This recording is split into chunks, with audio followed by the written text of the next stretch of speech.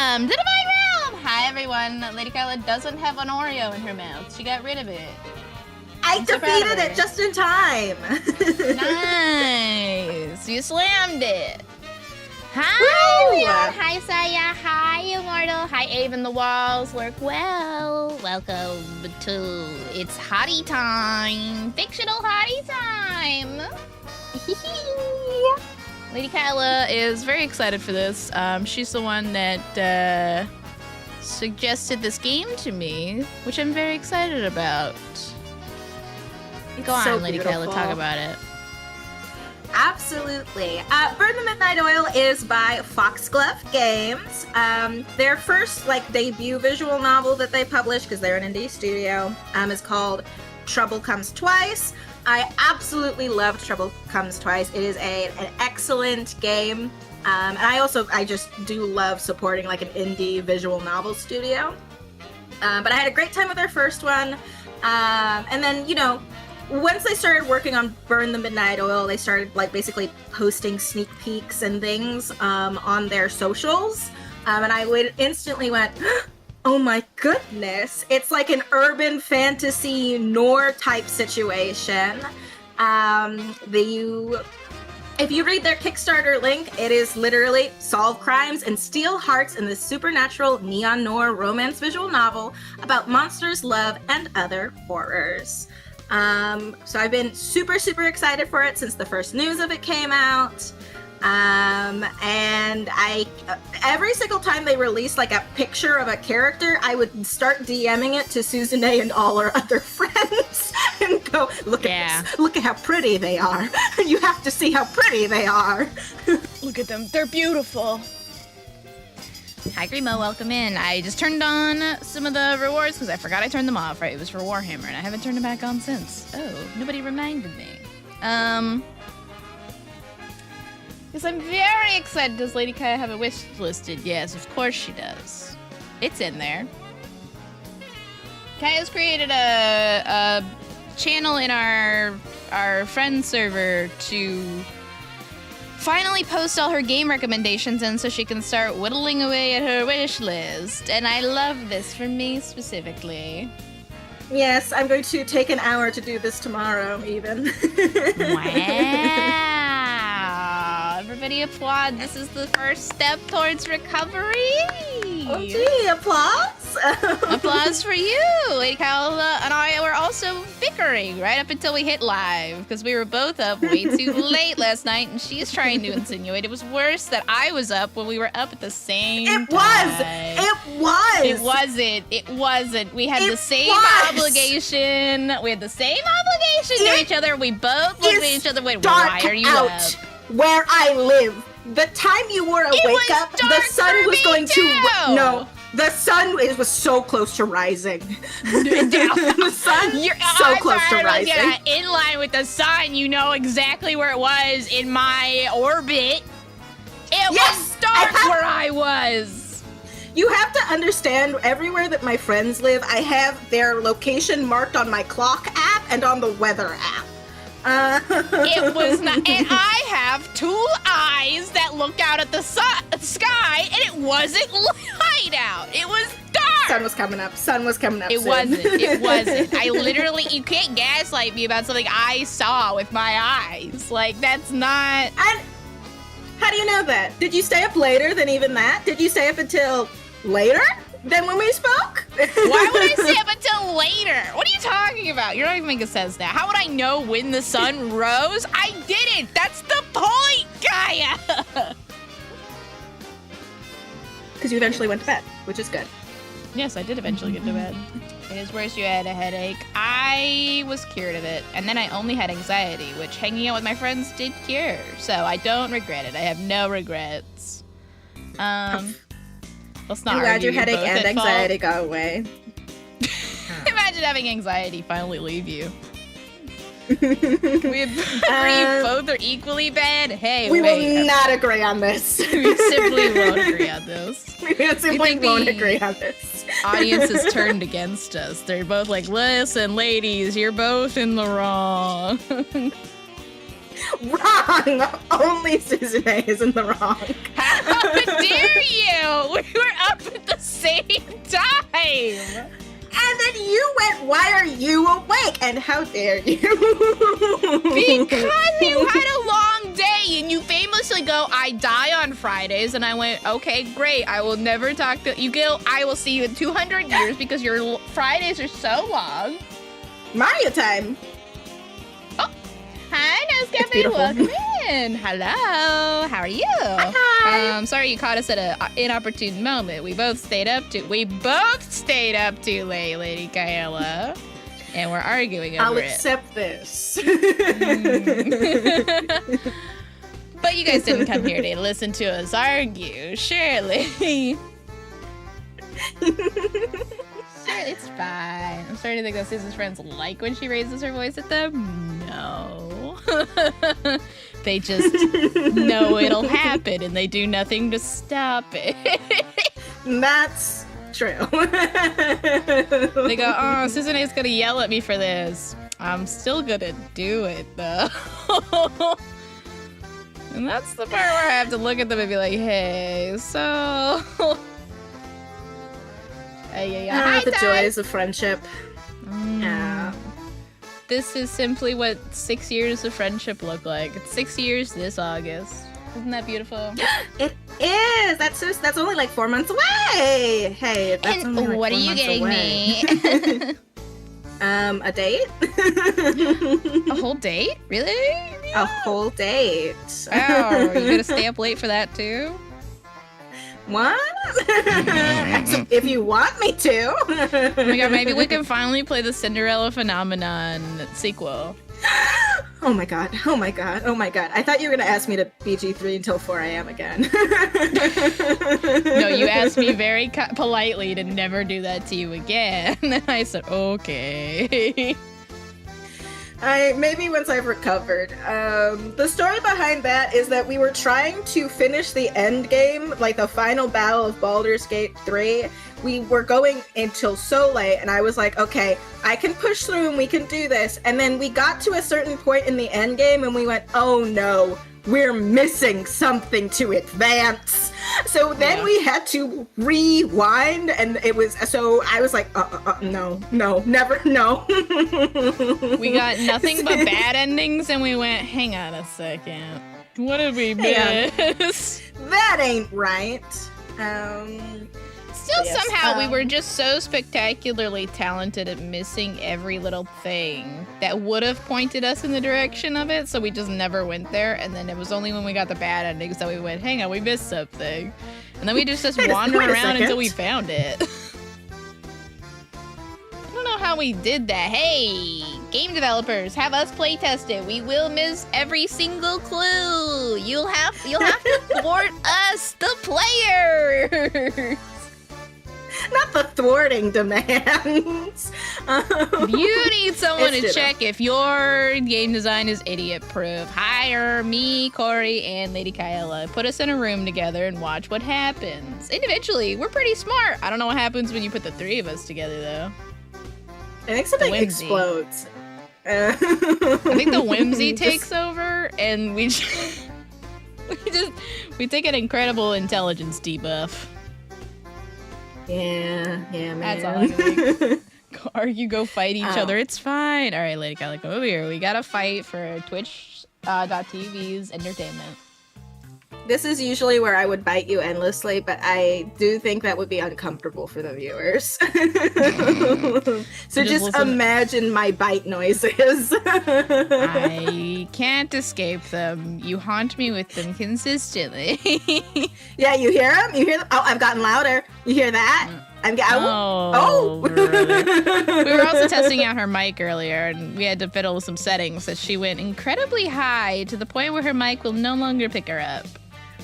To be honest, I went to a high that I was like, surely this isn't too high. It was not that high at all. And I went, what do you... Internally, I went, what do you mean you can't hear me? Can't hear you anymore. It's gone. It's out of there. What? Hi, Ty, Lurkwell, enjoy TNT. that's also what LadyKaella was up late for. I played D&D from 4 p.m. to 1 a.m. and then I went to sleep for a couple hours, and then 5 seconds after I woke up, I also immediately went to D&D. Going to get her ass. And then I messaged Susune as soon as I was done with my D&D and went, okay, I'm gonna go feed myself and some cats and then I'll be good. Kaya, what do you do when you meet a clearly blocked path but can't go into it? What do you do, Kaya? Stand there, turn around. Think to herself, is there something I'm supposed to do here? Yeah, pretty much. I look at block paths and I go, sure, I'm not supposed to go in there. It's blocked. And I go away. I hurl myself against it bodily for a moment until I go, alright, I'm pretty sure I can't go this way. And then I'll go a different way. Me and Solace had a 9-hour Aliens film marathon yesterday. The fourth was hot garbage. Ooh, what was so bad about the fourth? I did see you guys in there for a long time, and I'm glad you're having a good time, though. Yeah. Also, I've linked, LadyKaella already gave a very nice introduction to the game. As she did so, I linked the game's Steam, itch page, and Kickstarter if you get interested in supporting this game or checking it out. There's 10 days left on the Kickstarter. And they are a little bit over halfway to their goal. It's crazy. I know. I really, really, really hope they meet it. I know it'll be worth it is the thing. Yeah. Listen, the quality of this game, you guys are gonna see it as we play through, but it's absolutely stunning and gorgeous. The aesthetic is killer. I have faith that they'll meet it. I mean, they're over halfway, and typically the hot periods for Kickstarters are the first 72 hours, and then the last 72 hours, I think. So I have faith, but as long as all of us do our part in helping spread the word and getting it out to people who might be interested. Fourth film was forgettable, had bad dialogue, bad pacing, and I remember nothing from before the last 10 minutes. Despite being the shortest film, it felt like the longest. Oh. I'm so sorry, Leon. That's like me when I watched all the Resident Evil movies and I went, it just got worse and worse and worse. And the first one wasn't that good to begin with. Toothless, no! The Oreos have chocolate in them. Also, if LadyKaella mutes periodically, it's because she's secretly Oreoing it up because she's seen a moment when she can do that. So, you just notice that it's being weirdly quiet. I'm not talking over her. I'm actually giving her an Oreo break. Ooh, what's the Pokemon right now? Gal Slowbro. I want to catch it. Oh. I didn't know of it either. Honestly, I instantly just tune out of the Pokemon. Congratulations on catching him. I wish I could have caught him. Next time I'll catch him. But I am really excited. She'll get him just for you. There she is. I am really excited to play this game because let me just show you guys the title real quick. Hot people out there. Oh my god! Some hot people up there. I don't know. Help, girl, help! Help, hello? The two closest to us right here, this beautiful lady and this beautiful man, these are just the protagonists alone. They're gorgeous and already making me go, hello!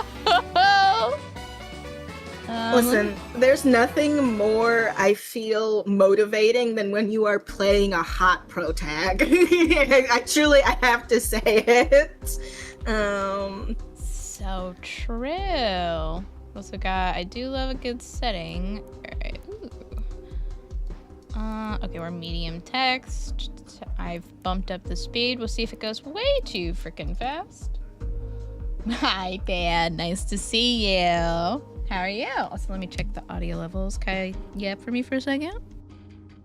Yap, yap, yap, yap, yap, yap, yap, yap, yap, yap, yap, yap, yap, yap, yap, yap, yap, yap, yap. Was that enough yapping? Never enough yapping, but also the game's way quiet. I mean, I could start it and see if it gets way louder, but I have a feeling it's gonna be this smooth jazz. So let me bump it up. Yeah. I'll talk a little bit about the format of this particular game. So in Troubles Comes Twice, which is their original first game that they published, they had dual protagonists. You could play as either the brother or sister and a pair of twins. Yes. And then there were 4 love interests. And each protag had a route with those love interests. So it was like total 8 love stories overall. It's very, very fun. Burn the Midnight Oil has 2 dual protagonists as well, but as you can see, there's some different characters on their sides here. So Cersei, who is the woman, those are her 3 little love interests over there that she can romance, and Dante, the man on the right, also has his 3. I think one of them is kind of hidden. Oh no, there he is. I'm moving. Lurking. He's got a tilting. cloak on, and I do love a cloaked figure. Oh, he's mysterious. He's not. He's looking away from us with a hood on. Oh my. Angsty back pose. That's what LadyKaella loves. We might have to go. I do. But how do you not play as this gorgeous woman? I mean, it's simply impossible. Hi. She's so pretty. So pretty. So pretty. It makes me ill. We could leave it up to a poll. See which one chat wants us to play. I'm down for that. I want to see everything. I don't know if we have the time to see everything that the demo has to offer, but as much as possible, I'll be happy with. Whatever we can do. Also, there's some content warnings, so just letting you know, it's intended for players 17 and older. It's got some horror, some blood and violence, strong language around here. Suggestive content, but nothing too crazy, you know what I mean? Alcohol and drug references, substance abuse, references to past emotionally abusive relationships, and references to implied suicidal thoughts. So, just as a warning. And now we get in there. Sorry, they were fading in these love interests, and it cracked me up. All right. Oh, and immediately we need the poll. Yeah. While we were on the menu, I was watching Dante blink, and I was looking at him, and then I was looking at Cersei and going, is she blinking? Is she blinking? Is she just staring at us? She did blink eventually. I was frightened for a moment, though. I was like, oh, she's just gonna hold eye contact with me. Intimidated by a hot lady. It's more likely than you think. Beautiful woman. Or Dante, beautiful man. Alright, let's have this go. I'll go a minute. I can't vote on this, but technically Kaya can, but I don't know if she can choose. She likes both of them. Is she gonna rig the poll? That's the big question. Let's see, LadyKaella. Also, I'm gonna take my meds because I almost forgot. 1 moment.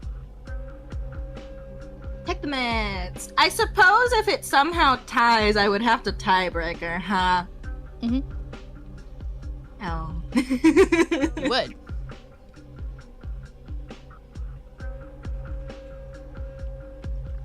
Okay, I survived. Ugh. I don't know why, but I'm getting worse at taking pills. I used to be really good, and now they keep getting caught on my teeth, and I'm like, hello? A little sleepy, but still okay. It's almost like you stayed up really late, Pan. Who would have done that? Who would have sat in a VC with you until really late and kept you? That's so weird. Who could have done that? Oh, all right. It's beautiful lady time. Let's go. Acha. That's okay. It's 3 p.m. on a Saturday. People have us up as background noise. All right, let's see. Cersei or Cersei, I wonder. Date of birth, unknown. Well, of course, because we're a vampire. Occupation, private investigator. Maker, don't worry about it. Personal history. For 2 decades, Cersei's stalked the streets of North Haven as a private investigator, accompanied by her sidekick, Edgar. Oh, who? She mostly deals with trivial jobs like catching cheating spouses, finding missing pets, and slaying vampires. In recent years, Cersei's lost her passion for detective work, but the city isn't done with her just yet. When she's approached by 2 different clients looking for the same person, she decides to take on this one last case.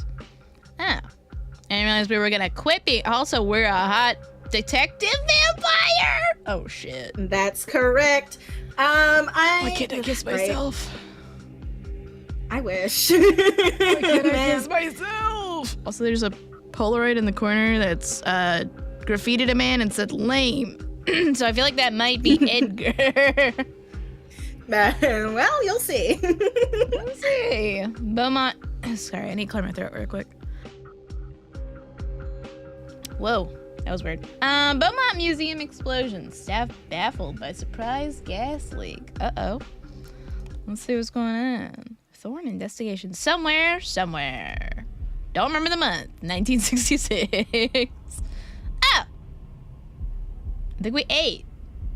Something not quite human sits on the edge of a stranger's bed, leisurely lapping at the blood coating her fingertips, savoring her leftovers. Girly pop, you can't be doing this. She turns her head to stare at tonight's meal. A handsome man currently lost inside his... Oh, you didn't kill him. Wonderful. That's a lot of blood for you to not have killed him. That's like a lot. You got it. You're a messy eater. It's everywhere. She wants to be certain she's not... Like, why did you get it everywhere? No handkerchiefs around. Just nothing. She wants to be certain she's not imagining the steady rise and fall of his chest. The last thing she needs is a trail of bodies leading them to her. Well, you probably should have eaten more neatly if you didn't want it. But even the imprints of her teeth... hungry. Hungry. But even the imprints of her teeth on his fair skin have already faded. Oh. When he wakes up tomorrow, his memories of the entire night of her, too, will be gone. He'll go on with his life like he never met her. The vampiric suggestion. He'll get married, have a kid or 2, grow old, die. She'll remember him for a while, but she won't be sad about it, or miss him, or ever ponder what could have been. Hi, ew. He's not the first meal whose bed she seduced herself into, and he could never be the last. Alright, you could be Cersei. Go on. Me? Be our pizza. Hot vampire lady. Pizza. Oh no, suddenly pressure. Do it. So pretty. Her eyes trace the stranger's features one last time, searching in vain for a different face. His face. Before your humanity was stolen from you, could you have been anything like this man? Kaya didn't remind me I needed to stream to her on Discord. That's correct, there's a slight delay. Why wouldn't you remind me of this? I forgot. Or have you always worn your penchant for destruction with unbridled pride? When the stranger stirs in his sleep, she accepts that she won't find whatever she's looking for here. The time has come to part ways. Listen, lady, you're beautiful, and I do love a woman covered in blood, but I just think you should... She hates the tongue. No, it was the blood again? I hate that the blood's literally everywhere, because, like, it looks hot, right? But it is basically, like, if I ate a lasagna and I got it all over my front. All over yourself. Yeah. If I was eating my lasagna and half of it ended up all over my front. And you're just like, now, Susan A., how did you fuck that up? Not careful. It got... what I simply can't comprehend is how messy she ate to have it all over like that, and then it's over the side of his, like, the whole back of his neck, part of the pillow. It's like, where the logistics of this make you want to draw a diagram? Did you hit a major artery by accident? Like, what? Yeah, what's going on? I'm interested by the fact she said the marks would vanish from his neck. So this is a different kind of vampirism than we know, because it's self-healing apparently, or she did something. But the blood doesn't go away, so he will wake up covered in blood and be like, what the fuck? Like, what? And he won't remember what happened. She's already established. Yeah, he is gonna wake up covered in blood and also with a bloody pillow. Because, like, even if she wiped him down, which you think she would do, right, before she leaves, there is still blood on the pillow, so he will wake up and be like, what the fuck? There's blood all over this pillow. Sorry, I'm just imagining vampire who eats really messily and then takes the extra hour in the victim's apartment to wash their pillow for them.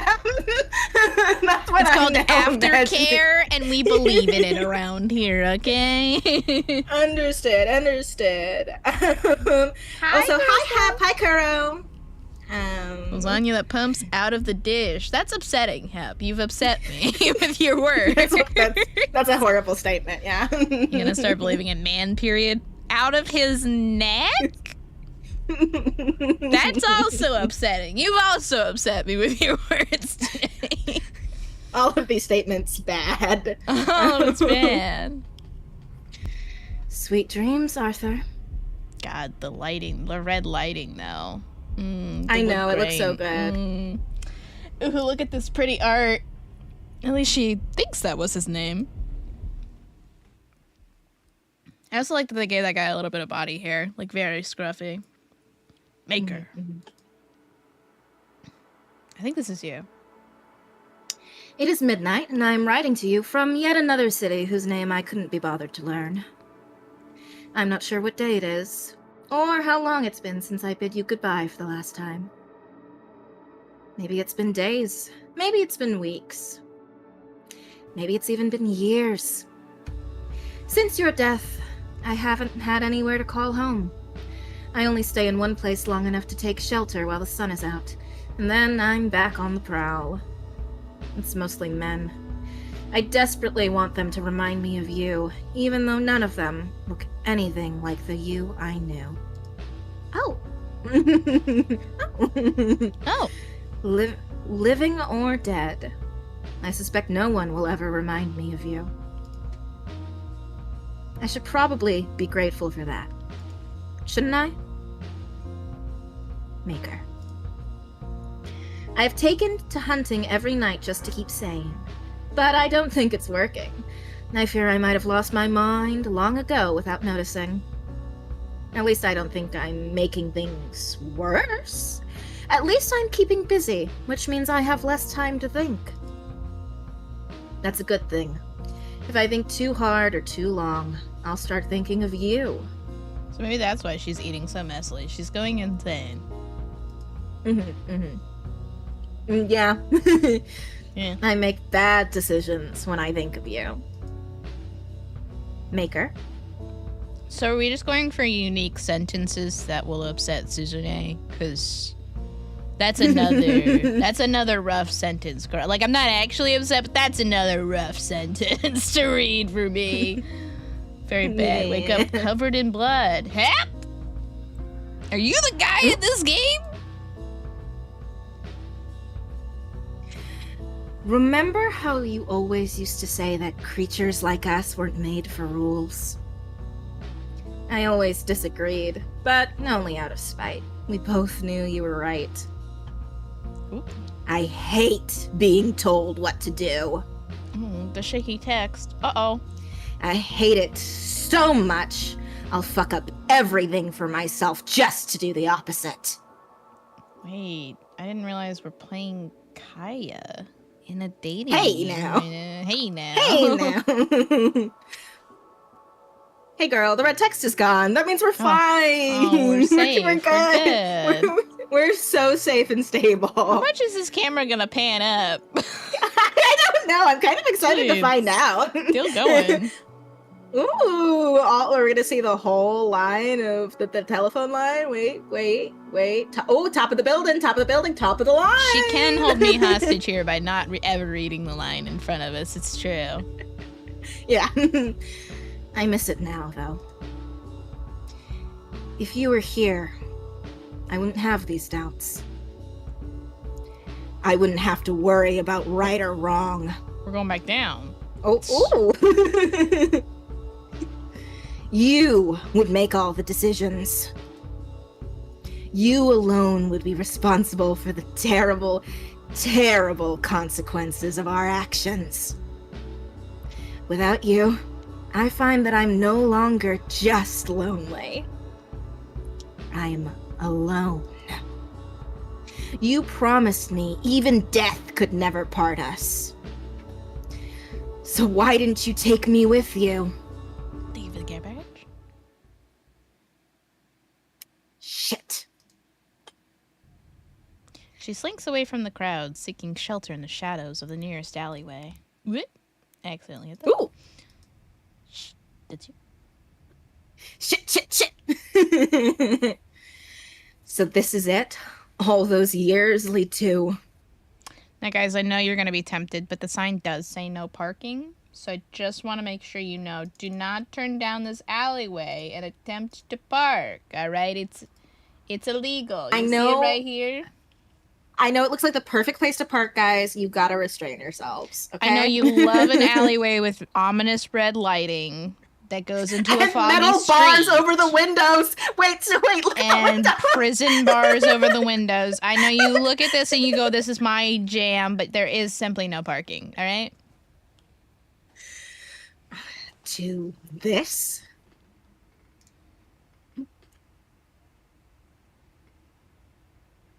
A bird dropped down? What? Bird? In your real life? House? There's a bird trapped in your house? Is a bird dive bombing you right now in the BG? Oh, A bird dropped? BG. What are you saying? I don't believe this. Where's there a bird? Looking desperately in the background. Uh-huh. I don't see a bird. I don't believe you. I don't see a bird. This is my cursor. This is in fact my mouse.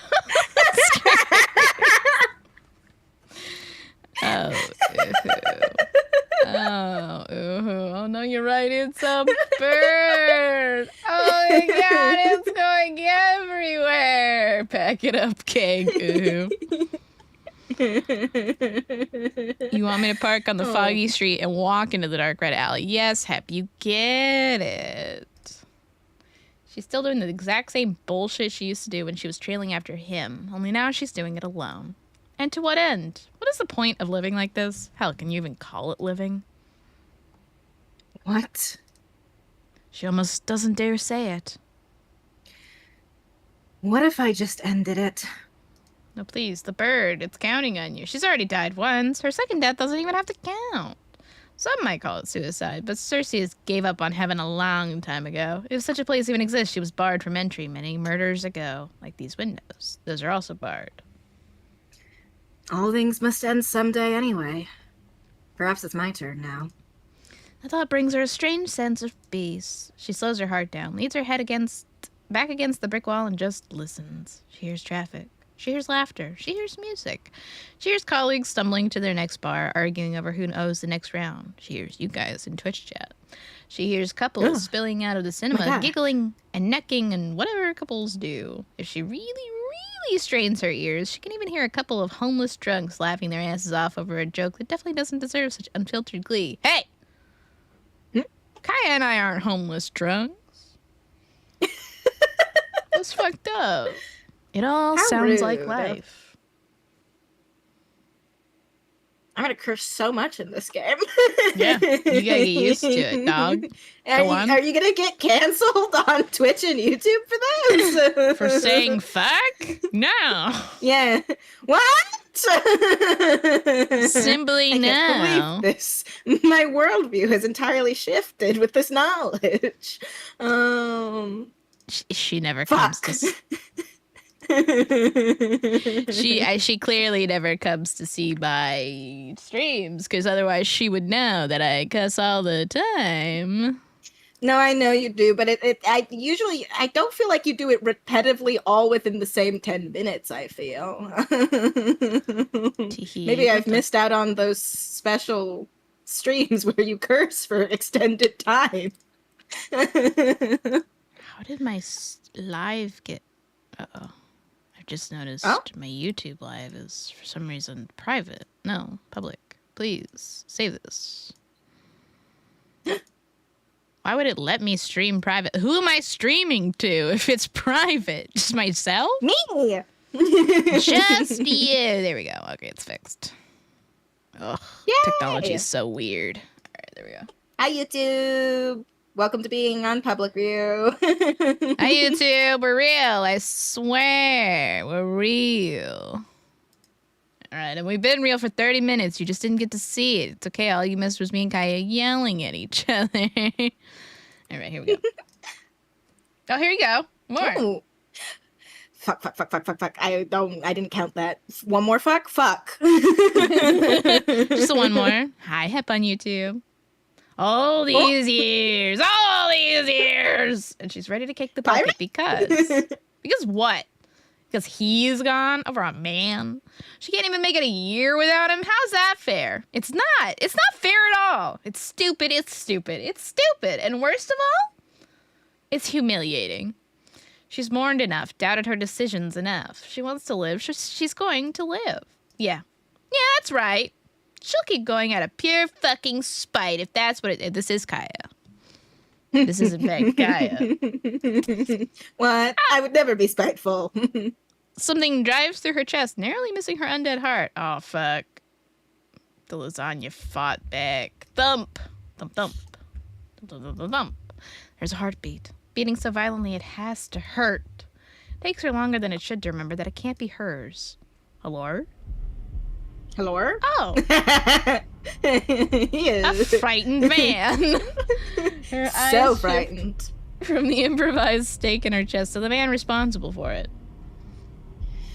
Perhaps he's more of a boy than a man. He can't be a lot older than she was when she changed. Not that any of that matters right now. A stake to the heart. How medieval of you. Teehee. The man, boy, doesn't respond. He's busy watching in horror as she rips the stake out of her chest. She doesn't flinch at the pain. It's there like an incessant little bug, but it doesn't really hurt. Never does anymore. If I may offer you some advice for the next time you try to murder one of us, don't bother with the classics. Crosses, garlic, and all that nonsense. None of it works. Except the sun. But she's not stupid, so she's omitting that part. What's he gonna do? Bring out the sun? Oh, he's shaking! Oh. My God, Is that like just me? Is my Danganronpa 2? No, he is, in fact, vibrating in place. Very brief. Just like Danganronpa 2 portraits when they get excited in the trial. Don't say that. Don't say that. No, he's vibrating very slowly. As you can see, if I try to hold his hand, he keeps moving. Goodness me. Don't be afraid. She takes a step forward. He's trembling now, but still not a word. The camera. Uh-oh. Uh-oh. You need to read faster. She's still moving. I can't. It's too funny. You're the one who tried to kill me. Hi, this is a real close-up. I have in my possession the raw energy of the sun. Exactly. Hello. Shouldn't I be the one to fear you? She catches her hand right before it touches his face. She hadn't even realized she was reaching for him. It's a bad habit of hers. She's always cold, so she's always reaching for warmth. Why don't we play a game? Why don't you guess what can kill me? She doesn't like the silence. She wants to make him talk. If you get it right, I'll even reward you. Generous, no? More silence. This isn't some trick. I find you vaguely entertaining, so I intend to let you keep your life either way. Still silent. She stomps her foot, frustration seeping through. You're not going to talk to me at all? He's not even meeting her eyes anymore. She follows his gaze downwards. Ugh, men. Sorry, I also, in his expression shift, he's in so much pain. He's vibrating. Agony. He is shaking in his boots. He's biting his lip. She thinks that he's checking out her chest. I'm fairly certain he's not. But well, he did put a stake through her chest, so yeah, I he guess might it's just be looking at where he hit her, and it's gone already. Yeah. Interesting choice of priorities. Checking out my boobs at a time like this. What? Stop. Stop shaking! Stop shaking! No, that's vile. I would never do that. He speaks. Now I'm offended. Why aren't you looking at my chest? Sorry. I like him going to really, really afraid to just so offended. Turns out outrage is stronger than fear. And I've always known this. Did you want me to say this line? Of course I do. Well, now I'm offended. What's wrong with my boobs? Nothing. My guy. He is on an emotional roller coaster right now. She's putting him through that ringer. He went from terrified to offended to, oh, when he blushes it goes away. Or when he blinks it goes away. To, uh-oh, nothing, I think. I mean, Wait, did you see his little squiggly mouth? Yeah, he's so cute. I mean, I wouldn't know because I wasn't looking at your chest area. I'm not that kind of man. Then what kind of man are you? He ignores the question. I was looking at that. He gestures wildly to the hole in her chest. Oh, it's still as there. expected. Oh. Or rather, yeah, okay, it's not there. Or rather, where the hole used to be less than a minute ago. You can't keep tricking me, Gabe. I already knew it wasn't there. It's already healed. Like it was never there. Like I knew it. Another reason luck isn't on your side tonight. I just fed. And it was messy. What? I just fed, so I heal faster? The blank, stupid look on his face is oddly endearing. Do you know nothing about our biology? Idiot. Pretty sure he's one of her love interests, so the meet cute idea. I meet you in a dark alley and I try to stab you through the chest. Clearly it works if there's a romance route. Clearly that's a viable meet cute. What did you say to me? I called you an idiot. Would you like me to repeat that? He whips out the knife she already knew he was hiding in the pocket of... Oh. Oh, that is a whole knife. Pocket of his coat. Don't patronize me. He points the blade at her. Or call me an idiot. If you behave like an idiot, I'm going to call you an idiot. Simply smarten up if it bothers you. You think I care what you think of me, you leech? Evidently, you are not particularly good at hiding your thoughts. Why are you dragging this out? I'll never beg a vampire for my life if that's what you're waiting for. Just kill me and be done with this already. She sort of, kind of, not really tries to stifle her laugh. It pisses him off even more. What's so funny? I knew it. I knew it. I knew it. I also knew it. I was looking at it and I was like, he's gotta be British. He's gotta be British. To be British. British. Something about him screams British to me. Sorry. It's just your accent. I only realized it now, but it's so British. Welcome to North Haven, England, where quite literally everyone talks like this. Oh my god. Oh my god. Oh my god, guys. Don't British bring this- Susan. Don't bring attention to it. Don't, you won't be able to do it consistently. Don't bring attention to it. Oh my god, she got British, guys. Don't talk about it. And keep going. Oh, so that's where we are. She looks around, taking in her surroundings for the first time. She's not quite sure how she got here, but it doesn't matter anymore, does it? She's here now. You're not from here. From my understanding, unless something's different about this universe, England is a place you have to take a boat to if you're not in England. Yes. Yes. Unless we're in Pangea. Could be. Again, don't know what the Yeah, what a did geographical you- map of this universe looks like. But in my memory of real world. Anyway. Cersei, how did you get here? Get here? Did you don't have any boat tickets? You nothing? What gave it away? So how much of the vampire mythology are we going with? Because they can't cross, in like the really old mythology, they can't cross running water. So That is true. she wouldn't Well, have been it able to seems take like- a boat. As of right now, it seems like the only thing that is true to common mythology is that the sun kills them. Right? Right.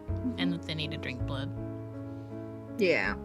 I guess we'll see if she can go into places without being invited. Your accent. Are you American? When it's convenient. Suppose it doesn't matter where you came from. You still fit in perfectly with the other bloodthirsty freaks in the city. You amuse me. I definitely can't kill you now. Why not? Why? You almost sound disappointed. Of course not! It doesn't matter what I want. You should do it anyway. Why? Because we can't both walk away from this. It doesn't work that way. I'm getting Australian. Sorry. It's going. It's leaving me. The cons killed me! The what killed you? You said can't instead of can't, and it killed me. Because we can't both work that way. You want American? Oh, it's so good. We can't. Yes, we can't.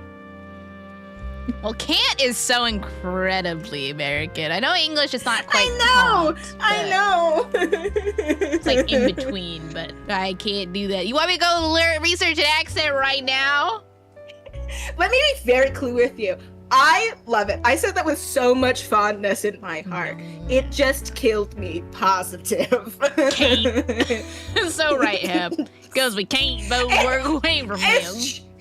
It's just the sort of thing where it's like, it's one of those words where you can tell instantly if someone is British or not, depending on how they say that word. Or it's just like That's true. American or not. You know what I mean? That's true. Can't is immediately like, oh, am I American or am I trying to be British? Or sometimes are you failing British and becoming Australian? What's going on? Yeah, what's going away? What's with your accent? If I get Australian, just know that in my headcanon we're in Pangea, so... Okay, great. So It's that all specifically melding so that she together. never had to cross running water. Understood. Also true, yes. Says who? He rolls his eyes. How about this? If you don't kill me first, I'm going to stab you in the back as you walk away.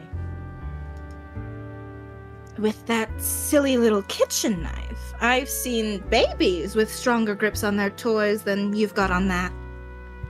It's true, you kind of holding it. Only with your ring finger and pinky finger, which is a very odd grip I've never seen before. Fingers are not tied around the handle, Yes. no. It's also very clearly to me, this looks like a kitchen knife because there's the strip of orange. You know what I'm talking about? Yeah. It's funny because he's got a death grip on his coat and then the Yes. loosest grip on the knife I've ever seen. Yes, and that is a very fun sprite decision, but it is also very funny to look at. Positive, with love. His grip, even more? Yeah, it's gonna fall out of your hands if you lose it even more. You're gonna drop it! Meanwhile, I could kill you with minimal effort. Right here, right now, I could snap your skinny little neck with my bare hands and not even break a sweat. Only that wouldn't be very fun, now would it? I don't kill as often as you may think, so I like to take pleasure in it when I do. I'd make it slow, slice your neck, but weirdly keep the cut. in here. What's going on? Do you want me to change my voice? So it's less sensual? It's your voice kept dropping, and then I read the next line, and I felt an instinctive fear overtake me. So Great. Yeah, keep going. But keep it's the my cut bad. shallow enough that I have to suck the blood out. Is no, that the dry well, delivery? now I feel like, no, you gotta read it properly. I'll just close my eyes. You'll close your eyes. It's like a shot, so I don't know it's coming. All right, go ahead. You're gonna know it's coming because I'm talking to you. No, go ahead. Chat, do you guys see the problem with this? I see a problem with it. No, go ahead. No, I've got my eyes closed. I'd make it slow. Slice your neck, but keep the cut shallow enough that I have to suck the blood out. It didn't help. Oh. Closing my eyes. I prefer to drink straight from the tap, you see. More intimate that way. Okay, it wasn't as sensual as I expected because it's not sexy to be called the tap. So it took it out of you, yeah? Took it out of me. Once I've drained you, I'll dump your corpse behind one of these bins and skip town. By the time someone finds you, I'll be long gone. Okay, suddenly back to being a little sexy. She's talking about murdering me. Hang on a moment. Getting disposed in a dumpster sexy? Love a woman who can kill me and skip town and get away with it. Got it.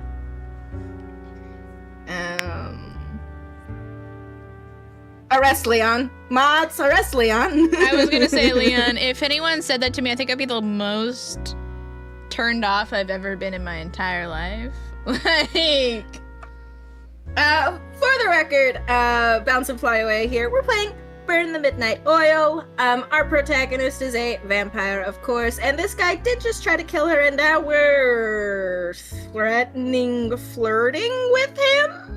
Question mark? That's the summary of the decide. scene. What are we doing? We don't know. We're having fun. Nobody all my will. exes called me maintenance because I always... Okay. I don't want to read the rest of that, actually. When you start reading it aloud? Because I thought it was going to end in a funny way, like, because I was always trying to fix them, and I was going to be like, God, I get it, you know, you call them a fixer-upper, call me maintenance. And then it got worse as I kept reading. Sometimes you have to read what they've said before you start reading it for them out loud. Please. Well, I saw call me maintenance because I always fixed, and then I went, oh, I know where this is going. And then I kept going, and I was like, I did not know where this was going. I actually didn't. Oh, man. Oh, jeez. Oh, man. We called him a tap, Leah. No, don't get it twisted. Nobody will even know I was here. He lowers his knife, averting his eyes to stare at nothing in particular.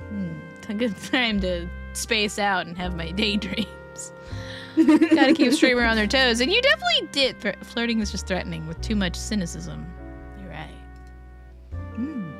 Do what you want. There's no one left who'd care enough to try and find me anyway. Help, girl, he went into emo boy mode. He put his knife away and is regretting it all now. She recognizes the frustration in his eyes all too well. She's seen it countless times in her own reflection. Monsters took someone from him, just like a monster once took someone from her. Well, no one will have to. As I keep saying, I'm not going to kill you. He hurries to object, but she lifts a finger and that's enough to shut him up. And you can't kill me. You're bold. I will give you that. But I don't think you could even kill the weakest of us. I just realized something, Kaya, and this is how slow my brain's going. It said her sidekick was Edgar, and this is Edgar. That's correct. Welcome our new British sidekick. We're gonna become a detective duo. I'm so excited for you to see something later. I'm so excited. It must be said.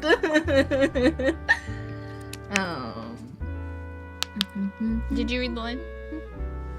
Yes, I did. Would you like me to reread it? No. You're not strong enough, and that's not an insult or a slight against your ego or an attempt at undermining you. It is simply fact. You are too weak. Don't you think you're underestimating me a little too much? No. I see you exactly as you are. You're no threat to me. You're no threat to anyone.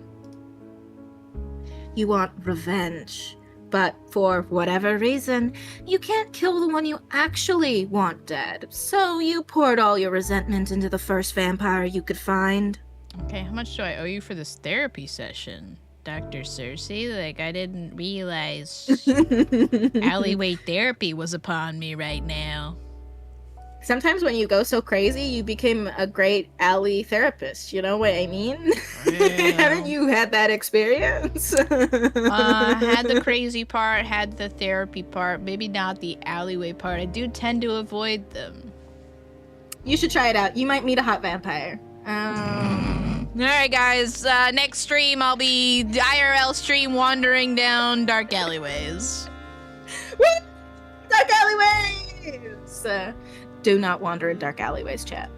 Nobody do that. Nobody do that. Disclaimer, I was jesting, joking, having a bit. Just Do a not little wander down jester dark moment. alleyways. You will get robbed at best. Well, technically, best. nothing will happen at best, but the slightly lower thing below that is robbed.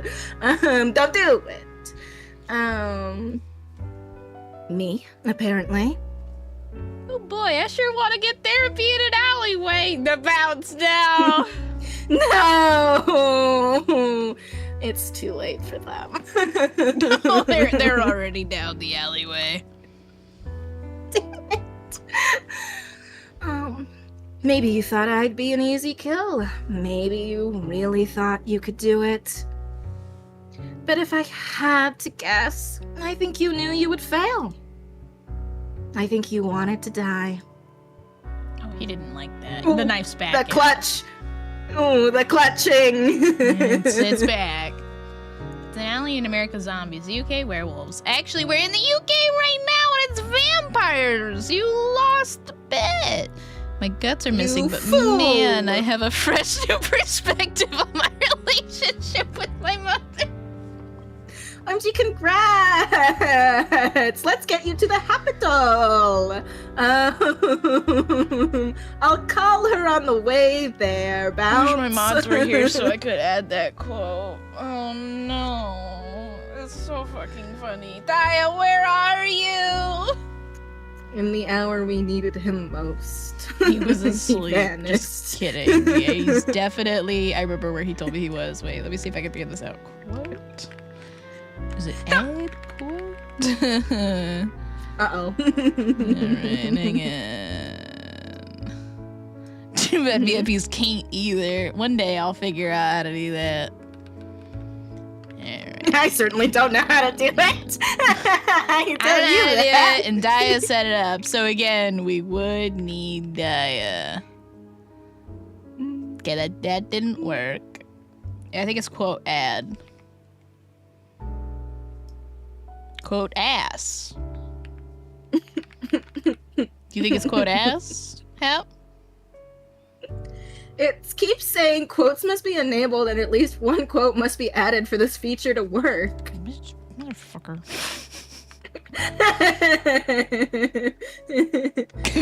Gaga. What the fuck is your doll? The problem is, it's probably another bot I have. It like has its own fucking quote thing. So you gotta say a quote. Getting upset with me. Do you have to respond? I think Daya usually responds to the message.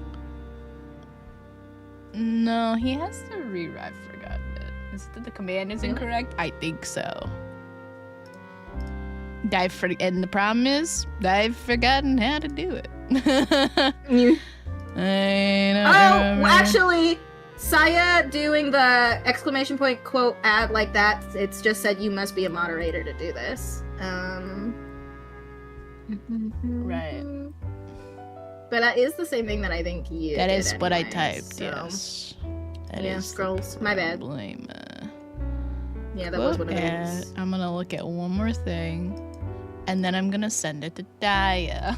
I'm just going to message it to him. Daya, add this quote. I mean, it didn't work for me either. No, I mean, I'm a mod, and it didn't work when I did it. Alright, I've fixed it out, everyone, by simply passing it on to Daya, who's very busy at the moment. I've actually passed the buck. No need to worry.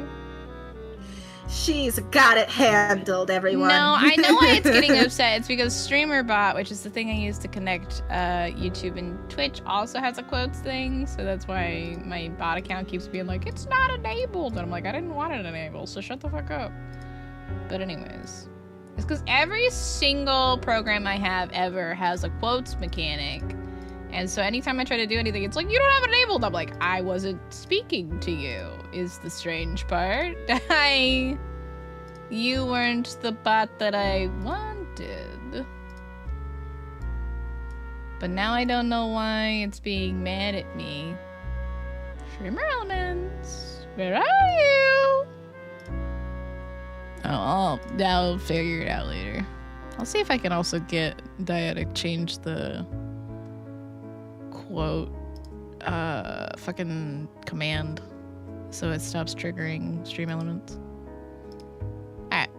Anyways, don't worry about it. That's the simple answer. Yes. Because I can't figure it out. Shrinks that. Back to this man. It's quote space ad. God damn it.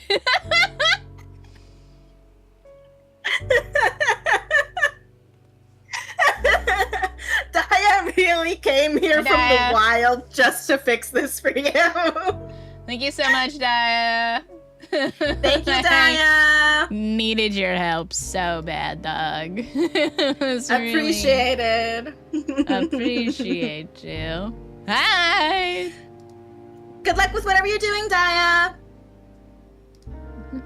Good luck. All right, shrinks this.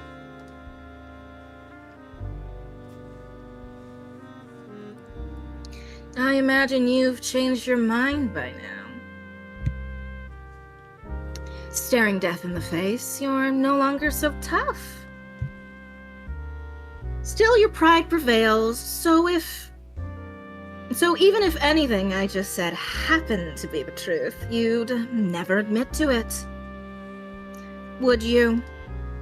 He drops the knife on the ground, and Cersei knows she's got him. Don't drop it. No, look at his sad little face. His little sad face. Look at it. He's a sad boy.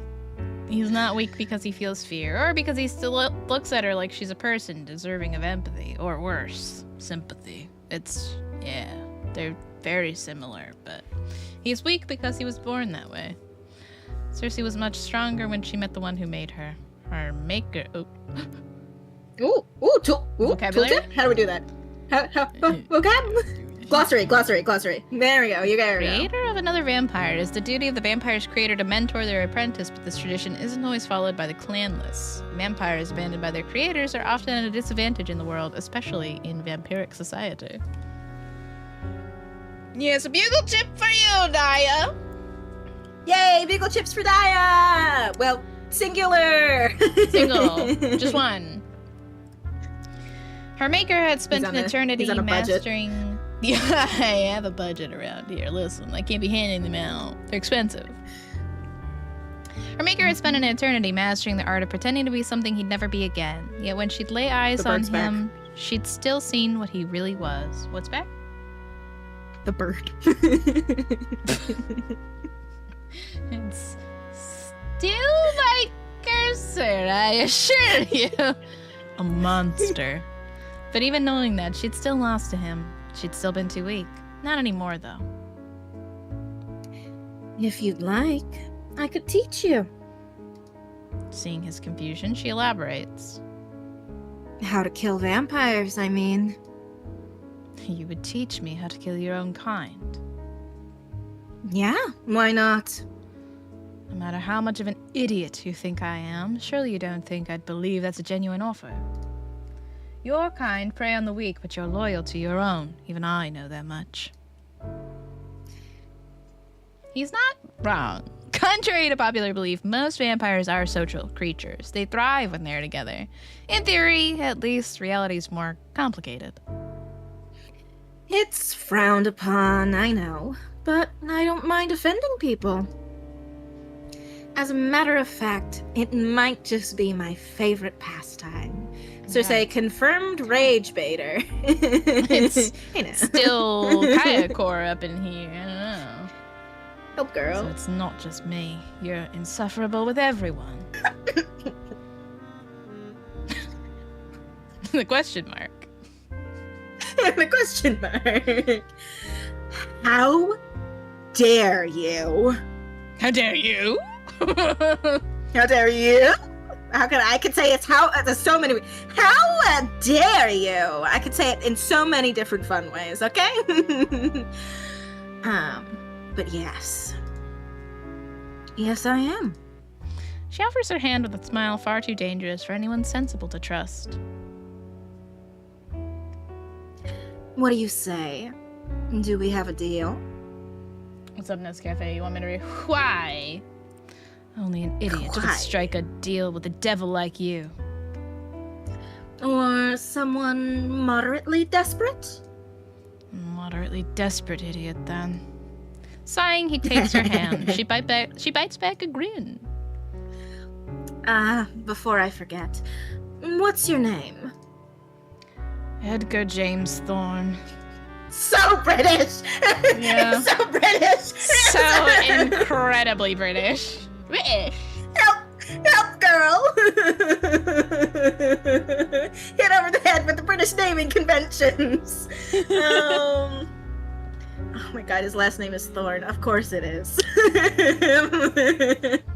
Of course, what was I expecting? That sounds so pretentious. I'm just going to call you Eddie, okay? Listen, we said that sounds so British. She said that sounds so pretentious. It's the same thing, isn't it? If you must. What about you? He conceded. He resigned immediately. There wasn't even a fight in him. In his heart, he's going, this American. If I told you, would you even use it? Well, yes. That's what people do, isn't it? Call each other by one another's names. It's been a while since anyone has used her name, but she supposes it would be rude to withhold it from him now. They call me Cersei. So may you. His grip on her hand tightens. Help? I want to ask you something, Cersei. Yes? When you've told me all that you can... Oop, it's going somewhere. When you told me all that you can, what's going to stop me from killing you? Sheila, you done giggling at my struggles? It's been so long since I've had to do British, alright? You done? Alright. She allows herself that grin now, showing him all her teeth. Nothing but your own compassion. I don't know why it always goes Australian. It's just so easy. But then if you try to do Australian, it just sounds British. You ever know that? If you're trying to do British, you start to go Australian. And if you try to go Australian, you're just British. It's a strange inverse scale over there, yeah. It's a curse.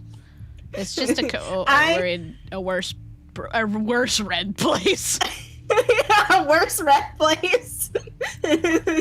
Well, how could this be a worse red place? I don't know. I mean, it does say bile raft on the wall, and also there's a man who's...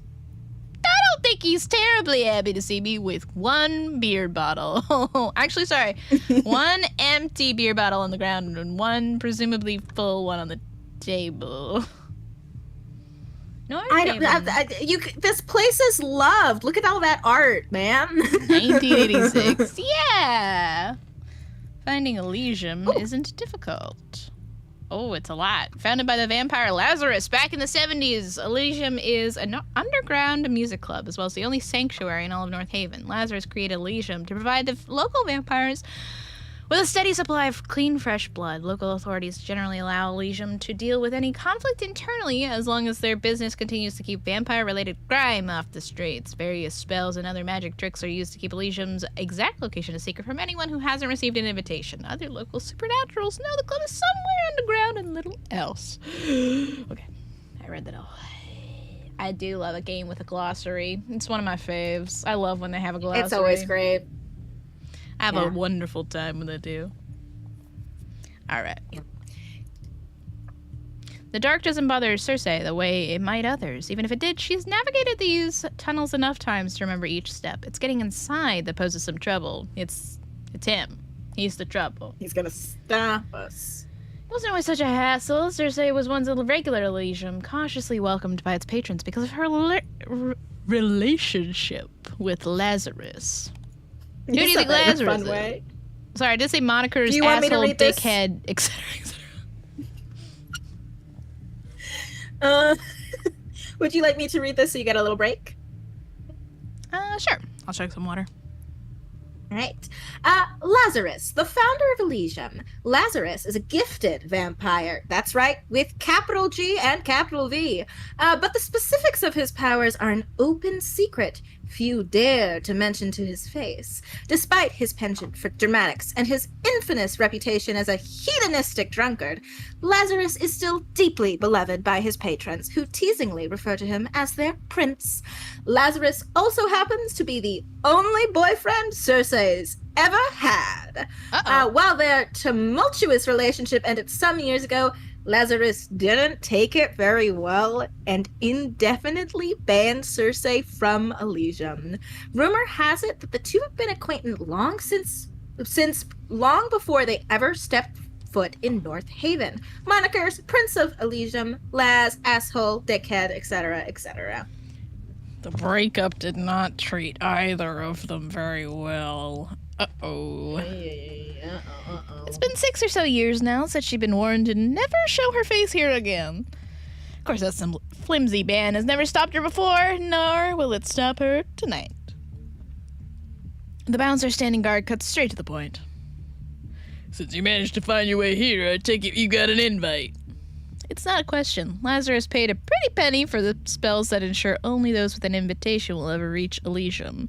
Fortunately for Cersei, no one remembered to amend those spells when she was banned. Hey guys, that kind of seems like the number one thing you do when you ban someone. Hey, I think guys, you maybe you want to amend your spells so they can't find it again. Security, not great. It's not great. You got one thing that'll keep someone banned and you kind of didn't do it. Can't be a vampire romance if you don't have an unfortunate wake-up. So true. Do you like my Russian vampire? I loved it. Or Transylvanian, Do it more. I guess. No. No. Simply won't. We're beautiful.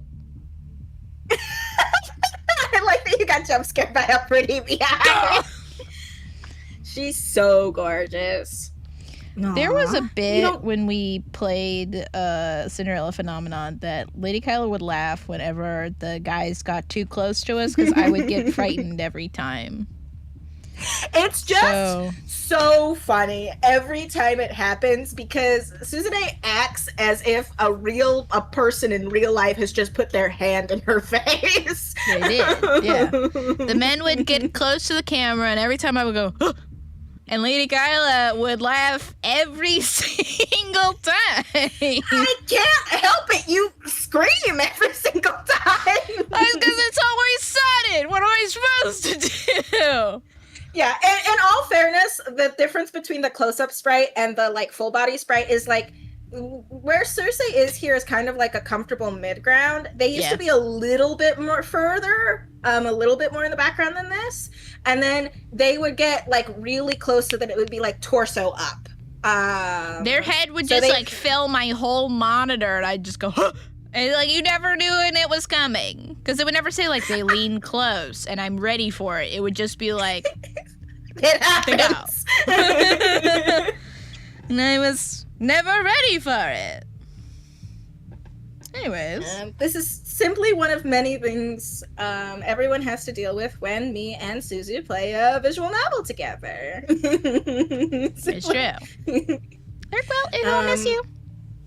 Lurkwell, Uhu. Yeah, oh God. I wonder if we're gonna get even closer one day. That's my thought. I don't think we can handle it if we got even closer than this. It's true. Gorgeous woman. Absolutely blinged out also. It's true. This is exactly the kind of fashion LadyKaella wants to wear too. If I could afford a corset. Good quality corsets are so expensive. I know. God. Anyways, I shall not lament over corsetry prices. Aw, you don't recognize me? Should I?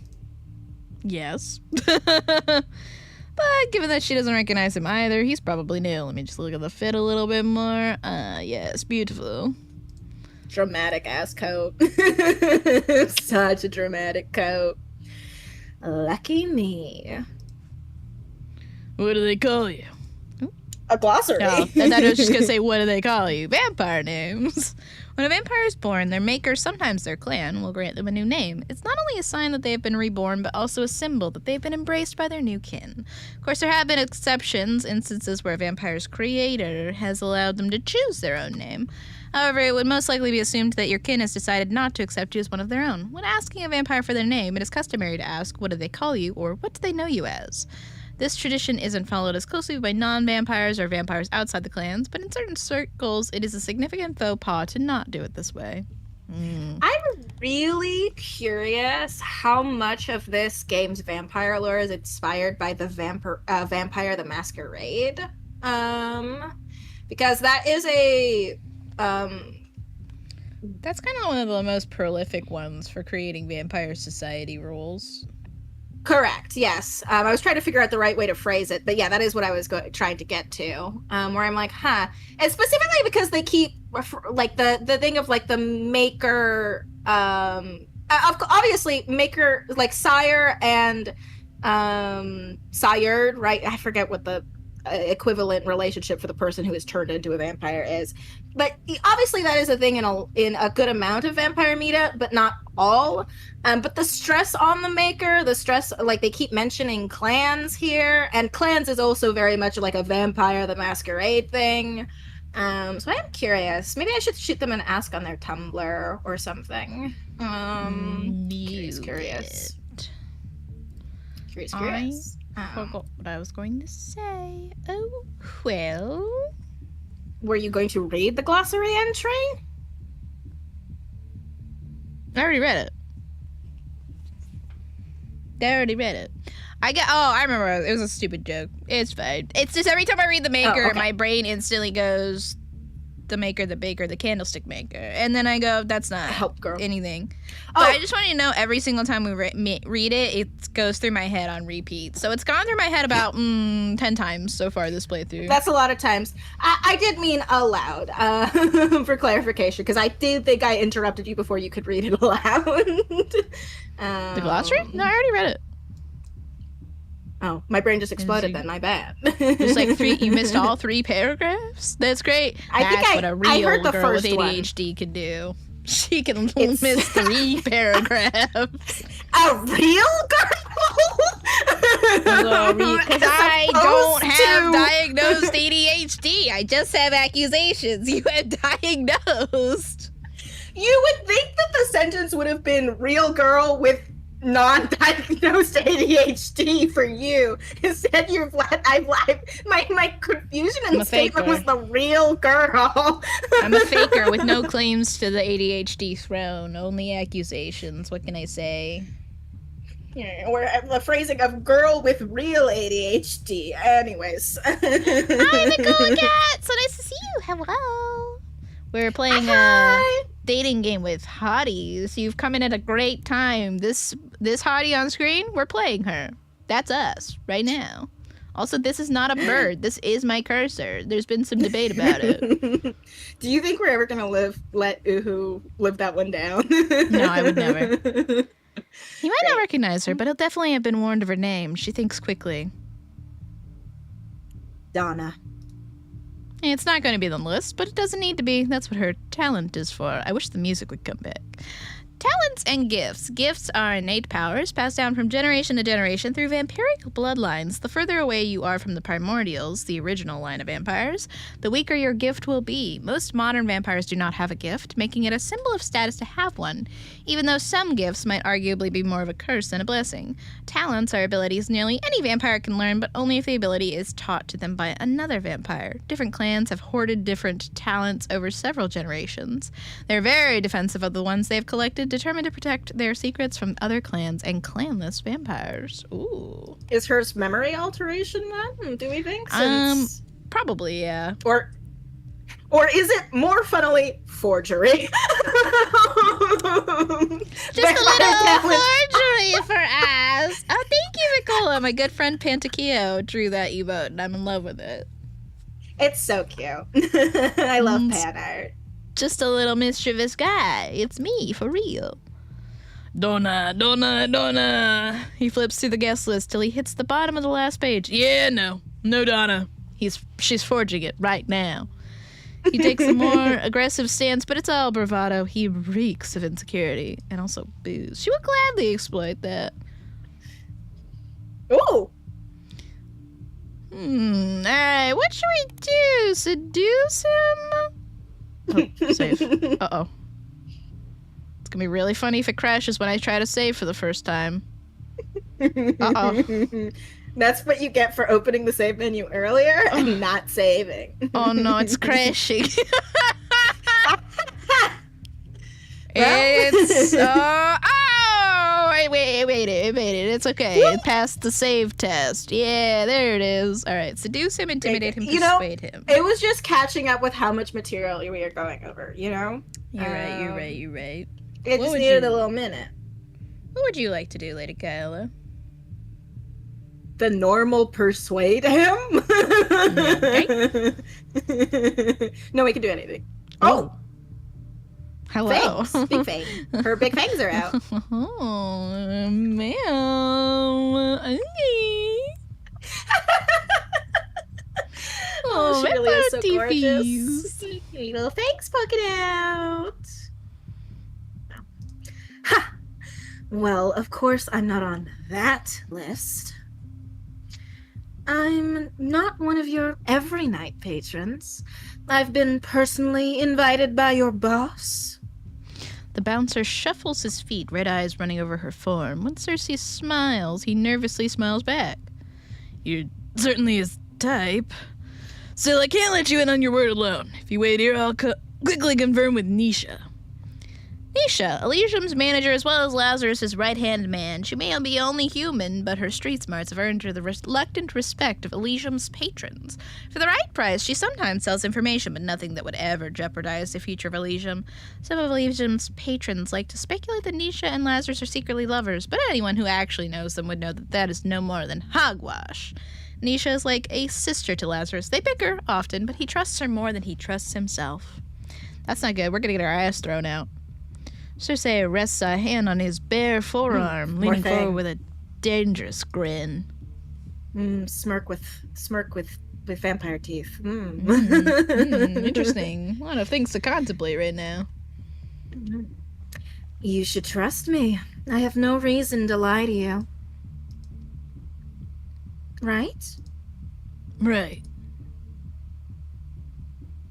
That was easy. Compulsion isn't mind control. She can't force people to entirely transgress their own nature. Oops! I wanted to read that! No! It's gone! It's gone forever! Oh, the game hates it when I scroll back. Oh, it hates it when I do that. Compulsion, a vampiric ability that allows one to induce others to follow their will. Depending on the vampire's strength and the strength of weakness of the target's willpower, the vampire could theoretically convince the target to act or think any way they want. The effect is temporary, but consistent long-term exposure to compulsion may cause permanent personality or behavioral changes. Out of all the vampiric talents, compulsion might just be the most powerful as well as one of the most easily abused. Clans carefully hoard the ability, only allowing their eldest members to learn and practice it. In the hands of the most practiced vampires, compulsion might be one of the closest powers to mind control. However, this kind of prowess demands a natural inclination, as well as decades, if not centuries, of study. Oh man, It turns out forgery was not her vampire superpower. That's fucked up. It would have been so funny if it was. It simply sways people in certain directions. Different methods, seduction, intimidation, persuasion, work on different people. The weaker their will, the farther she can push them. With enough practice and the right target, you can convince someone to do almost anything. Now, may I come in? What? Oh, yeah, of course you can. He shakes his head, still in a daze, and steps aside. Sorry about that. We'll get sorted with Nisha, so you're on the list next time. How sweet of you. And just like that, she's in. There's the music. Elysium. This looks like... I don't know why I was expecting something more grand, but this looks like a bar I could go to. Yeah, man. This looks like an Vampires underground... are just like us. Oh my god. They're just like us, okay? Like it does really amuse me that every bottle on that bar back there is red. And I know it's because they're all filled with blood, but it's something about no different color bottle, just everything tomato red. You don't need one. Why would you need a different bottle, you know? So true, my bad. Again. My bad. SMH, Gaia. Alright. Elysium. The only sanctuary in the city for creatures of the night. Vampire-exclusive establishments of any kind, though they are commonly places of culture or entertainment such as bars, clubs, and theaters. Turns out, vampires are theater kids. Yeah. Yeah, I knew you were going to say it, too. I could feel it in my heart. Your ass? I knew you were going to say it. All roads lead to one joke. When you're a theater kid, the most common joke is assigning theater kid to other people. I swear to God, I can't tell if my third monitor is flickering or if the flickering in the game keeps making me think that my third monitor is flickering. You're haunted! I'm being haunted. What's happening? Let me just pull up my task manager, make sure this game is not exploding me somehow. It'd be crazy if it was. It's not, and I'm also fine, and everything's great. Great. Discord's eating up so much resources. I don't expect. Why is it eating up so much of my GPU? Anyways. I'm stealing all of your GPU for myself. Oh, it's showing me my own stream. Stop that. I don't want to see my own stream. What? How do I make it stop showing me my own stream? I don't know. What the frick? It's fine. I'm not gonna worry about it. I'll deal with it. It's fine. All right. Anyways, shrinks that. I'll have a shot of red 40. Since the 70s, Elysium's been an Epicurean haven for vamps to gather and feast without repercussions. Donors, that's what they call the humans selling their blood here. Now, I think I can guess. What do you think that'll say? What do you think that'll People who donate their blood.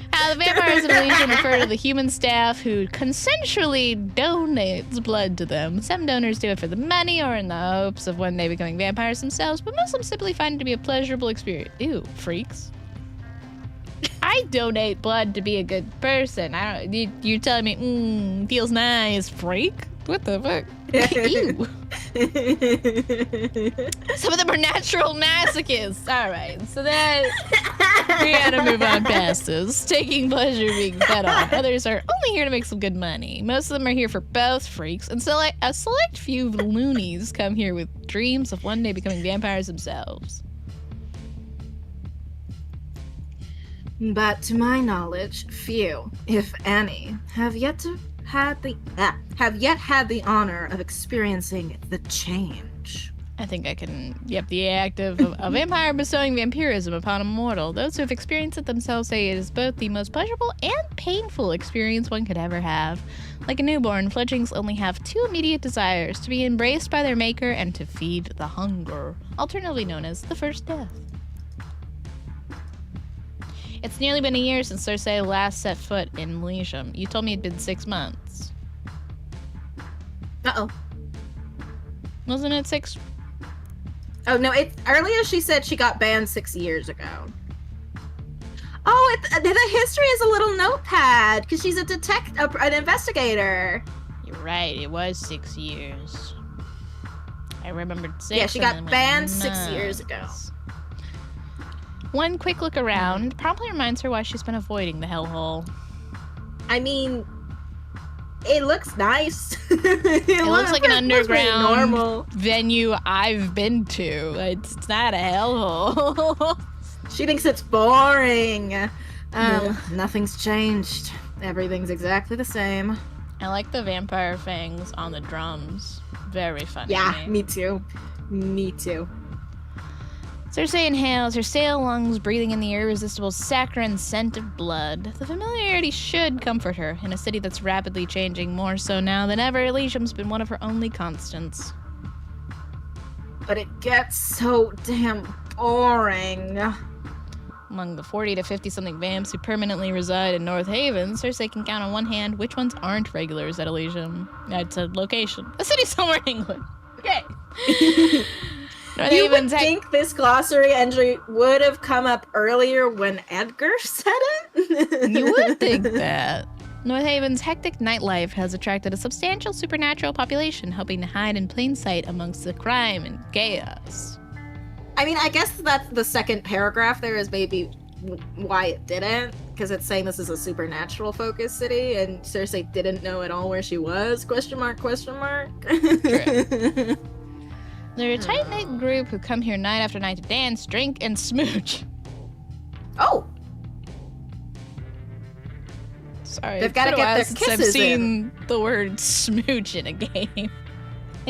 They said the word necking earlier. Well, yeah, and that's British, isn't it? But smooch. Get a little smooch. Me and my 40 or 50 friends getting a little smooching. As for what brings Cersei herself there tonight, the same reason she always comes to Elysium. She's looking for someone. Let's see. She double-checks the picture the client provided. It's an old photograph, a blonde guy, cute enough if you're in his age group, with baby blue eyes and a smile that's up to no good. Basically, I'm looking for a less alive version of this guy. Cool. Ooh. She scans the dance floor for a mop of blonde curls, but there's no one. Either our intel was off and he's not here yet, or, like most of us, he's taken on a different look in his new life. It's annoying they don't have a more recent picture, but this is what the client offered, and Edgar couldn't find anything more recent. For now, she should find someone who might have a better idea of where she can find him. Oh. Do we want to talk to our ex who banned us? Or his sister, her best friend. His sister. I don't think it's gonna go. But I'm a messy bitch, and I do want to see our ex. Save, and we can do both. That's true. But what if, you know? Game explosion. Game explosion. Please don't explode. Oh, please don't explode. Oh, I don't know why you hate saving. It's one of the main functions of a game. There we go. She wrote a song, guys. There we go. All right, we gotta see our ex. Talking to Lazarus is a horrible idea, which is exactly why she's gonna do it. She already knows where to find him. He rarely leaves his private lounge. Oh, okay, that's too low. Your pants are too low. They're too low. And I don't know why we started here on the pan up the body. Would it be best if they started at the top and panned all the way down? Which is worse?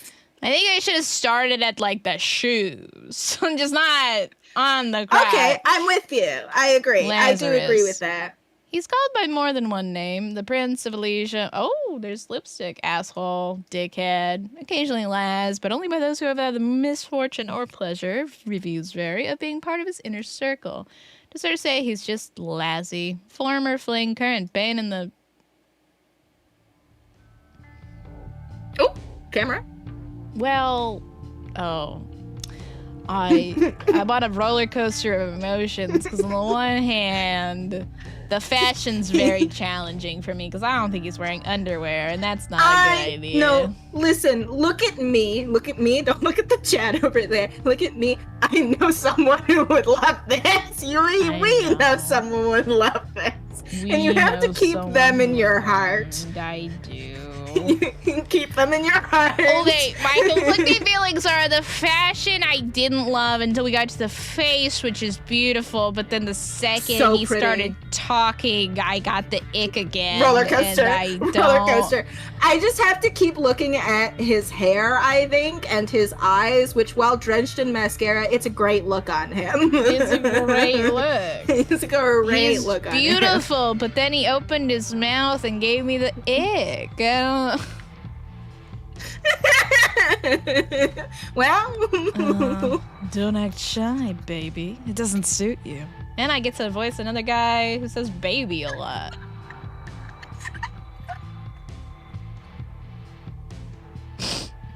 You got the giggles out? You alright? You fine? You like me calling you baby? Is that it? Or you really hate it? Traditionally, you really hate it when I call you baby, but... It's because I can hear the suffering as you voice him. Like, it's doing more damage to you to say it than for me to receive it. It always does. Baby's not one of our favorite pet names. Cersei steps past the guards and the curtains, Eyes doing a quick sweep of the... Yeah. Do you actually want me to take over the narration because you're going to be voicing all the other characters? I think it's fun. Up to you. Okay. Jazz. I was going to have you do more than one character, so. Yes. All right. Cersei steps past the guards and the curtains, eyes doing a quick sweep of the hazy room, even though she knows it won't have changed. Eventually, her eyes have nowhere to go but Lazarus. He's sprawled out on the gaudy, overpriced sofa he loves to death, watching her with a look that says he hasn't decided if he should be furious or... Okay. So that's where we're going with this, huh? No, we're all right. The game took a certain tone change when we entered this club, I think.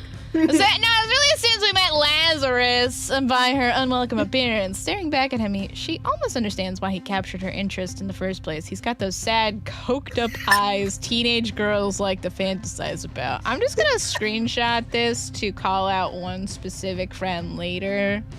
Take your time. Take your time. I've already got it. In another life, he could have been a famous rock star. His gaunt face and cocksure grin would have been plastered all over the city, on billboards and magazine covers, and as a drunken tattoo on some poor college girl's ass.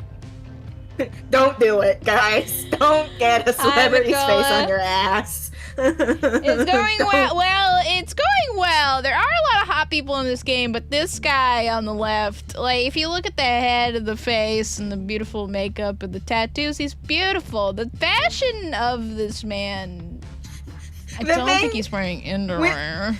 The thing, when she keeps saying the fashion of the man, she really means she hates his pants and the fact that they're so low. They're so low. They're She so low hates a on man him. with low-rise pants. I shouldn't see your pelvic bone ever. I just shouldn't. Yeah, this is also because it goes beyond being normal low-rise. It's low-rise. What is even holding it yeah, up? I have an idea that I don't like it. What? I have an idea what's holding them up, and I don't like that. And also, I used to be a teacher, so I hated seeing the boys run around with the low pants. So, like, instinctively, the grump comes out, and I'm like, pull up your pants. Just pull them up. Pull up your pants. Pull them Why up are they so right low? now. And that belt, that's just a fashion belt. Let's be very clear. That's a fashion belt. That belt ain't belt's doing not nothing. doing a fucking thing, okay? Like, it's a cute belt. I love that belt. Look at that big old rose. I just noticed the zipper on his thigh. It's... Oh! Can I get a full body of this man? How much less of his pants can he have? Let me see if I can get a full body of this man. Again, I would love to have these pants, and you bet I would pull them up. I would pull them up. But the thing is, he also, the minute he spoke, went, "Why so shy, baby?" And I went, "Oh, no. No, I won't. I simply won't." And he went, "Don't act shy, baby. It doesn't suit you." And I was like, So I've been on a wild roller coaster of this is a hot guy who's giving me the ick. I'm getting the ick. I don't...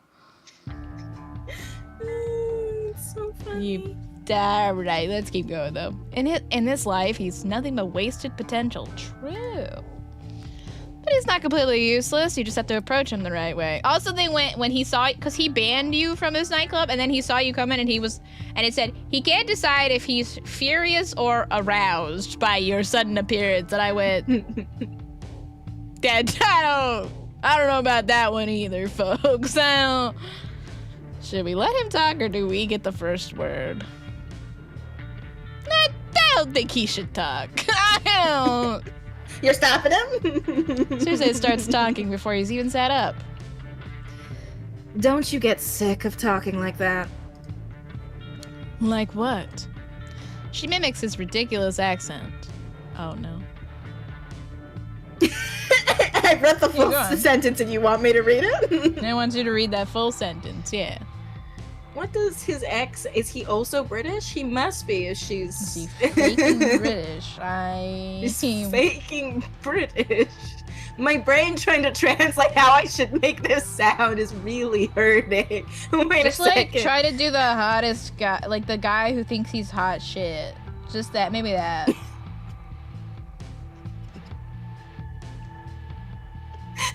My voice work is not well. I can do 3 voices in my life. That's really not true. I can do 3 voices, and then strange biting noises. It's up to you then. I'm Lazarus, and I like naked chicks and big guitars and rock and roll and even bigger tit. I cut. Of course, Lazarus responds by exaggerating it even more. You know you like it, baby. Is that good for you? Is that what you wanted? No. I mean, you did a good won't job. do a British accent, but I will do that. That's great. That's great. That's great. For you. She gags. Me too, Cersei. You know, I'd prefer it if you called me a bitch. I'm not that much of a dick. Where did his eyes go? He respects women. Beneath his mascara. He closed bad, them. Doug. He closed them. Then invite me to sit if you're such a gentleman. He pretends to hesitate. He drank his respecting women juice. He pretends to hesitate, but he's so impatient he can't maintain the charade for any longer than a second. Whatever. You're already here. Go on, beautiful. Have a seat. She eyes the city. If I don't look at the words, and I just look at his eyes, we're great. If I just look at his eyes and his hair, we're great. Have to hear me say the words. I'm not processing anything. That's how ADHD works. This is a vampire dating sim. This is a supernatural dating sim. So pinned in the chat are links to the game, but we have an option of 2 protagonists. We picked Cersei, who is the beautiful vampire lady you see before you, and then I believe Dante is a werewolf? I believe so. I'm not entirely certain because it doesn't say it in his character bio here, but I think that's the implication at least. He gives me werewolf vibes. In some ways, this is a vampire dating sim, for we are a vampire who dates. If you play Cersei. If you play Cersei, but you can play either a beautiful woman or a beautiful man, and I believe the beautiful man is a werewolf. But at the moment, we're heavy in the vampire scene because we are playing Cersei. And we got a sidekick named Edgar who did try to stab us very ineffectively, and then we went, oh, you really fucked it up, and he went, just kill me, and I was like, no. So now he's our sidekick. No, man. And we're doing a little detective work, so we came to this nightclub to look for a guy, and we've run into our messy ex. There's been a time jump. There's been like a 20-year time jump, it looked like, between Edgar and our first meeting and now, so. Yeah, so now we're meeting our messy ex in the nightclub. She has the settee opposite him for any suspicious fluids before she sits. Better safe than sorry. As petty as ever, aren't you? Me? Petty? I don't know what you're talking about. This is so you. Sure you don't. What brings you here tonight? I'm looking for someone. What? I don't know what that means. Putain. Oh, he's French. He's French! I won't do it. I won't. The French slips out without his permission. A reminder of his real accent. Lazarus cranes his head back and groans. Okay, so he's French, freaking British? Question mark. I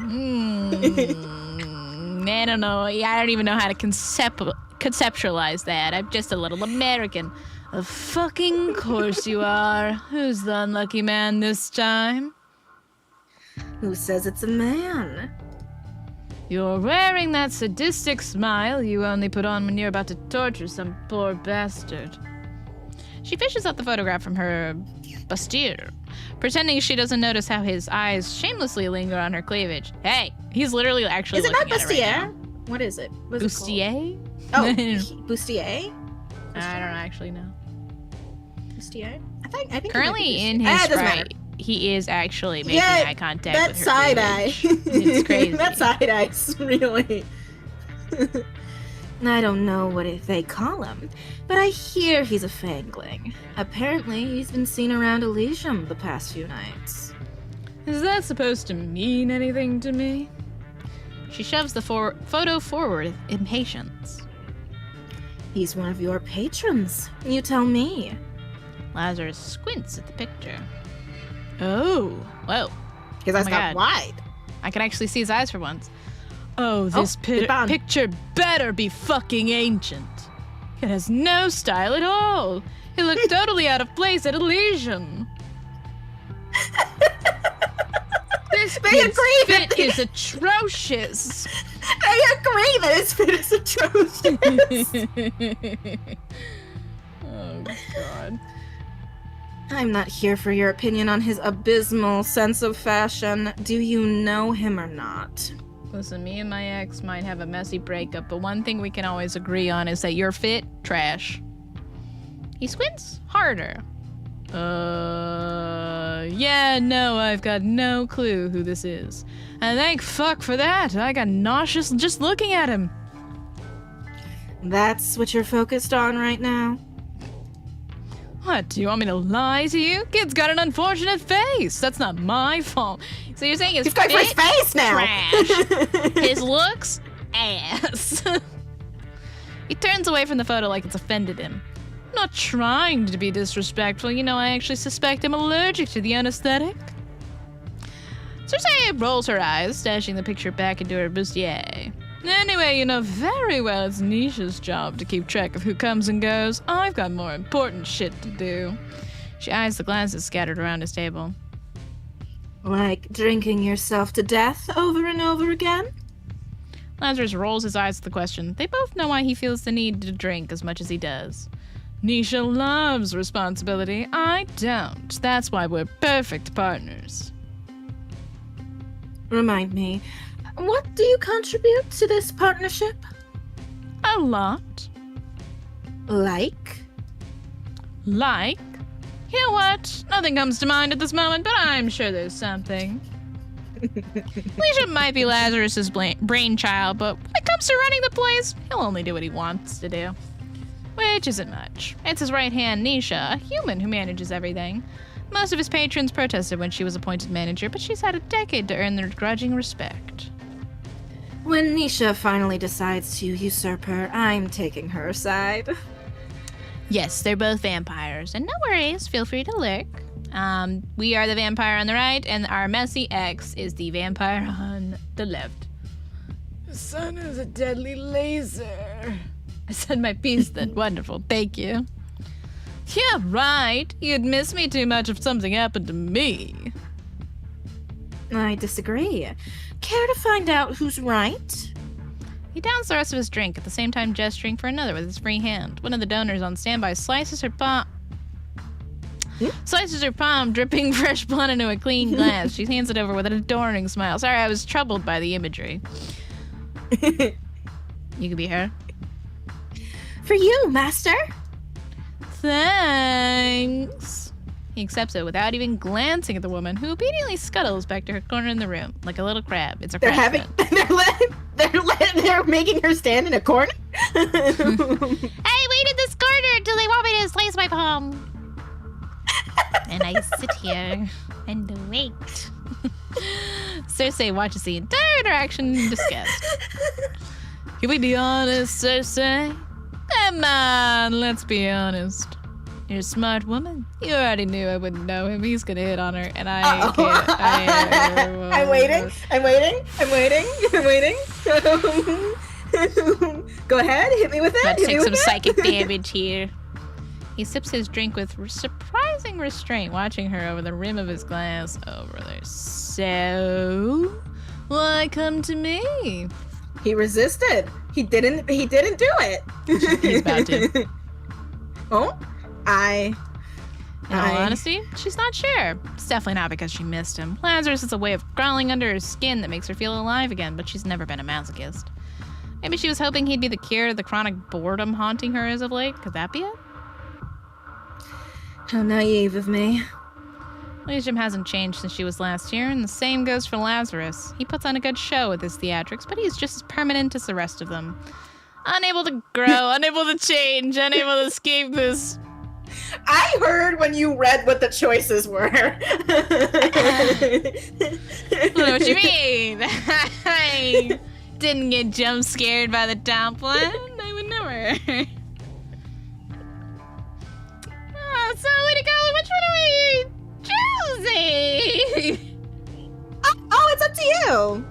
No, I insist. You're the guest. It's actually no. up to you. I couldn't. I couldn't. Really, I really couldn't please. choose. It's my honor to have you here. I actually, it would dishonor but me. It's your stream. It's your channel. It's our stream. Your name's in the title. So like, no. But like, this is like your brand that we're repping in this stream, and so yeah, it's but like this you is should make your the big choices. Game that you let me know about, and you're the reason that we're all here today. Yeah, and so I want to know what you would do in the game I want you to play. What I would do is whatever my good friend LadyKaella wants me to do. So go ahead and choose. She wants you to choose whatever's in your heart. And in my heart is you telling me what you want me to do. So go ahead. That's what's in my heart. I want you to click OK, bye. Say goodbye.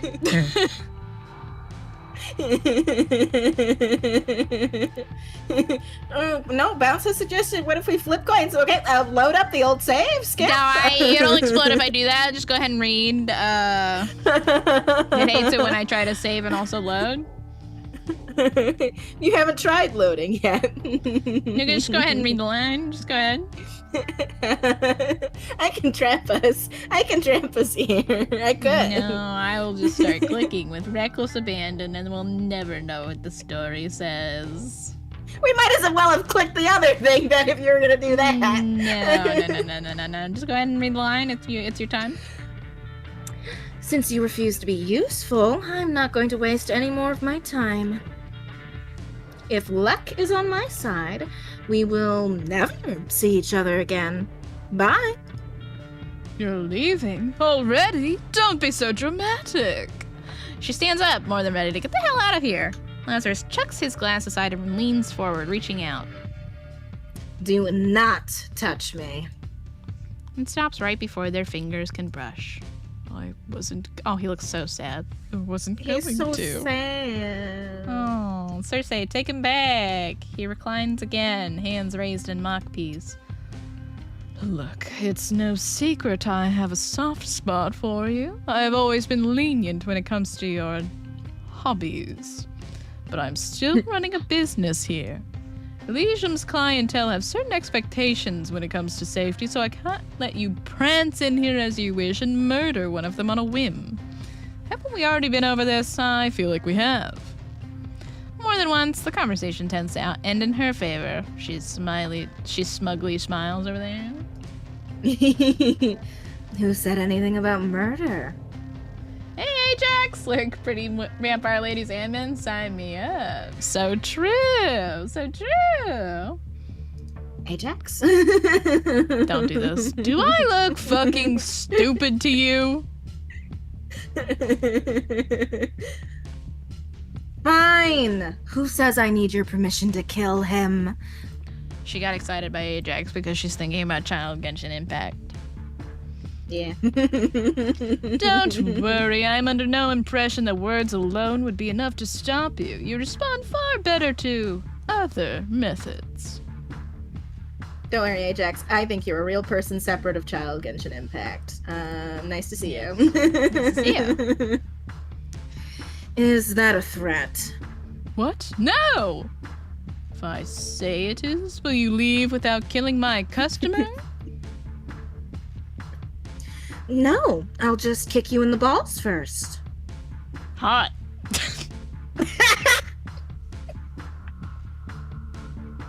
Can you do history and also screenshot this section for our friend if you can? Yeah, I can do that. Sorry. So sorry, everybody. Lord, gaze. So under no impression that words alone will be. If I say it is hot. No, really.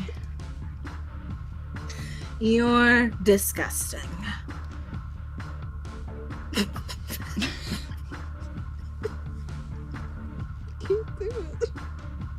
You can't do it? You can't do it? Baby, you know your threats always turn me on. There you go. Lazarus straightens in his seat. As much as he's I'm sorry, I shouldn't clap into my mic. Everyone should know that I'm clapping, though. We couldn't hear it. The noise suppression stopped you. Okay, good. I don't give a shit what my clients get up to outside of Elysium, but inside my club, murder kinda sucks for business. Only kinda. Only kinda. But you don't want to have that Fangling as one of your patrons anyway. He's the bottom of the barrel scum who preys on vulnerable women, escorts, and the homeless, and whoever else he's decided won't be missed. Is he wrong in thinking that? Okay, now she's seriously considering kicking him. Just one kick. He won't even feel the pain through all those substances he's been abusing. Shirtle Raid! Welcome, Shirtle! Hi, Shirtle! Let me give you a shout out.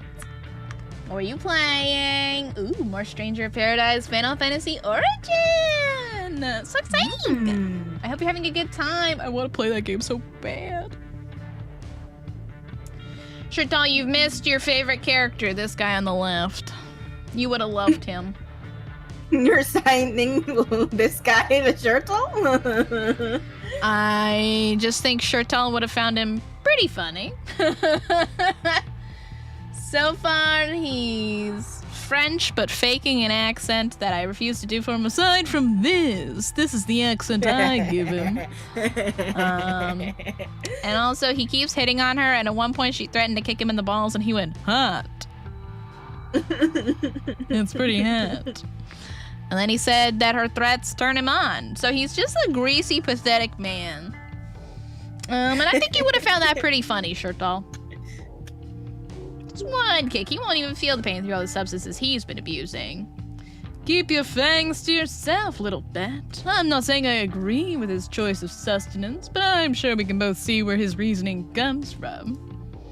Or are you going to pretend he's the only vamp in North Haven to prey on the most vulnerable? As Lazarus gets more agitated, his real axe, no, it doesn't. It's weird. It actually doesn't start to slip through. French. It actually. French. Ooh, French. How do you say that? Mon cœur, moi. We cannot all be like you, mon cœur.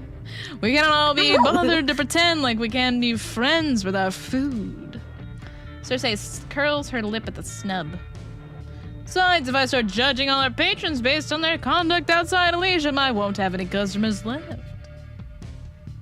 Well, before you suggest that could be a good thing, consider this. Without an endless legal supply of fresh blood, who do you think all the hungry vamps in this city are going to feed on?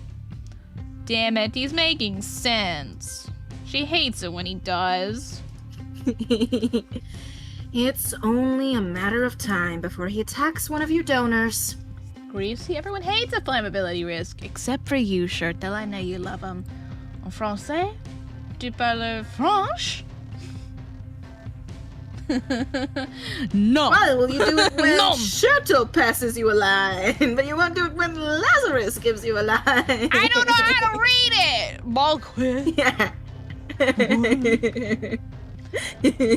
I know français and tu parles and non and oui. Monsieur, mademoiselle, bonjour, merci, mon chéri, and I forgot how to say goodbye. Adieu. Got it. Nailed it. And allons-y. Allons-y. I know that one. And actually, we do have a couple French friends, and one of them has taught me a little bit of French, but I don't remember it because we started getting into gendered nouns, and she lost me. And I was like, "What do you mean they're gendered?" And that was when I got lost because it was. I remember it was mon chéri versus ma chérie, and I was like, I still don't remember which one's which. Oh yeah, I think a lot of romances have gendered nouns? Romance languages, I mean? Yes, a lot of romance languages do. If not all of Je them. ne parle pas français. Je suis un américain. Je suis bit. I don't know how to read the last word. Je suis. I do know that. My Oh my god. Chantal, do you actually know French? French? Now that makes him pause. Lazarus has never tried to hide his lack of love for humans, but he does care for the well-being of his donors. I don't speak French. I'm American. I'm dumb. 2 years in high school.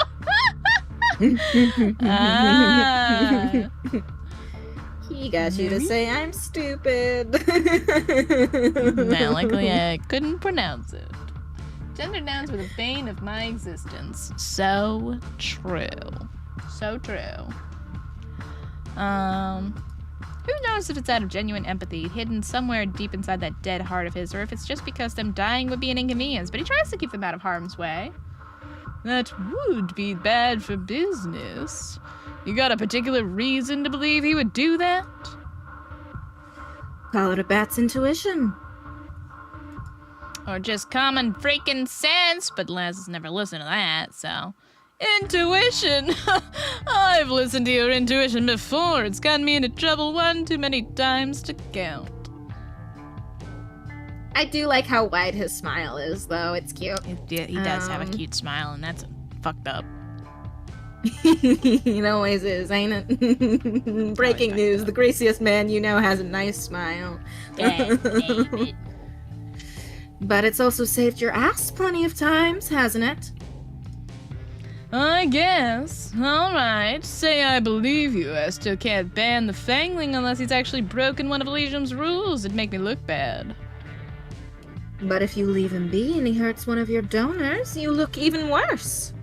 Damn, this is inconvenient. He scratches his nose, a nervous tick he's had as long as she's known. Uh-oh. He's starting to get cuter, and that's bothering me. He's starting to act cuter, and it's bothering me. I remember enough that if a person speaks really slow, I can get what they're talking about. That's awesome, Shirta. You know enough Greek and Latin stems, you can translate Romance languages fairly well if you're reading them. Active audible translation is not something my brain could get a hold of. I feel that. Also, you might like Stranger of Paradise. It's got Doomed Yowie in it. Well. She's so well. Look who's finally becoming known for her love of Doomed Yowie. It's me. Why did you start pronouncing Yowie like it was also French? Because Lazarus is on screen. I'm trying to be respectful. I see. Yowie. It never fails to irritate her. Also had the whimsy in me. Okay, how about this? If he really is just some nobody Fangling, I could hypothetically turn a blind eye. Like he believes himself. Some people are simply too unimportant to be remembered when they're gone. Don't do whatever you're gonna do anywhere near here, though. Don't want Orion and his circus coming around to snoop around. Who's Orion? You can read this. Orion Walker, an inspector in the Supernatural Crime Division, making him Dante and Raoul's superior officer. Despite being a vampire, Orion has a human family. Both his wife and his daughter are aware of his identity and job. Officially, Orion's daughter Alice is adopted and not his biological child. Vampires shouldn't be able to have children, making Alice a miracle that has to be kept secret. If her identity gets out, it might catch the attention of questionable people. Perhaps it is because of this similarity that Orion finds it difficult to not constantly worry about Dante. Some spare crumbs about Dante's story. Dante being the other main character you can play. I'll have you start reading the glossary entries. Okay. Or even worse, that lilac-eyed bastard you're so fond of. I'm not fond of him. That's your paranoia talking. Isn't that Dante? Doesn't Dante have lilac eyes? And this is like lilac or gray. If let me zoom in. Doomed Sure. Yowie, also known as Owie Yowie. I see another character that has lilac eyes though. Oh, okay. Another one or two. So. Do, read the line. Go on. But of course I can be discreet. Just make sure your sycophants know I've got permission to roam Elysium freely for the night. She's winking. Oh, let the staff know to send the Fangling your way if they see him, but be quick about it. Makes people nervous to see North Haven's biggest vampire slayer loitering about. Couldn't pay me to stay another minute. She's already said more than she wants to, but of course Lazarus isn't done yet. He has to have the final word. Anytime I don't see you for a while, I forget how infuriating you can be. She's afraid to meet his gaze, already knowing what awaits. That look of pure, unadulterated affection. Oh no. He loves her. Oh no. Wow, it's insanely sexy. Is that what you want to? You're repulsive. Have I ever told you that? Okay, but I can't read that. Yes, I can. More than once gets me rock hard every time.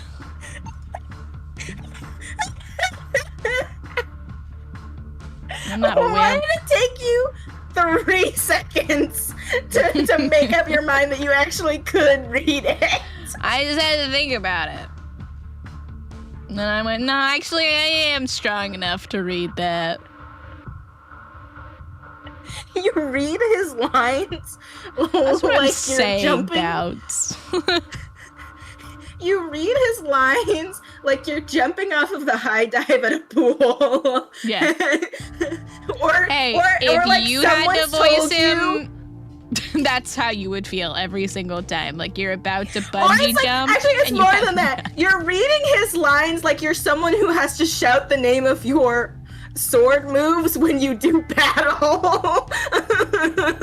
His ass would do it. He'd be like, hey, yeah, here comes my flying kick attack. Lines read like he's getting kicked out of a well. He'd like it too. He's sicko.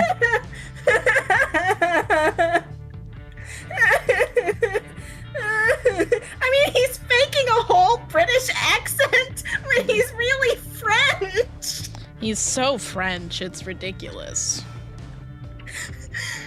It's also, the worst part is, he's so one of our friends' types the more he talks. I'm just staring at him like, wow. It's been a while.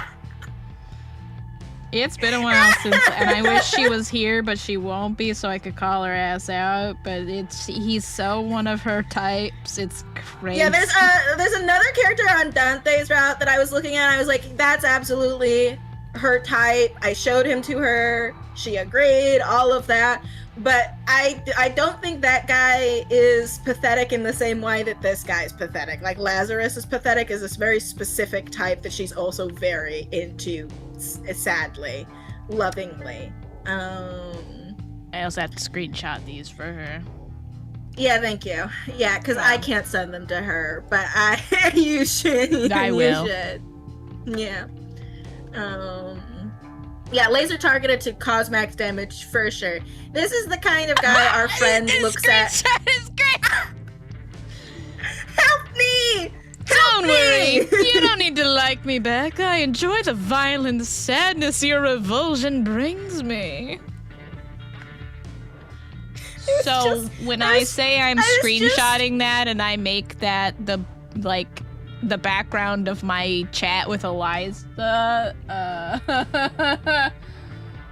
this is... I just can't do it. The thing about our friend's type is that she loves she hates to admit it, but she loves a freak of a man who can't stop talking. She loves a freaky yapper who a lot of times is just so pathetic you'd think he can't be real. And says shit like this where they're like, I enjoy it when you hate me and it makes me so terribly sad. I cry about it. Oh, no, Please Emily! kick me. Thank you for this raid! Hi, Emily! Welcome, Emily Ray! Give me a Yes. shout out. She loves a guy that will say, I like it when you step on me. And then I go, Oh, why? no, please. She just got here, Emily. No!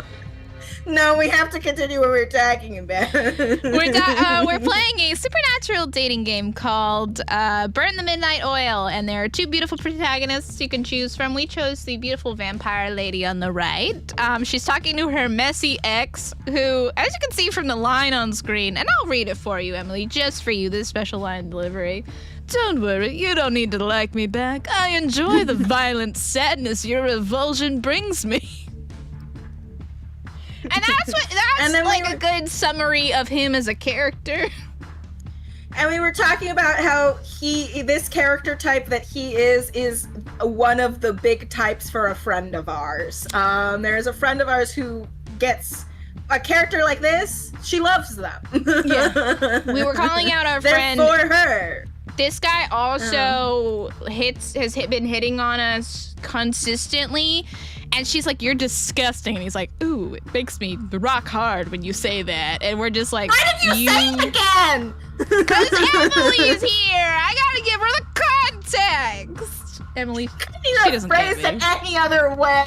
No, I have to use the specific words that he used. I know. It's Her, disgusting, someone sketch clip her. artist. Don't clip me. It's in the I don't know what to tell you. And here's the thing. His pants are also being held up by a dream. It's a dream. That belt's not doing shit. I shouldn't see your pelvic bone. There's a zipper so high up on the thigh, by the way. Let's talk about it. If he zipped off the pants there, it's becoming not even hot pants. It's underwear. That's underwear. Booty shorts is what it's booty shorts. If he zipped off those pant leg, it's become booty shorts. But if you look at his head and only his head, he's beautiful. Also the tattoos, beautiful. Every other part of his fashion upsets me, and then he talks, he keeps going, hello, baby, and I'm like... But then he's also so pathetic and sad that it kind of endears me a little bit, and then he says things like, oh, it really turns me on when you talk to me like that, and I'm like, Every time Suzu gets affection for him, the next line out of him subtracts like double what she gained. Yeah. You can see the Sims affection gauge above me. It's like every time he's pathetic and soggy, +1, and then every time he's greasy and horny, it's -2. And I'm ultimately still in the negative. God, I love pathetic men. So true, Ard. So true. Rose the riz of a fishing pole catch and release. Wait, that's fire. I need to add that to my quotes. One moment. I know how to do it. Oh my god, yeah, Diet came by and helped you earlier. Nice quote. Space ad. Bro has the riz of a fishing pole. Catch and release. Oh my god. All right. So yeah, that is what we're up to. It should be said the main character that we are playing is a vampire who hunts vampires with her trusty human sidekick, although we haven't seen him since we met him. We did like a 20-year time skip, so we haven't seen him yet since we had our first encounter with him.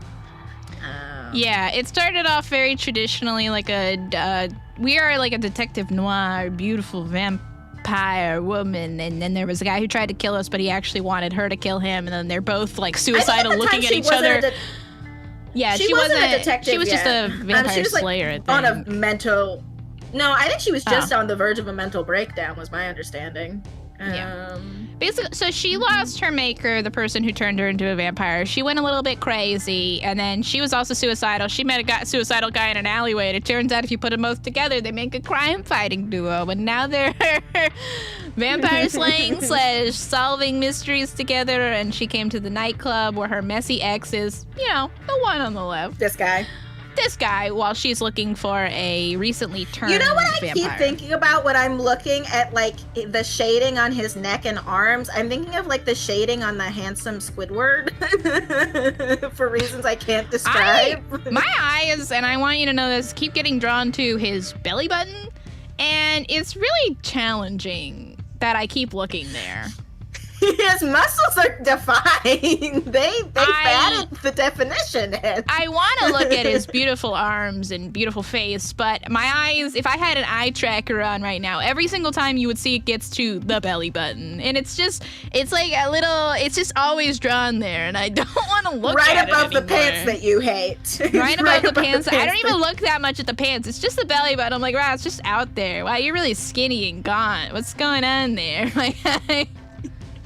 He's so handsome, and he's such a loser. He's such a fucking loser. It's so rough out here, man. And if you love a fucking loser, he's your type. But also, he is French, and he keeps faking a British accent, which I won't do. But and they hate Pan so much, why doesn't he divorce them? What a great question. I think the divorce is on the table considering the zipper.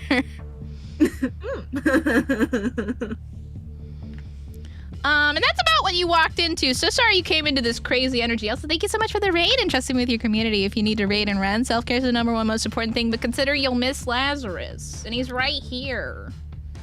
Either way, thanks for swinging on by. Yeah, thank you. What were you playing? I think I forgot to ask. I was being rude and also distracted by this pathetic man. Oh, you were playing Super Mario 64. I hope you're having a great time. British, in it. Yeah, we're currently in England, and there's one man with a British accent that I do that sometimes slips into Australian because I'm not British, and this guy does not get either of those because I refuse. Playing the co-op mod with some homies for their birthday. Oh my gosh, happy birthday to your homie! Yes, I hope they had a lovely birthday. Yeah! I can't wait to watch the shenanigans in your VOD. Because Lazarus loves to wallow. It's all he ever does. He'd done it even during their entire thing together, whatever it'd been. Hi, Pam! Now, listen. Our glossary says you call your boyfriend. So don't pretend it was a situationship, Cersei. Yeah, Cersei, you can't call it a situationship now. It says he's your ex-boyfriend. And the only one you've ever had, which is not a good look for you, Cersei. She's happily sworn off relationships since theirs ended. Clearly, they're just not for her. And yet, part of her still... No. Couldn't be. Love's just not for me. Oh no, what's happening again? I'm sorry for the way things ended. I should have appreciated you more. It's the same speech every time. You were right to break up with me then, but it's never too late to take me back. Won't you let me be yours again? Oh, the way that our friend would fold. Please? Oh, let me take him back! This is fucked up! He's not romanceable. I'm flipping this table. I gotta flip this table. What do you mean the he's table? romanceable?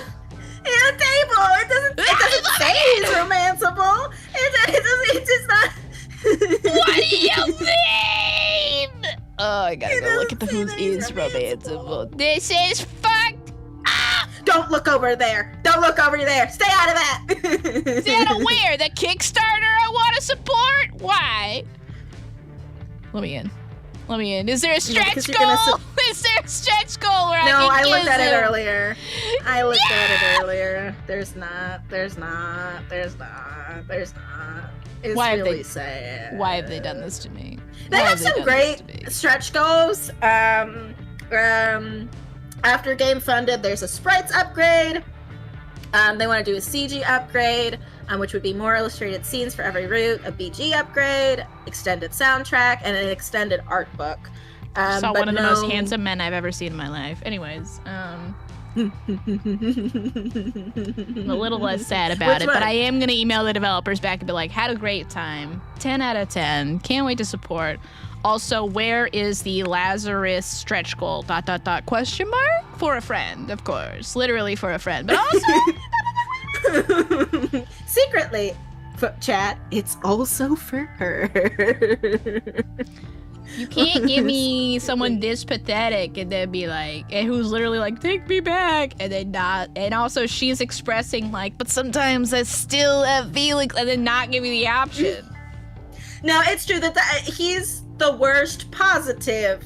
Their dynamic is interesting, right? And they have a very fun dynamic to bounce off of and read through.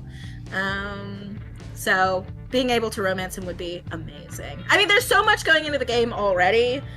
So it's such a beautiful game. I've been having a fantastic time, and we've barely gotten through.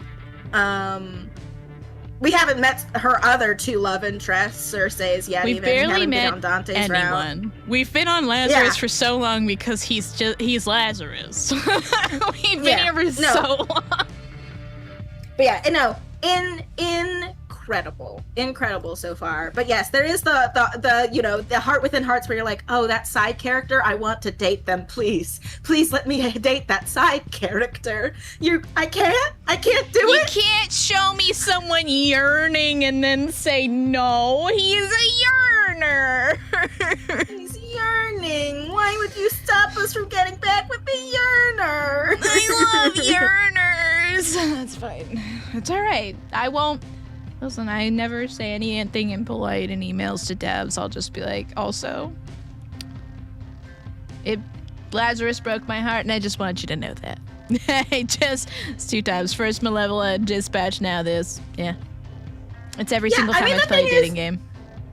From my understanding, the important thing is to not make it like a demand or a complaint. It is the expression of admiration that you had for the character, right? A dev is going to appreciate knowing that you really loved a character, right? Or wanted never more of a get character. demanding from the devs, everyone. You guys, I think, know that, but there have been a lot of stories lately of indie devs facing very demanding fandoms. Never be demanding.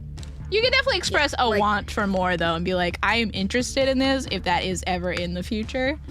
Especially if they're doing a Kickstarter with stretch goals, you can express interest in something and they can consider adding that. But absolutely, there's a right way to do it. There's a right way to do it, and there is a wrong way to do it. Don't harass people. But Susan A would never. I would never. The only one I harass is LadyKaella for being up at 3 a.m. I'm gonna get you. Anyways, it's better to have a want, never a need when it comes to things like this. Yes, exactly. I hope every other character you voice in here also says they're French. You were fucked up for that.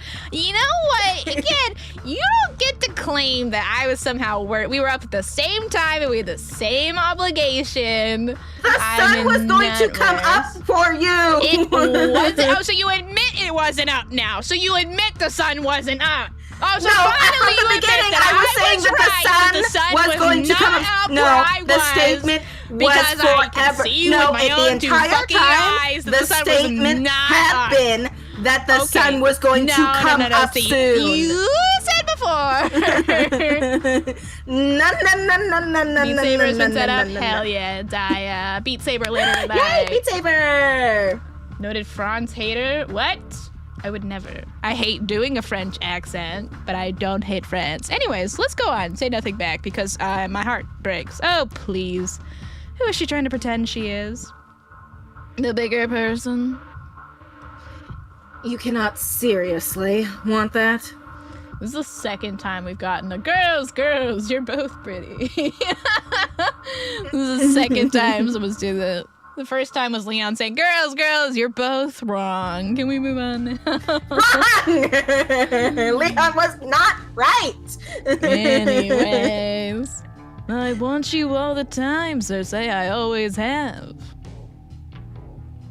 We were awful together. With or without you, I'm a poor excuse for a man. We might as well be awful together. Well, how am I supposed to resist something as romantic as that, Lazarus? She's folding. She's folding.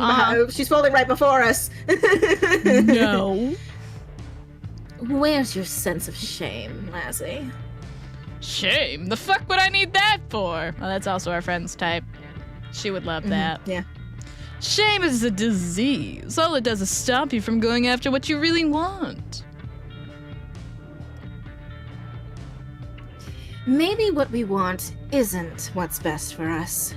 When has either of us ever cared what's best for us? Her skin crawls under his intense stare. Whatever. I've got a fangling to attach. Very well. See you in a few months, I guess. Lazarus doesn't try to hold her back this time. She leaves, feeling more disappointed than she deserves to. She should have known tonight wouldn't be any different. She's not sure why she even wanted it to be. Not much time passes before one of Elysium's goons notifies Cersei of the Fangling's arrival. Apparently they call him Seth. One of Laz's lackeys picked his name up from Nisha. Give me that. A Fangling who showed up in North Haven recently and has already built an unsavory reputation. An anonymous client paid Thorn Investigations to slay him for reasons unknown. Oh. Should we take a little... I gotta feed my cat, so we can take a little snack break so you can eat more of your Oreos. Shame is a disease, says the cornball. It's true. Jelly? I have no jelly. She has no jelly. And it's messed up. What? Picks a throne and lets me send her jelly? It's getting scary in here. I need to get the good eats. All right, we'll take a short... I think Emily needs jelly. You go ahead and send Emily some jelly. So true. All right, let's take a short 30 5 or so between 5 and 10 minute break. Get some snacks. I'll feed my cats. Everybody does some self-care. What should be our ad break question? Favorite type of supernatural monster?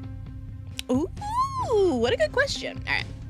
We like to do a little ad break question around here. Keep the conversation going while everyone's doing stuff. So, what's your favorite type of supernatural monster and why? And we will see you guys. Let me put on some music. I do love video game music, but when it loops for too long, people tend to go insane, I've been told. So let me put on the video game crime jazz for criminals. And we'll be back after these messages. See you in a few. Shwa. See ya!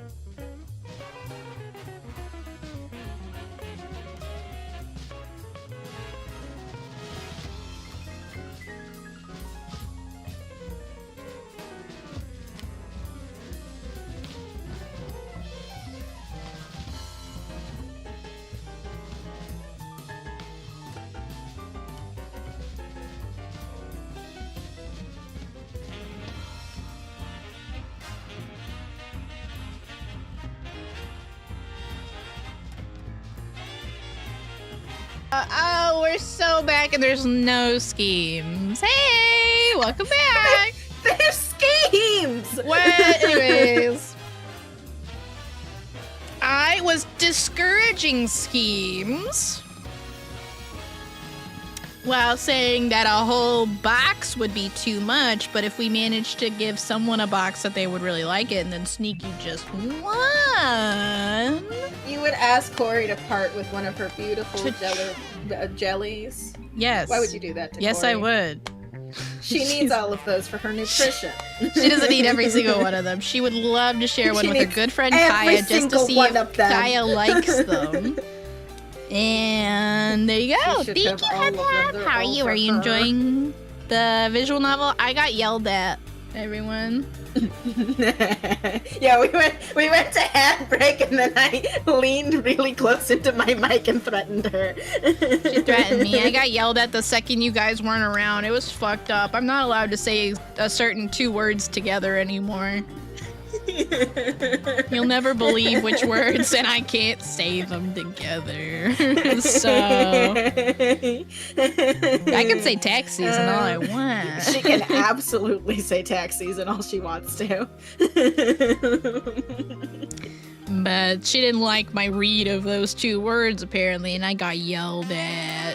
I just committed to the bit. I thought she liked it when I committed to the character. It's fucked up. Why am I being punished for the video game script? I love when you commit to a bit, Queen. You just wish the bit wasn't a horny man? I think I have a limit on how much of that particular bit you can hit is, yes.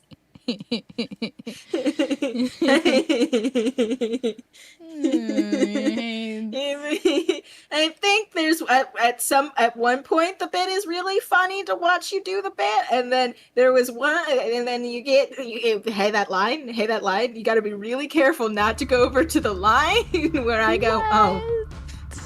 Oh, the ick. Well, he is the ick. I was saying he was an ick. Yeah, but I got the ick. Why are you prescribing that ick to me instead of the character? Because you spoke him aloud. I have to. You invoked him too strongly. Hey, don't give me his ick. Okay? It's too late. If you get the ick, that just means the character's been portrayed properly. And you should admire my performance. I do admire your performance. I've said my threats and I've said my words, and you make your choices, Queen. You make your choices. I got threatened for being an actress, and that's fucked up. It's fucked up. Anyways. You do. Much love to both Susan and Lazarus, the mess that he is. Never invoke those 2 words to me again.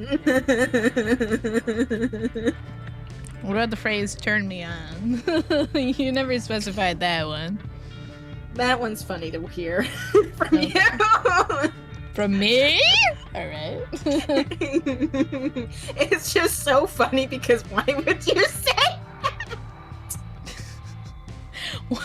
Why are those 2 words not funny to hear from me of all people?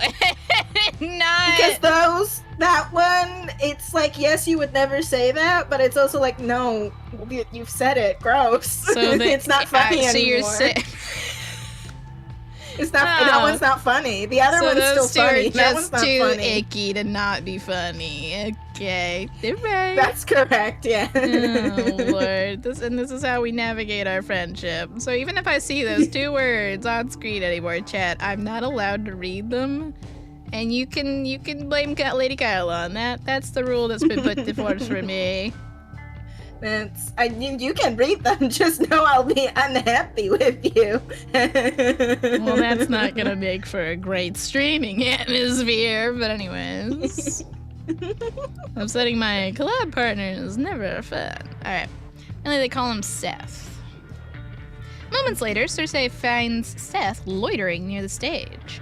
She She was right to assume that he's changed since the photograph. He's at least a few years older, though still young enough to have just graduated university. He shaved off the baby fat and growed a mediocre mustache. Mediocre. But the cheeky smile he shoots her way is identical to the one in the picture. For a split second, Cersei hesitates. And she's eaten an Oreo, so give me a minute to... It's true. No, I'm a back. lot of... Oh, okay. Oh, no. Yeah, I was just saying in the chat, me being upset would be fixed after some more Oreo. So it's theoretically fine. You wouldn't upset me for too long. I'd never abandon you during a collab, Queen. No, just after. She would have some words for me, spoken very low into the mic like she did on break. Correct. We'd have words after the stream. Anyway. And also lots of choo because Susan is my beautiful friend. Who can only occasionally do some words wrong are by acting too hard. Committing too hard to the bit. Never knew having too much commitment is also an issue. When you hear commitment issues, typically you hear no commitment. Uh-oh. Oh, commitment issues. Oh, no. He still looks so young, so full of life, even in death. Then she remembers what he's done. She remembers the women he's hurt. She's snarling. She remembers he deserves this. Hey. He's grinning from ear to ear, a little too brightly for someone who's supposed to be dead, as she closes in. I thought we weren't supposed to kill in the club. Yeah. Well, hey there. What do they call you? What? Nothing. Was this my I deserve Does to it get matter? murdered voice? Yeah. Yeah. I see you pushing up glasses. Does it matter? You're welcome to call me whatever you want. Really? Typical of a fangling, Seth is a slave to his own impulses. Perhaps he's merely deferring to her as an older vampire, or he simply can't help his excitement at a woman showing interest in him first. So, when this light flickers, does this purple outline fade, or am I gray? No, it's still there. Okay. Either way, she smiles, deciding there's no point in wasting time. Seduction has always come easiest for her. You should come somewhere with me. Somewhere more private. Seth lunges at the opportunity without reservation. Sure, when? I can go anytime. Now, where to? She hides her disgust behind a well-timed giggle. Come with me. She slips a hand into his and guides the overly eager vamp through the crowd. Okay, great. We are going outside for the murder. The bouncer, who almost didn't let her in earlier, still guards the entrance. He doesn't say anything when he sees them, simply watching as they disappear down the dark tunnel. When they get out of the tunnels, Cersei leads Seth through the streets with confidence, knowing exactly where to bring him. Do you think we'll pan up and down again? Yeah. Pan? Yeah. It's where I met Eddie for the first time 20 years ago. Oh, you're gonna murder him in that alleyway. Wow, so nostalgic. I spared his life that night, but I've ended many lives there since she always kills him in the spot where she met Eddie? So She always romantic, kills am I people? right? So She the kills him romance of it in all. their alleyway? It's in our alleyway. Thank you, people. Cersei. She's so messy. Seth doesn't shut up once. I've never been with a vamp before. Is it better than sex with humans? Shouldn't we get some blood first? He enjoys the sound of his own voice too much. Not even once does he question her silence. Cersei stops at the end of the... Oh my god, it's so much more decorated now. Cersei stops at the end of the dingy alley, far enough away from Elysium to maintain her end of the deal. Seth looks around with a frown. You want to do this here? Wouldn't a nice girl like you prefer a hotel? So I'm just looking at the posters. We have a cassette tape, we have some punk rock, we have an Elysium poster, and then we also have Say two No that say to no to Something. drugs. Yeah. Oh, the drugs. There's two of them even. And then a missing poster. Oh. We're probably related to that. You know. Not a girl. Seth's jaw drops stupidly. You mean... I was referring to my age. Oh, yeah, of course not. I'm sure you're experienced. Anyway, I'd invite you back to mine, but I don't have a place yet. Just rolled into North Haven the other night, still getting my shit sorted out. She ignores him, letting him laugh nervously to himself while she looks around, checking there's no junkies or creeps hiding around the corner. Seems it's just the two of us here. Thank you, Saya. And he's back to being excited. I don't have to read that. Good choice. It's kind of get mad at me again. You picked a great That spot was then. No anyone will find us here. That was dangerous for you, yes? As long as we're on the same page.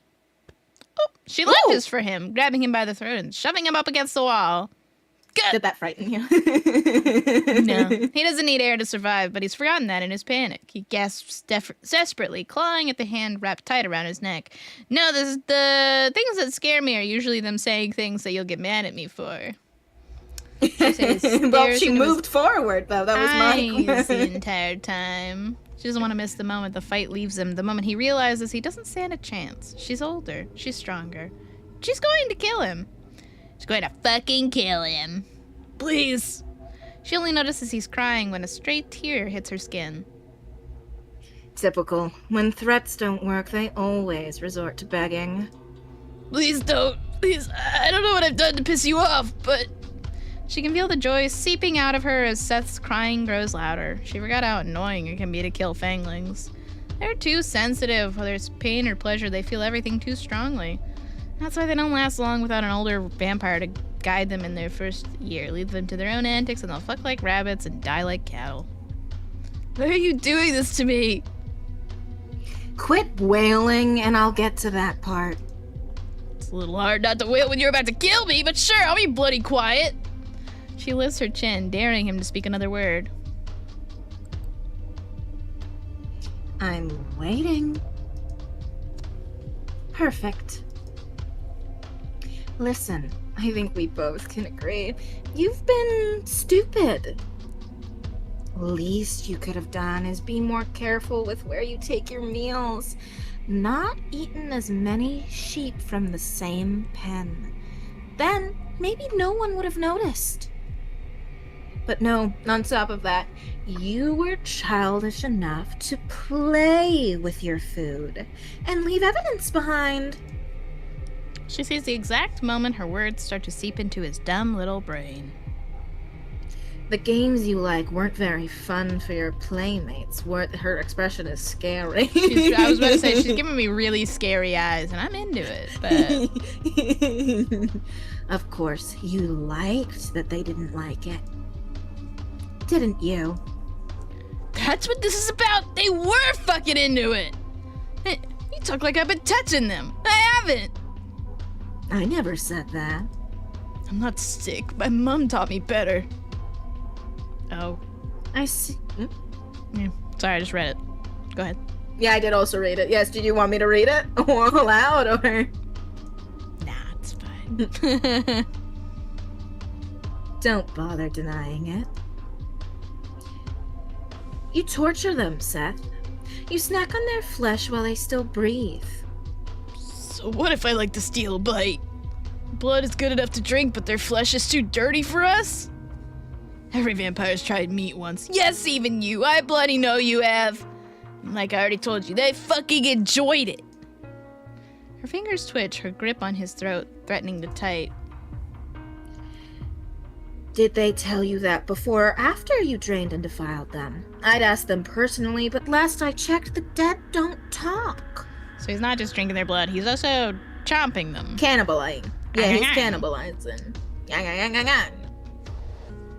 Vampires are like don't talk about Plants vs. Zombies. No, you know. Well, with the exception of us. Why does that even matter? Aren't we the same? Aren't we? Then you should know it isn't fair to judge me. We're fucking vampires, apex predators, top of the food chain. Who cares what happens to the cattle? God, can you get any more cliche? See, that's the problem with vampires like yourself. You have no regard for consequences. You think that just because you can, you should.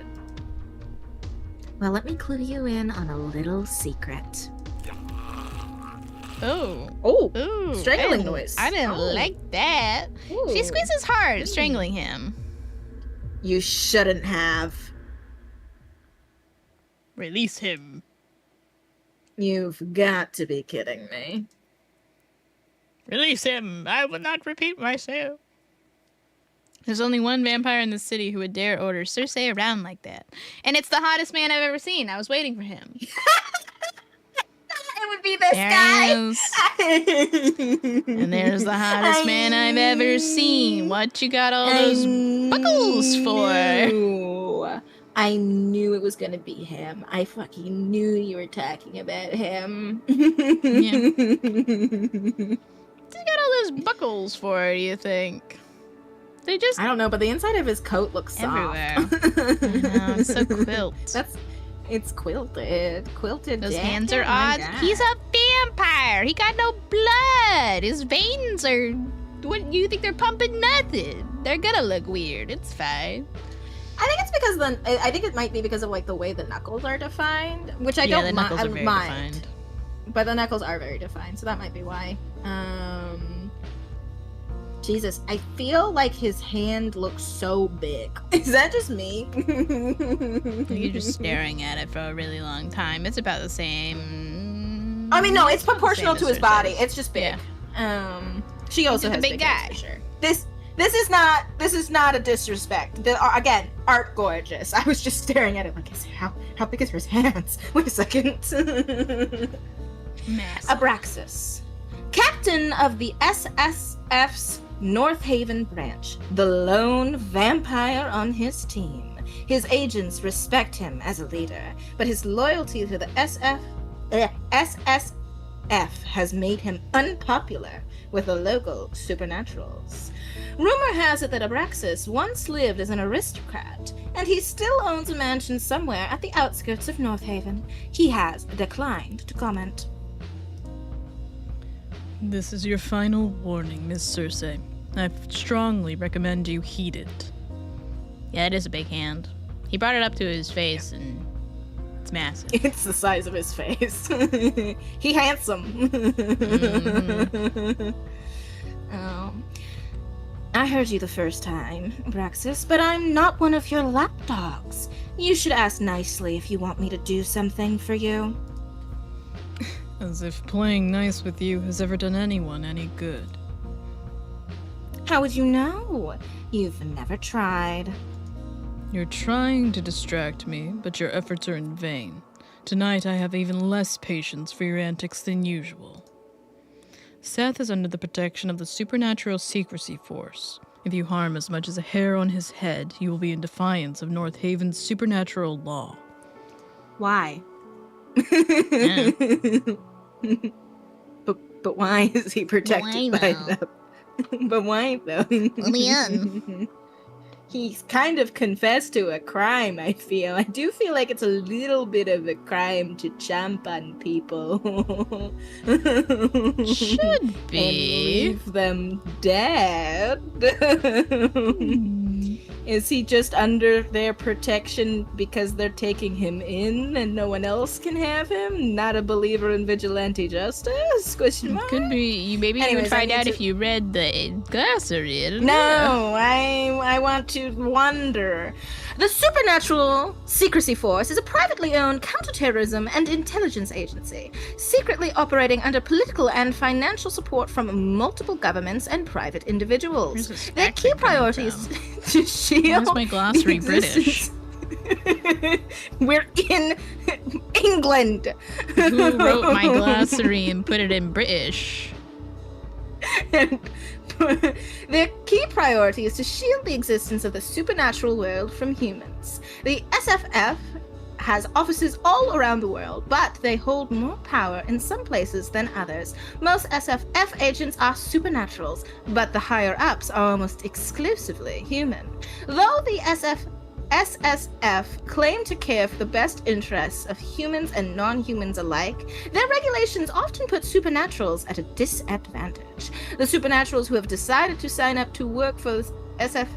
Hang on, guys. I gotta change my narrator from British to American, and then she'll get SSF. Well, one moment, I'm changing the settings. I can't get it even as American.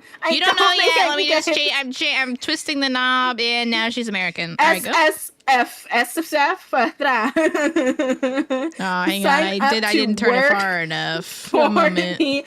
SSF are at best distrusted by the other supernaturals. At worst, they are completely ostracized. My knob got stuck. It's still British for some reason. I didn't let her do that. You broke it. I didn't ever put it on British. I don't know who did that. I think whoever did that broke it, Kaya. Who did that? We'll have to take words with them.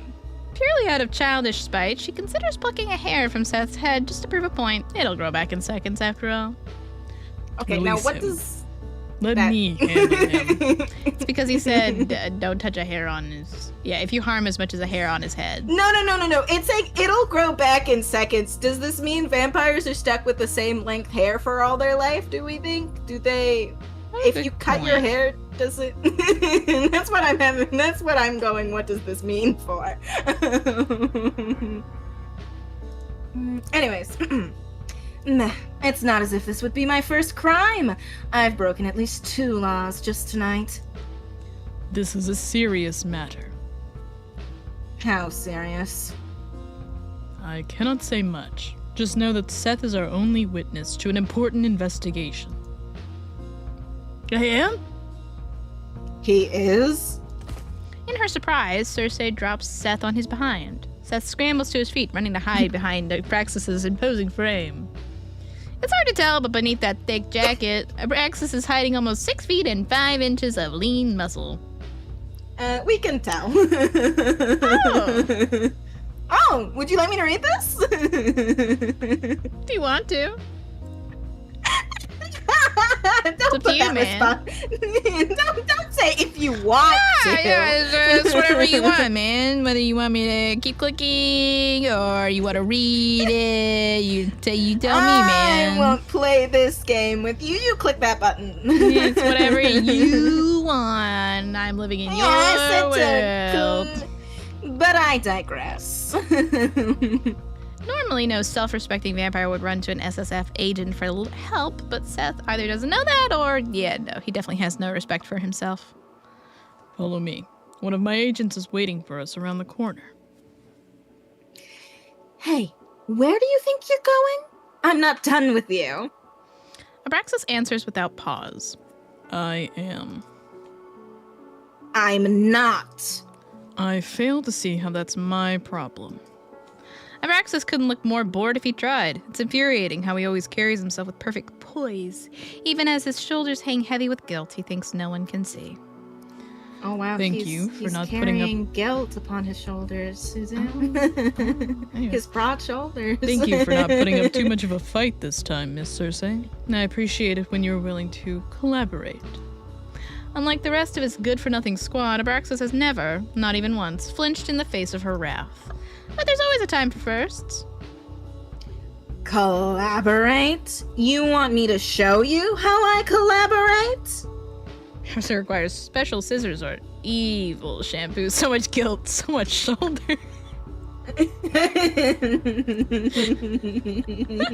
These shoulders can carry a lot of guilt, and this guilt can carry a lot of shoulders. So true. And that's how she likes them. Hey, you like a guy with a good angsty back pose that's flirty and a bastard, and you can't trust him. So where's that guy? Not here, so I'm safe. He's Here's on your cold Dante's Duke of the I North. know it. Hey! How dare you? What? I'm bored so often by the cold Duke of the North. How dare you? But sometimes when they get you, and I know this. I like well-written characters, which you rarely find in Cold Duke of the North, because they're basically just like, oh, he's an ice cold guy, and I'm like, I'm tired of this. Do I like them with a lot of guilt? Yes. Do I like a single like dad? them when they're a single dad? Yes. And who among us doesn't like a hot single dad? I'm gonna cry that we said single dad at the same time. Who among us doesn't like a hot single dad? Okay? I won't be raked over the coals for having a based opinion. Okay? I like my single dad. Good, you should. He's a good egg. As you should. Oh, CG. Oh. She storms up to him. Even in heels, she has to glare up at him, but the height difference has never intimidated her. And he's hot. This is unnecessary. I could hear you perfectly fine where you stood. Go fuck yourself. I don't think that's what you want. Whoa. What's this red aura coming from? Vampirism? Not even a flinch. Very mature. You are more than welcome to waste my time any other night, Miss Cersei. Just not this one. He tries to sidestep her, but she follows. He wants to waste time with us. Fucking his fan. Yeah. Don't pretend you're above this. You love arguing with me. I also like a guy with a fruity little earring. What can I say? I see it. I see it's in there. It's a good choice. That's why you're always in my business, messing with my work. His brows furrow. It's the only hint that her words have affected him in any way. I am not in your business. You're in mine. Right. Sure. That's why I stalked you here. Oh, wait, that wasn't me. That was you. Oh, please. I did not stalk you. Then how'd you find us? His fang. His fang came out. Coincidence. See, her face changed from being angry to very judgy. She's going, are you fucking kidding me? Seriously? That's the best you could think of? It isn't the first time you've brought prey to this alley. I was in the area looking for Seth and figured it would be worth a look. See, So, Cersei, yes. that's the issue with killing people in you and Edgar's alley. Yeah. It is nothing more than a coincidence that I found you. Also, I know where your finger is right now, Cersei. Hey. And I see the way it's pushing in. I know what you're doing. Okay? I know what you're doing, Cersei. He moves past her again, but she moves again to block him. Hi, Lich King! Hello. Do you even know who you're protecting here? Do you know what this bastard does to his victims? He doesn't just drain them, he tortures them. He deserves worse than death. You want to talk? You just tried to kill me! Seth pushes out his chest, mimicking Abraxas' stance the best he can. You saw what she did. You saw everything, right, Captain? Quiet. But Seth only gets louder. You did! You saw this she-devil threaten me! That's attempted murder! What are you waiting for? Do your job and arrest her! Cersei doesn't rise to her own defense. There's no need, because she sees Abraxas' response coming from a mile off. On what grounds?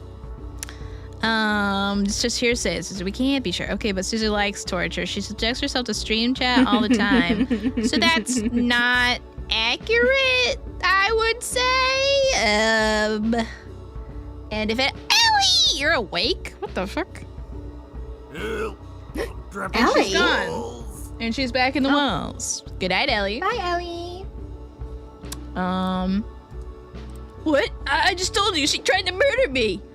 That isn't something the SSF is concerned with. We cannot get involved every time there's a minor squabble between two supernaturals. But... Shut it. Shut it.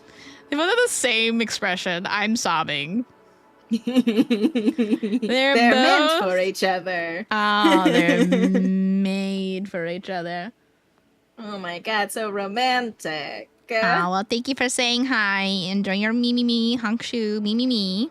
It really is the same curl of the mouth, though. Even though, obviously, stylistically, they're different. Like, she has her red lipstick, all of that. But, like, yeah, it's the two little fangies poking on the left side, and then, like, the divot, like the mountain-like divot in the lips. Yeah. Wow. I mean, and like they have the same Squinty expression eyes. because it's clear that they spend so much time together that now they're mimicking each other. Yeah, absolutely. Oh, they're so fun. They even both say they trade a peeved glance at the unintentional Now coordination. they're glaring at each other. They're in love. After a stony stare, Abraxas is first to break the tense silence. You have no authority here, Miss Cersei. Now go your way, and I'll go mine. The palm of his cold hand goes along the small of her back, gently pushing her aside. Then he grabs Seth by the elbow to drag him to the mouth of the alley. Whoa. Whoa. Why are you touching the small of her back? Hang on. Don't do that. Gently? Gentle? Gentle touch on the small of your back? Cersei follows right at their heels. What happens to him after you get what you need? We'll follow protocol and release him. But he's a criminal. Because he's predictable like that, Abraxas just offers her the usual spiel. The SSF is a counterterrorism and intelligence agency. We investigate and neutralize supernatural threats for the greater good of society. We have neither the time nor a reason to chase down all the addicts, muggers, and vandals who haunt these streets. But Even if I wanted to do something, we have no case against him. I cannot abuse the law by detaining him without proof of a crime. my word is your proof. Have I ever lied to you before? Many times. But I'm not lying this time. Girl, you can't go, when have I ever lied to you? Okay, well, I'm not lying this time. Abraxas Bonds is turning to look at her. She meets his assessing stare with confidence.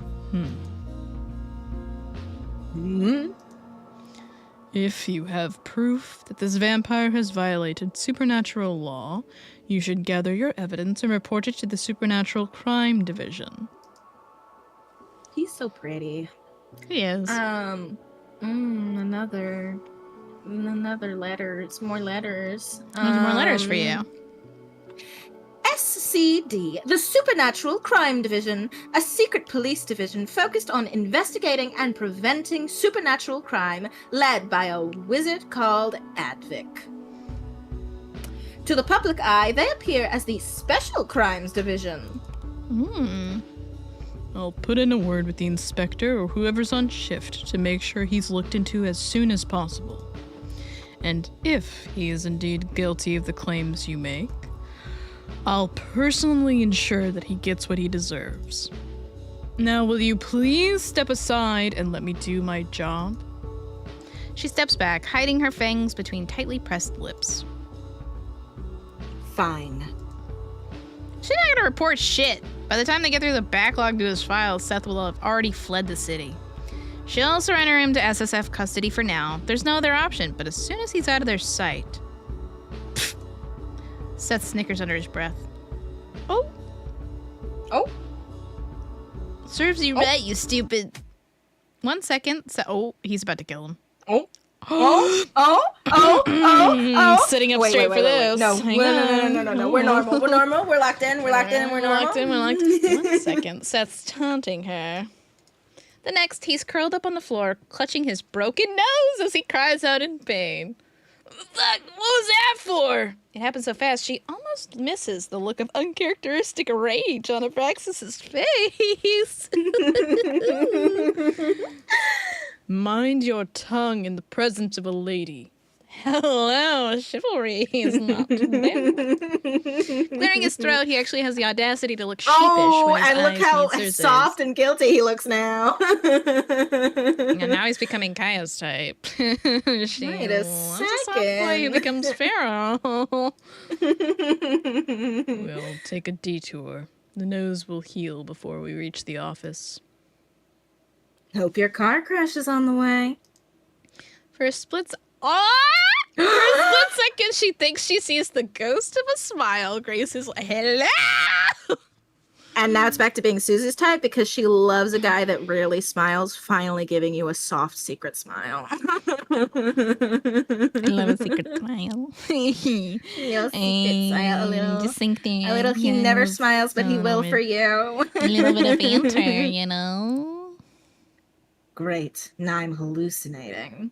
Nuh-uh, I see it. It's right there. I see it. Right It's still there. here, girl. It's gone. Oh, Good it's night to gone. you too, Miss Cersei.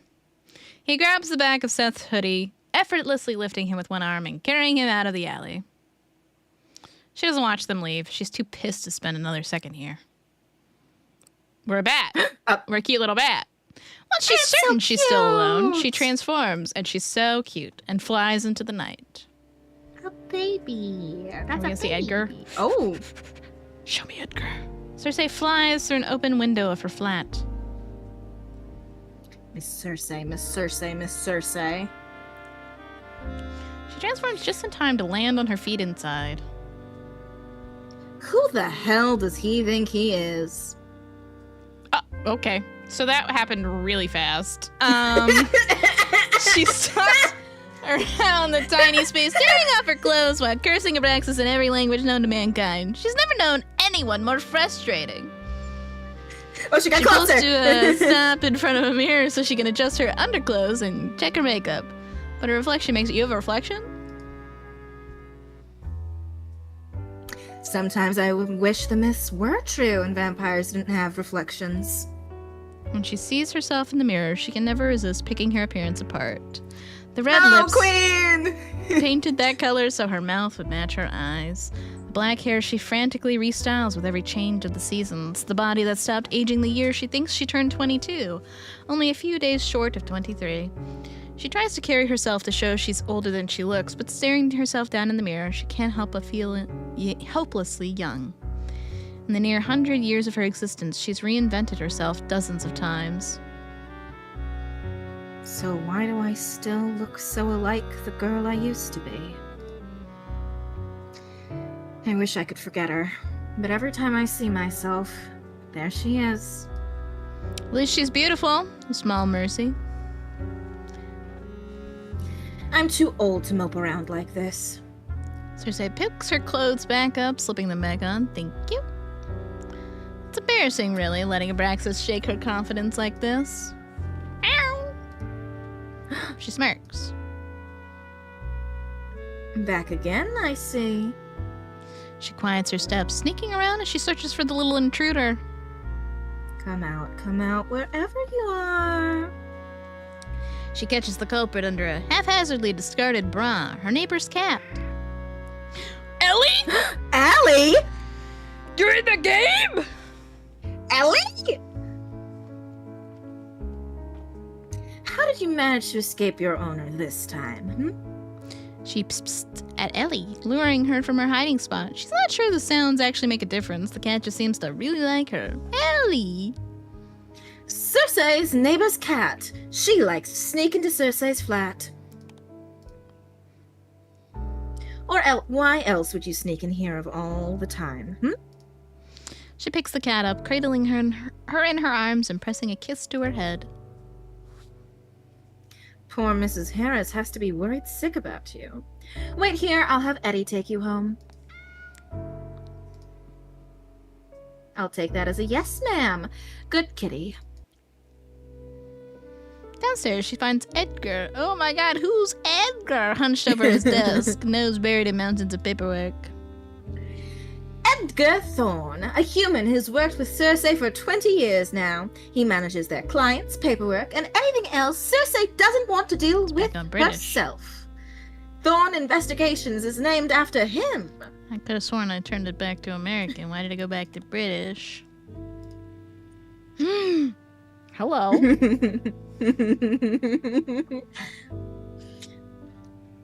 When Eddie's working, he might as well be dead to the rest of the world. Oh, Eddie, you've aged so well. The only sign he's an actual living person and not an eerily realistic statue is when his hand moves to scratch at his 5 o'clock shadow. Sometimes it's all too easy to forget that Edgar isn't the same boy I met 20 years ago. Edgar is the only human companion she's ever had. She knows their relationship isn't conventional. Vampires don't keep the company of humans they aren't feeding on or sleeping with or planning to change. But Edgar isn't a blood bag or a gnat or a toy to her. He's a friend. Perhaps her only friend in this world. Oh my god. They're enemies to friends to lovers if you romance him? Incredible. Let's go! When we first met, we looked the same age. Perhaps that's why it feels so strange to watch him grow while I don't. Growing old suits him. Where he used to be cute, he's now handsome. It's true.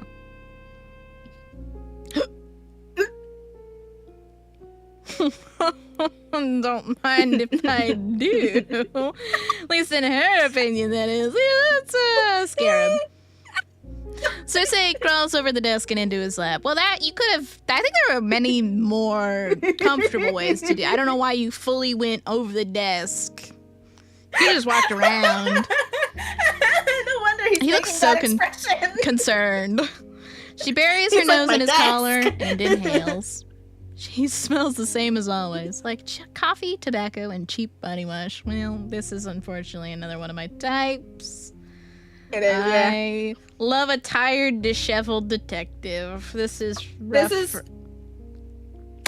This is part of why I didn't want you to look at the Kickstarter, because you would see his older Edgar, and then I was like, but I want to see him. Corey, he's beautiful.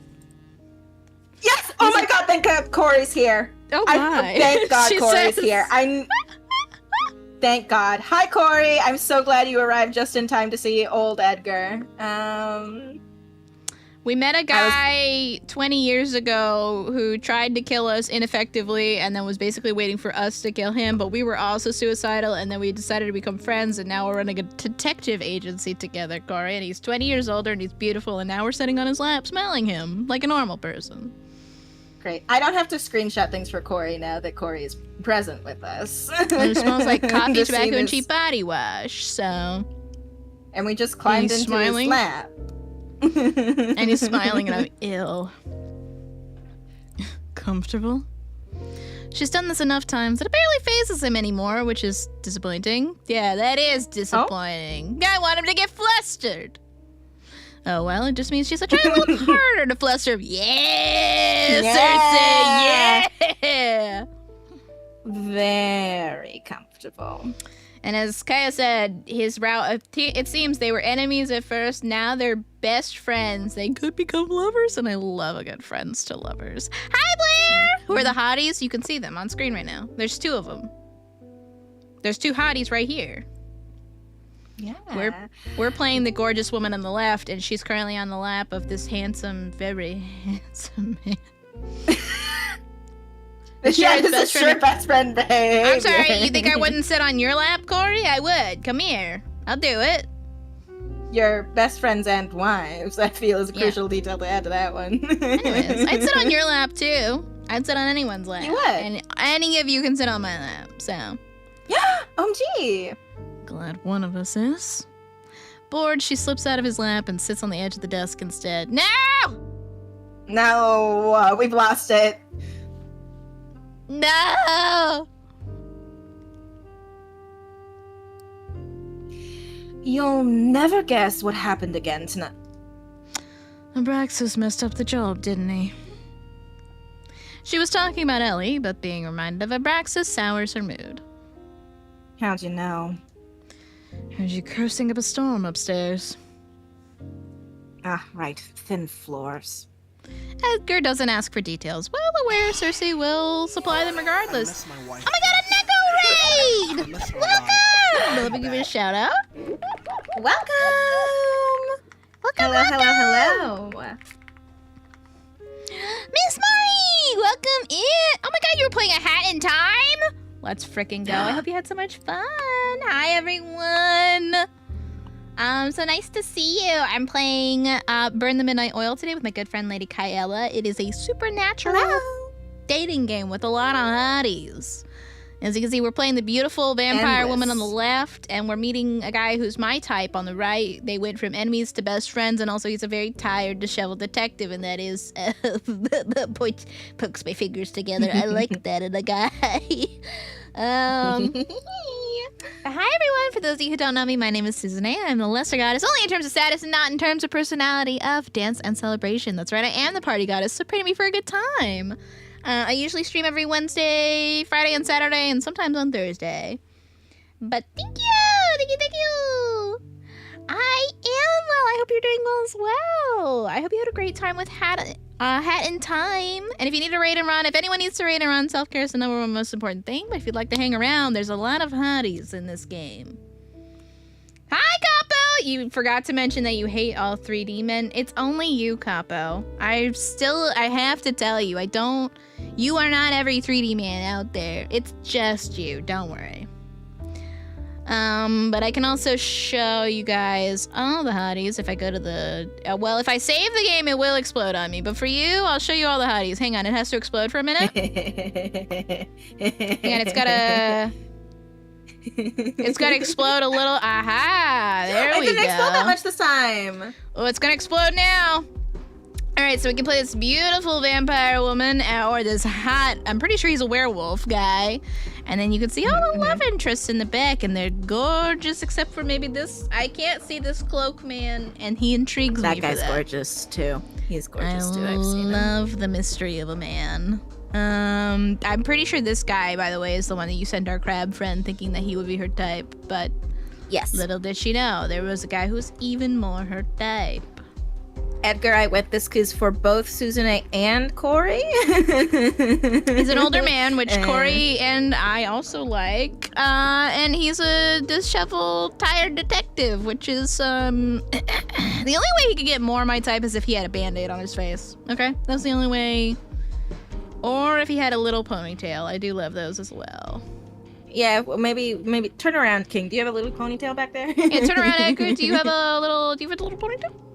So far, all of Cersei's love interests are really hitting right for me. So it's a good thing we chose Cersei. But if you want to check out this game, a lot of links pinned in the chat. The Kickstarter is currently ongoing, so make sure to check it out. It's loading, I swear to God, and it didn't explode. Hattie time was fun, especially since I got to play with a friend. Oh my god, I hope you guys had a great time tonight. Worth it for the hotties, CBH, yeah. I'll crash my whole computer for some hotties. How'd you know? But basically, to recap the story thus far, okay. So we had a maker who made us a vampire. They're gone. We were grief-driven insane for a bit. Ran into Edgar, who was suicidal, tried to kill us, but then he was like, kill me. And we're like, joke's on you. We're also suicidal, so now we're best friends. 20 years passed, and now we run a detective agency where we go around vampire slaying as well. Went to a nightclub where our messy ex was. We're not allowed to romance our messy ex, which is fucked up a little bit, but it's fine. Found out where the target we were looking for was, went to try to kill him, except the hottest man I've ever seen showed up and was like, he's actually under witness protection now. And then he took him away and he gave us this tough little smile, and I did briefly feel something for that. And then we came back home because she hates that guy's ass. She hates the hottest man that I've ever seen. His name is Abraxas.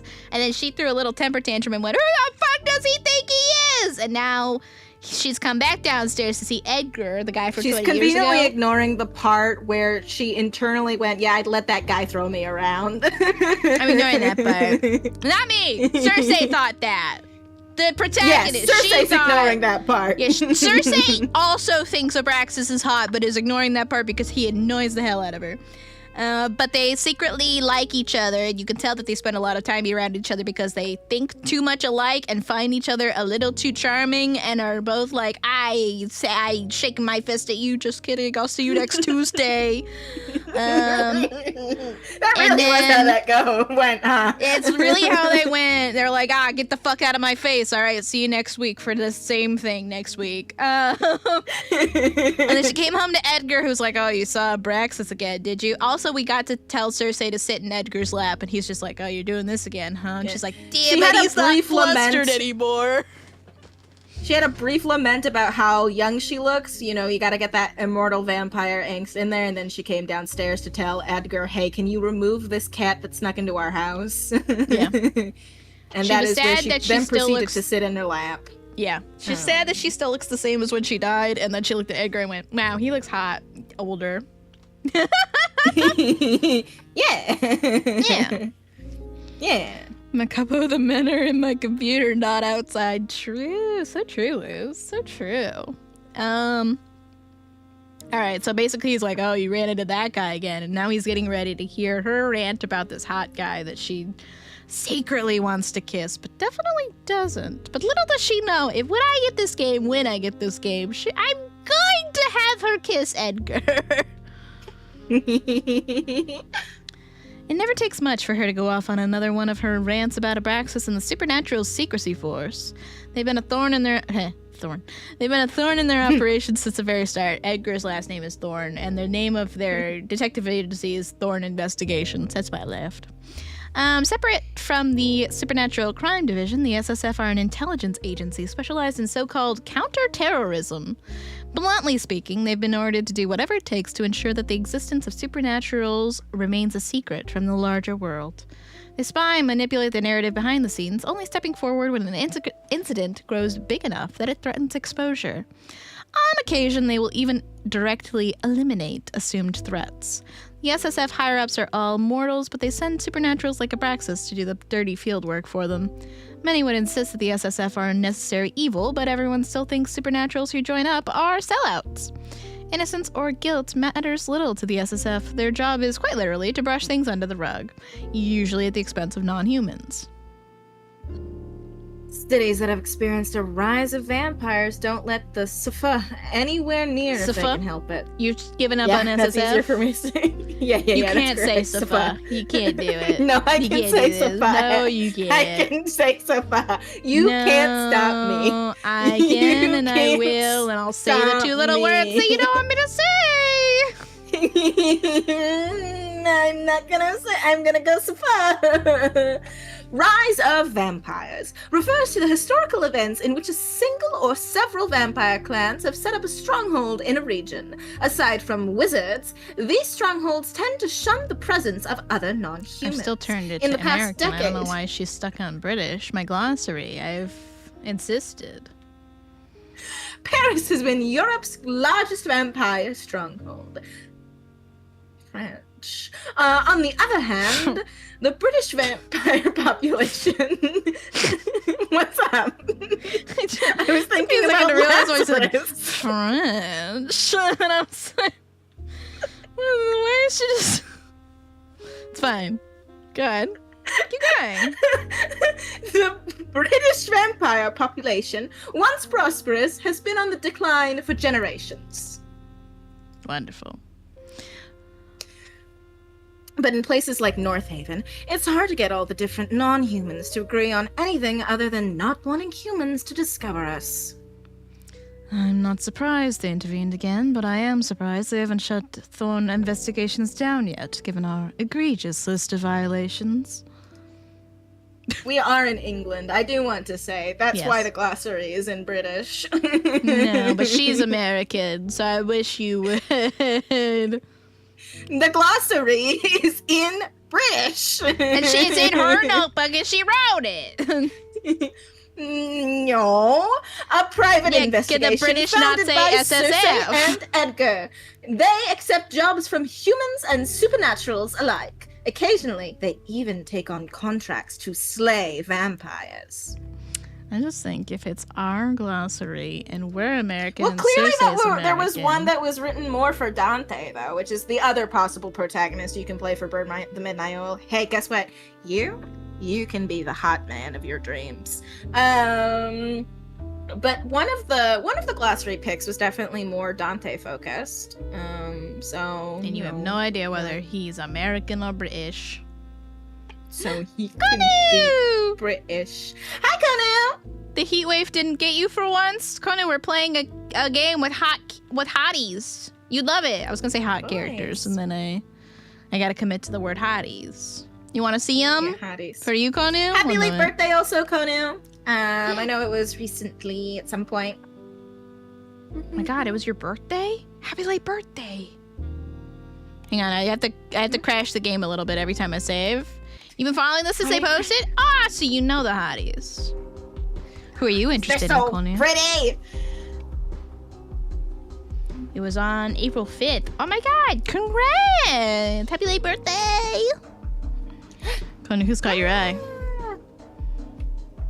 I know you love Urple. The Urplest one around. Well, I guess it could be this beautiful woman back here, but I think the Urplest one around is Cersei, maybe. I do, in fact, know the hotties. Call me basic, but I do it. She's hot, though. She's hot, though. We keep talking about how pretty she is. No, Cersei is, in fact, the hottest. Yeah. If you, by the way, for anyone who has rated in or has been here for the whole time, as a reminder, pinned in our chat are some links to both the Steam, the Itch, and the Kickstarter. Because Kickstarter's still going on for a while yet here. Even just a little bit. Even just a little bit helps. If you're interested in supporting them. Or spread the word so more people who are interested can check it out and give them money. They're over halfway to their goal, but not quite there yet. Yes, absolutely. So true, Konu. I don't like Abraxas any more than you do, but I've got to give it to him. His patience with you has been impressive. Careful. That almost sounded like a compliment. I wish he would kiss. But Edgar's not wrong. Cersei should be a major liability in the SSMs. But sorry, my true feelings came out for a second. She's been to outright broken their rules plenty of times, yet Abraxas doesn't report half of the stuff she gets up to. It's almost like he has affection for you. He's in love with you. You guys are in love or something? It's weird.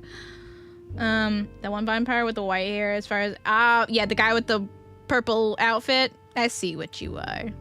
I know what you are. That's a gentleman? Oh, yeah. Oh, yeah. But also, when he showed up, I said, and there's the hottest man I've ever seen. So, like, I get it. He is so fine. But also, I have a really soft spot for tired, disheveled detectives, and Edgar, he's been enemies to friends, and I can read you their little bios here from the Kickstarter. Abraxas is the moody, uptight captain of North Haven's SIFA, a supernatural secrecy force. Behind his stoic facade, unspoken desires fester. And then Edgar's is a chronically nervous workaholic. Despite their differences, Edgar has been Cersei's loyal sidekick for 20 years now. And we haven't met the third love interest for Cersei yet, but I'll read hers after we meet her as well. Where are the hotties? On screen right now, and also check the pinned links in chat. Yeah. Especially the Kickstarter. This game, full of hotties. Because of that, he now seems to believe she owes him some kind of favor. I mean... You do. As if I ever asked for his help. They are such a You know what? Oh, this smile. Hang on! I just saw the smile. I have to sit up for this. 1 moment. I gasped and I was waiting for you to notice. I honestly thought you gasped because someone came in chat and said these designs are hot. And I was like, that's weird. Everyone's been saying that. And then I looked up and saw the most devious grin from the hottest man I've ever seen. We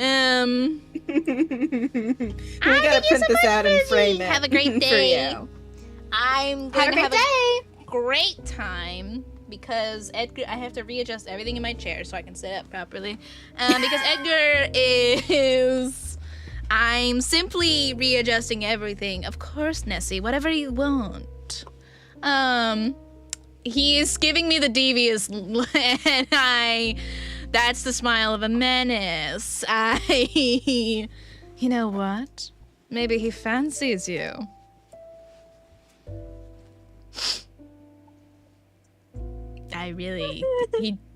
He's doing things to me with that smile, and I wish he would stop. Wow. My colossal ego is inclined to agree, but I don't think that's it. Besides, he's married. Let me guess, to the job? No. Okay, I was wondering, he did have a ring on, and I kept staring at it. I was like, that's on the right He's hand. widowed? Uh-oh. No, he's meeting all my standards. He's a widowed gentleman. Oh, no. Oh, He's meeting all my standards. standards. But his wife passed away ages ago. And yet, even after all this time, he still hasn't taken off his wedding ring. Oh, he's a loyal, yearning widower. Oh. Oh, my impossibly high standards. How is he meeting them? About 15 years ago, when they'd spoken face-to-face for the first time, it'd been one of the first things she'd noticed about him. At the time, she'd been disappointed. Assuming his wife was still alive, she's done a lot of awful things without guilt, but sleeping with married men was something she likes to avoid. In hindsight, she recognizes she dodged a bullet, even if only barely. It's a long Little does she time. know, the bullet still on track for her. Very much. And the bullet still directed at you, Cersei. I suppose.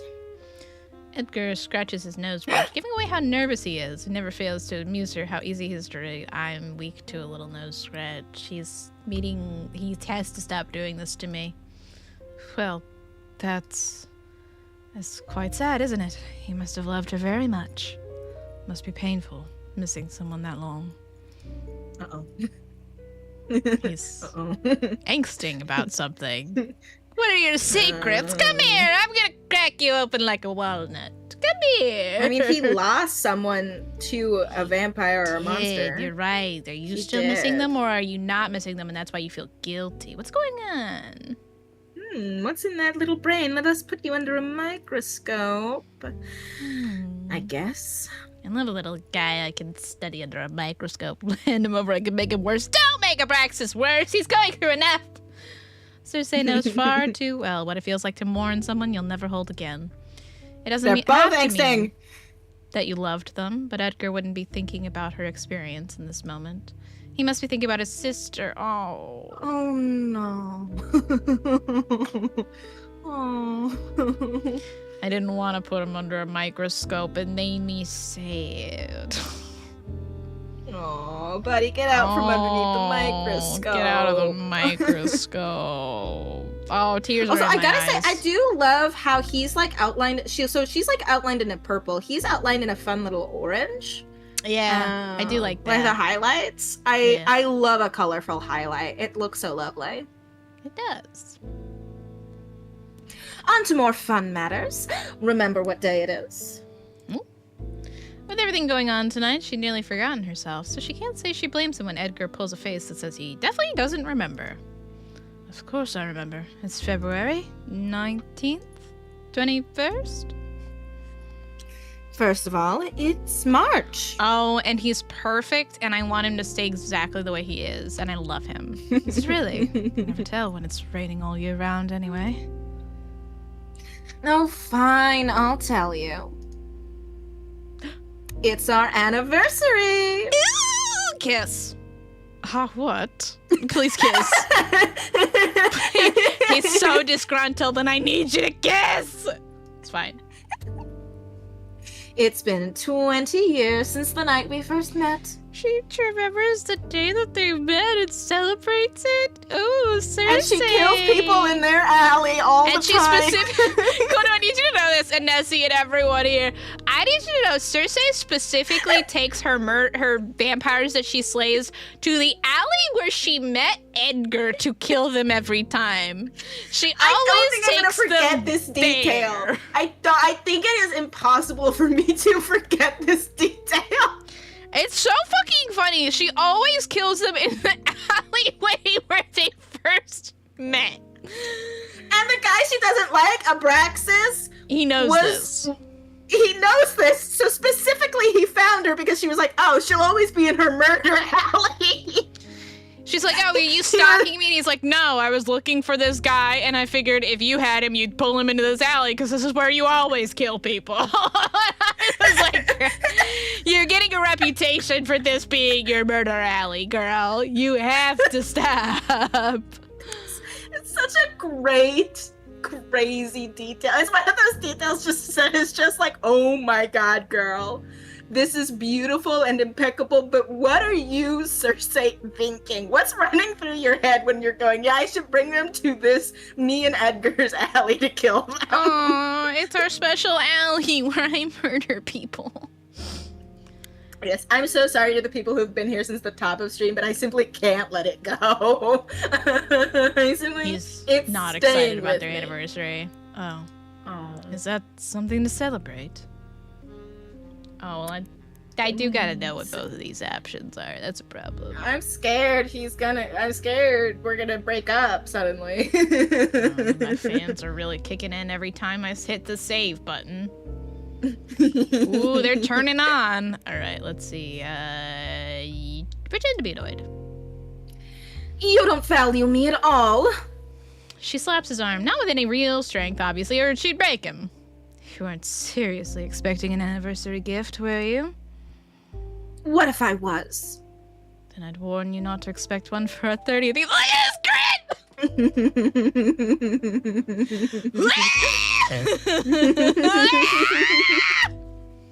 oh god, guys, I think she's. I'm okay. Hey girl, hey girl. I'm okay. Hey girl, you need to take a lap. No. You take a lap. Right. I'm okay. 30 years working together in the same city. Will we get that far? Do I even want to? Edgar eyes her awkwardly. You're not actually upset, are you? No, just sorely disappointed by your lack of camaraderie. I love it. And he's a smoker. Well, listen, I don't like smokers in real life, but fictional smokers? Where I don't have to smoke? A detective that smokes? A detective that smokes? She can't resist the aesthetic. I can't. Barely hiding a grin when he shoves it between his lips. Cersei smirks back at him. This kind of banter has long been part of their daily routine. She provokes him, he retorts with some snark. They laugh or roll their eyes and rinse and repeat. It had taken a while to get here, of course. When they'd first met, Edgar was so angry with the world he took everything as an insult. He's mellowed out over the years, gotten better at reserving his anger for when it's actually warranted. Most of the time. Did you want to see the other option? Yeah, I was just waiting until I felt like it was past it. Alright, Lil listens to my fans kick up. Ooh, here it goes. Ooh, and the fans are kicking in. Let's joke about it. I don't know about you, but I'm surprised we made it this long. Now that we can agree on. Wasn't one of us supposed to kill the other by now? How many devious smiles do you got? He looks so nervous. How many devious smiles you got in there, Edgar? He says it lightly, but he's half serious. One of them should be dead by now. Oh, there was less dialogue that time. You can reload it if you want the other one. Yeah, I don't know how much it actually matters, but I'm not certain as well. La dee dee dee dee dee dee. Come on. Ooh. Ooh, you want to load it so bad? All right, there we go. He's like, you didn't actually want a gift, did you? Wait, you're not really upset? Wait, are you upset? No, she was just angsting about how long you're gonna be together. Well, I should let our clients know that we didn't get the fangling. Blah. It's annoying, but they don't have any other option. Their anonymous client was clear in their instructions. Seth must die tonight, or else no reward. With Seth in the SSF's custody, there's no way they can get to him before the sun's up. I just realized we'll have to return the deposit, won't we? It's the right thing to do. Can we afford to do that? Per your request, we've taken fewer jobs as of late, so we're stretched even thinner than usual. We're If we broke. want to feel more secure about keeping the lights on, you could take a few more cases. Or spend less on clothes. Why would I do either of those things when you're always working so hard to make sure we're a month ahead on rent? I've only got so much hair, Cersei. And I've only got so many dresses. Edgar heaves a sigh. Thought you might say that. I'll just take it out of my own pay, then. She nods, pleased with this quick thing. Please, Cersei, you're killing him. Anyway, that can all wait till tomorrow. Let's go to the Golden Cat and celebrate our 20th. Oh, so you do want to celebrate our anniversary dinner. The Golden Cat, a pub frequented by supernaturals. Its name is based on the original owner's cat. Both Cersei and Dante frequent the Golden Cat after work. You don't need to use our anniversary as an excuse. We go there every night. But tonight will be special. Drinks on me. Oh, a gentleman. His eyes got soft. They did. Oh, now he's worried again. Well, technically, it's our rapidly depleting business funds that we'll be paying, but the sentiment stands. You sure know how to spoil a bat. So that's a yes. I did. His smiles are killing me. What? They're so good. I did read that internally as brat, but I didn't manage to say the word Nice bat. brat. Yes, yes. All right, just let me fetch my coat. Why do I feel like I'm forgetting something important? You're not kissing him, and that's knock, knock, knock, knock. They share a knowing look. I only know one person who knocks like that. You take it. But I always answer the door. Knock, knock, knock, knock. Only because you're so good at it. Edgar puts out his cig and walks over the door, opening it to reveal Mrs. Harris. You can be her. Edgar, Cersei, thank goodness you're still here. Mrs. Harris, their next door neighbor, rushes inside, the owner of the cat. Mrs. Harris, the elderly neighbor who lives next door to Thorne Investigations. She never complains about the strange guests who frequent her neighbors at odd hours. He says the same thing. Helps that her eyesight isn't what it used to be. Same goes for her hearing, actually. Oh, I'm so sorry to bother you. I know how busy you are doing your detective work, saving the day and all that, but I can't find my baby anywhere. Her baby being her cat, Ellie. I feel awful bringing this to you at this hour, but would you mind having a look for her? I couldn't sleep knowing she's out there, cold and alone and lost. Shivering to death. My poor baby. She's right here. Her wailing's loud enough to wake up the entire building. Edgar starts to sweat. He's intimidated by energetic He's older women. Getting nervous. I don't want to go out to look for a cat. Edgar doesn't look like he's in the mood to go on a cat hunt. Luckily for him, they won't have to. Good news, we already found her. Her bawling immediately stops. You did? Yes, she's upstairs. So true, Pan.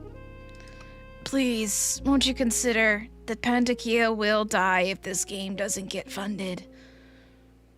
Contribute today. That's my husband, and how dare you, Pan? Actually, Pan, you're so lucky I want this game to get funded anyways, otherwise I'd let them let you die. Okay, let's be clear about something. You don't think that doing the Spider-Man kiss between Cersei and Edgar would be cute? I reconsidered it, and... Come back around. I've come back around. Maybe they should. With what? She is? Edgar guides Mrs. Harris to the sofa. She sinks into it with relief. Oh, how lucky I am to have the city's finest detectives as my neighbors. It's not that hard to find someone who's hiding inside your own home. Cersei retrieves Ellie from upstairs, hesitantly returning her to her owner. Edgar watches the exchange with amusement. He's been nagging for ages that she should just stroll down to the shelter and pick up a cat of her own. Sadly, I lack the confidence to keep something living alive. You've kept him alive. Oh, thank you, thank you, thank you! Mrs. Harris hugs the cat to her chest. Ellie lets out a not-so-pleased meow. Ellie, please drop a meow in the chat for us, pretty please. Yeah. You've saved my baby again! How can I ever repay you two? It's nothing. We're glad to help you anytime, free of charge. One of you understood the assignment, the other one is Pam.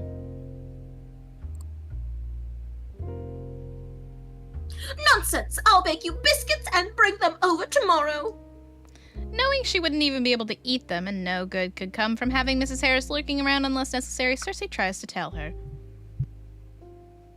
But There's please. really no need. Edgar needs the biscuits. We'd love that. Thank you so much. Let him eat the biscuits! He has Seriously? Edgar looks offended. I'm always serious about dessert. Oh, he's the perfect man. Wow. We found him. Wow. Guys, we found the perfect Incredible. man. Incredible. The only... Belt, I don't even want to know what you're trying to say over there. I don't even want to know. What?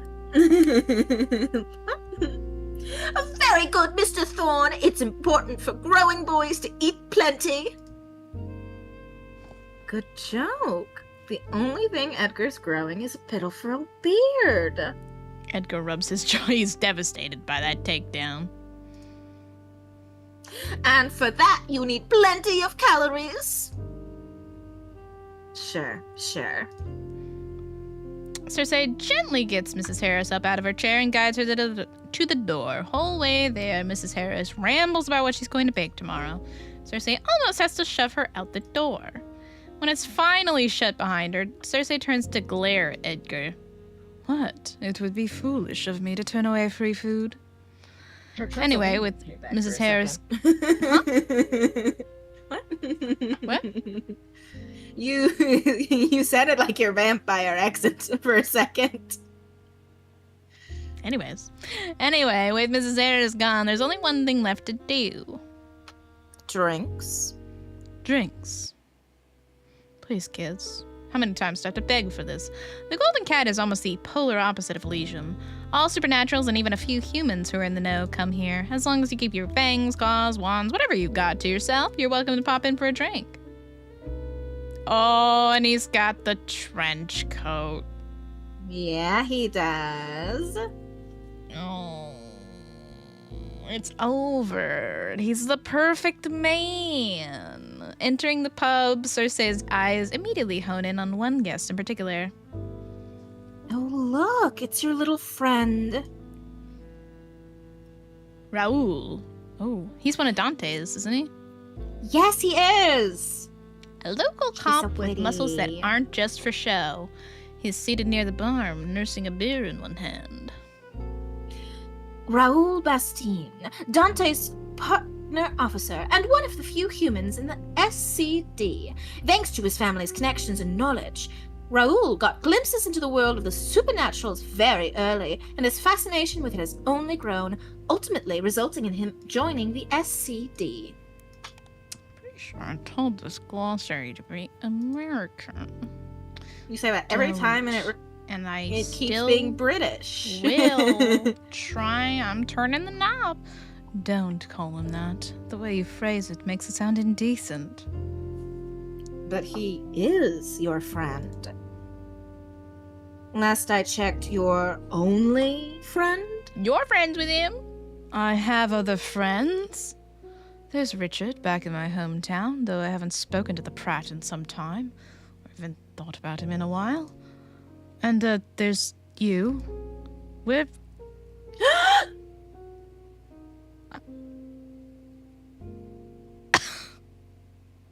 She glitched. She broke. It's not fair. It's not fair.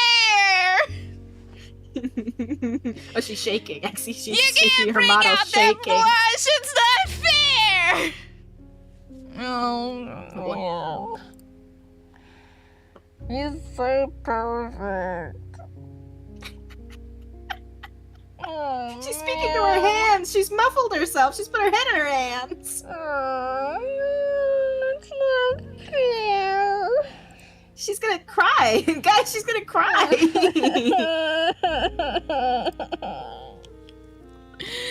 gotta start sobbing. Oh, there it is. There. Oh, hey, girl. Hey, it's okay. Hey. It's not fair. Oh, I miscalculated. No! He's a perfect man. Okay. I just have to... No, I do have to send this screenshot to Corey real quick. 1 moment. Yeah. Don't you worry. I also sent her a screenshot of his wolfish grin that we saw. None of this is fair. None of it's fair. None of this is fair! We're friends, aren't we? Oh. Of course. Embarrassed by how much his words mean to her, Cersei is quick to change the subject. They both got embarrassed. I'm actually... Help, girl. Sorry, I did just see Corey's message, and I can't read it on stream.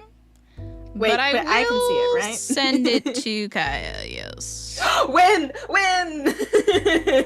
I will, in fact, send this to Where is Kaya in my DMs? Where the fuck? There you are. Excited?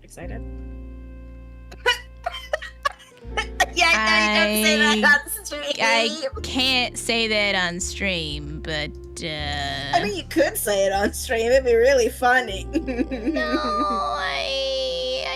I can't. But so funny. Anyways. Oh, Coriander is one of the funniest people I know. It's true.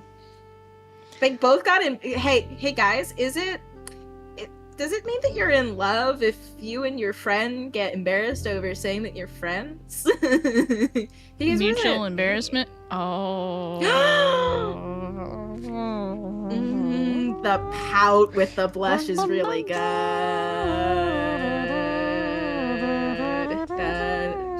She's humming a little song. She's broken up a saxophone. Screenshotting for Coriander. I'm either a trumpet or a saxophone. It's true. Trumpet. Yeah, you're right. Trumpet is closer.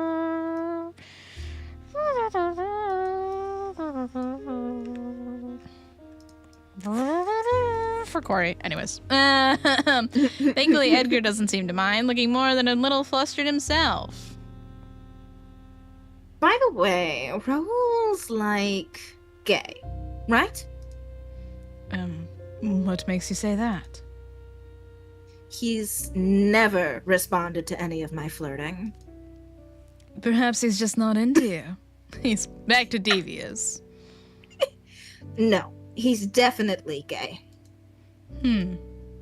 She only flirts with Raoul to mess with Edgar, but it still surprises her Edgar hasn't noticed his friend's not into women.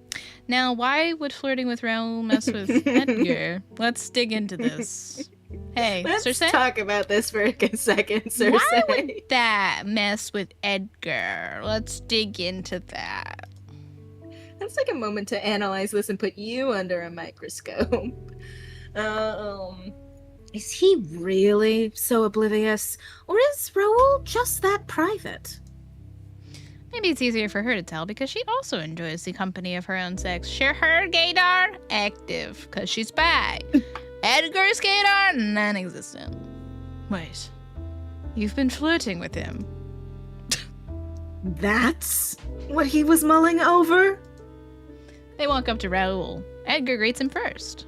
Evening, Raoul. Did you get off work early tonight? Edgar and Raoul have an interesting friendship, if you can call it that. They meet up every few weeks, but it's never a planned thing. They'll just sit next to each other and chat over a few drinks, bonding over being humans in a world of supernaturals or whatever.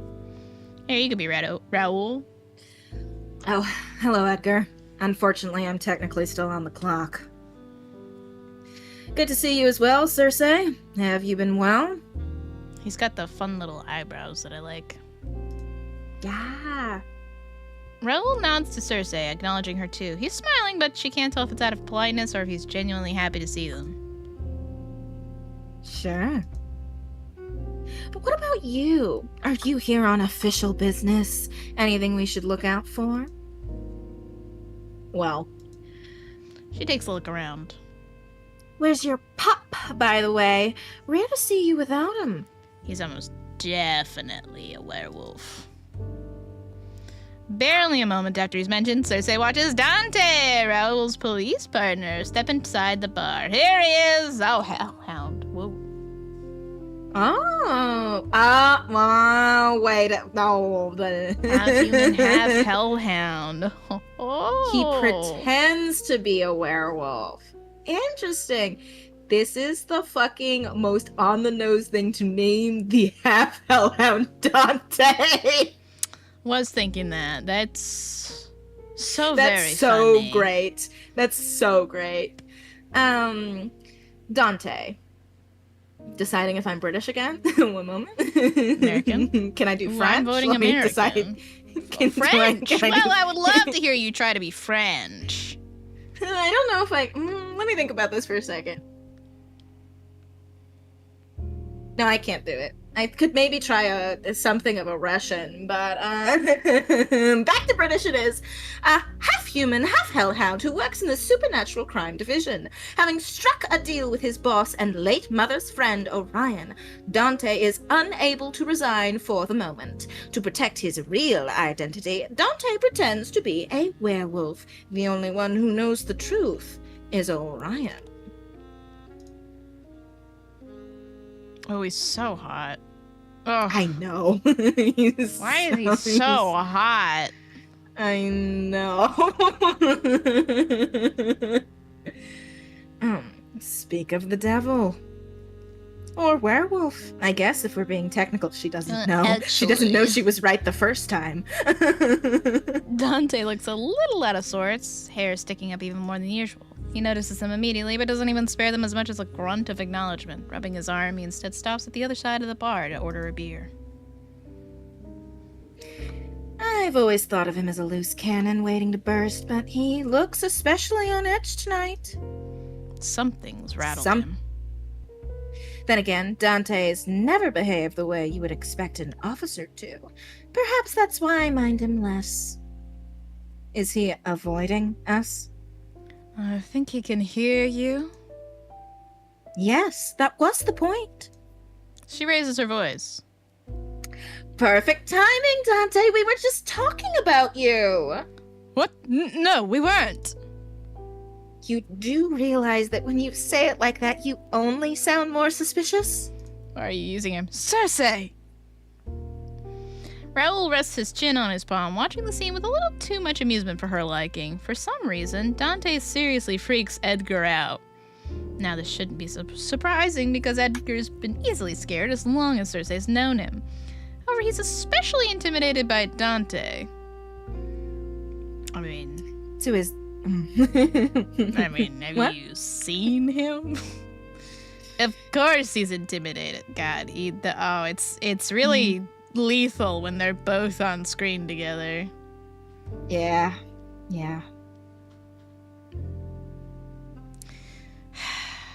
Man.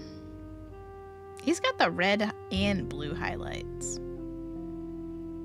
Well, Well, he's got special princess. he's my special princess. That's true. They also both believe in shoulders out, because I know under her cloak, she's got her shoulders out.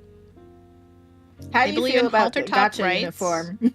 And shoulders out. It's equal opportunity for both of them. So in that sense, I'm happy for it. And in all honesty, he's I showing call a her. little bit of tummy, and she is not. I have noticed that, yeah. Again, eye tracker, you would see my eye went down here first. I went, oh, crop top. And then I went up here and went, oh, halter crop top.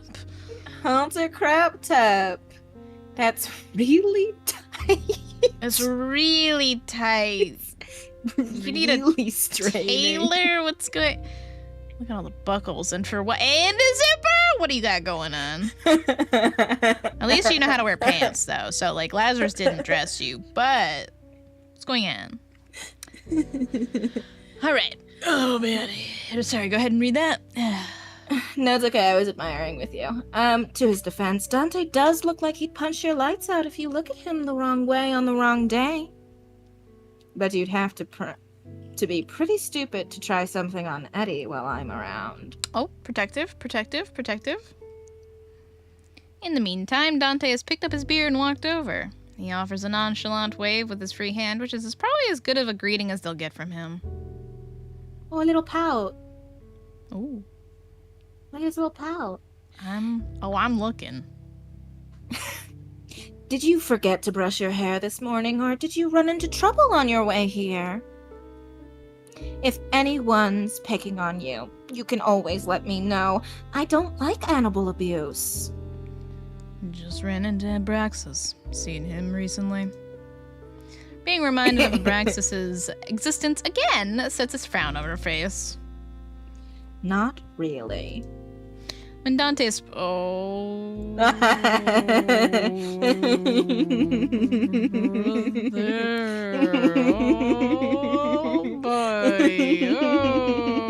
at that grin. Oh, we're in trouble. We're in trouble. Anyways, Cersei knows he's gotten exactly what he wanted by bringing up Abraxas. I heard he and his agents were snooping around that museum that exploded, interviewing potential witnesses. A museum? An explosion? Could that be related to why Abraxas needed Seth? Guess they'll be wandering around all around the city till that's sorted, keeping an eye on things. Ugh. If you haven't run into him yet, I'm sure you will. A lot. His smugness shifts to curiosity. Heard anything about that, though?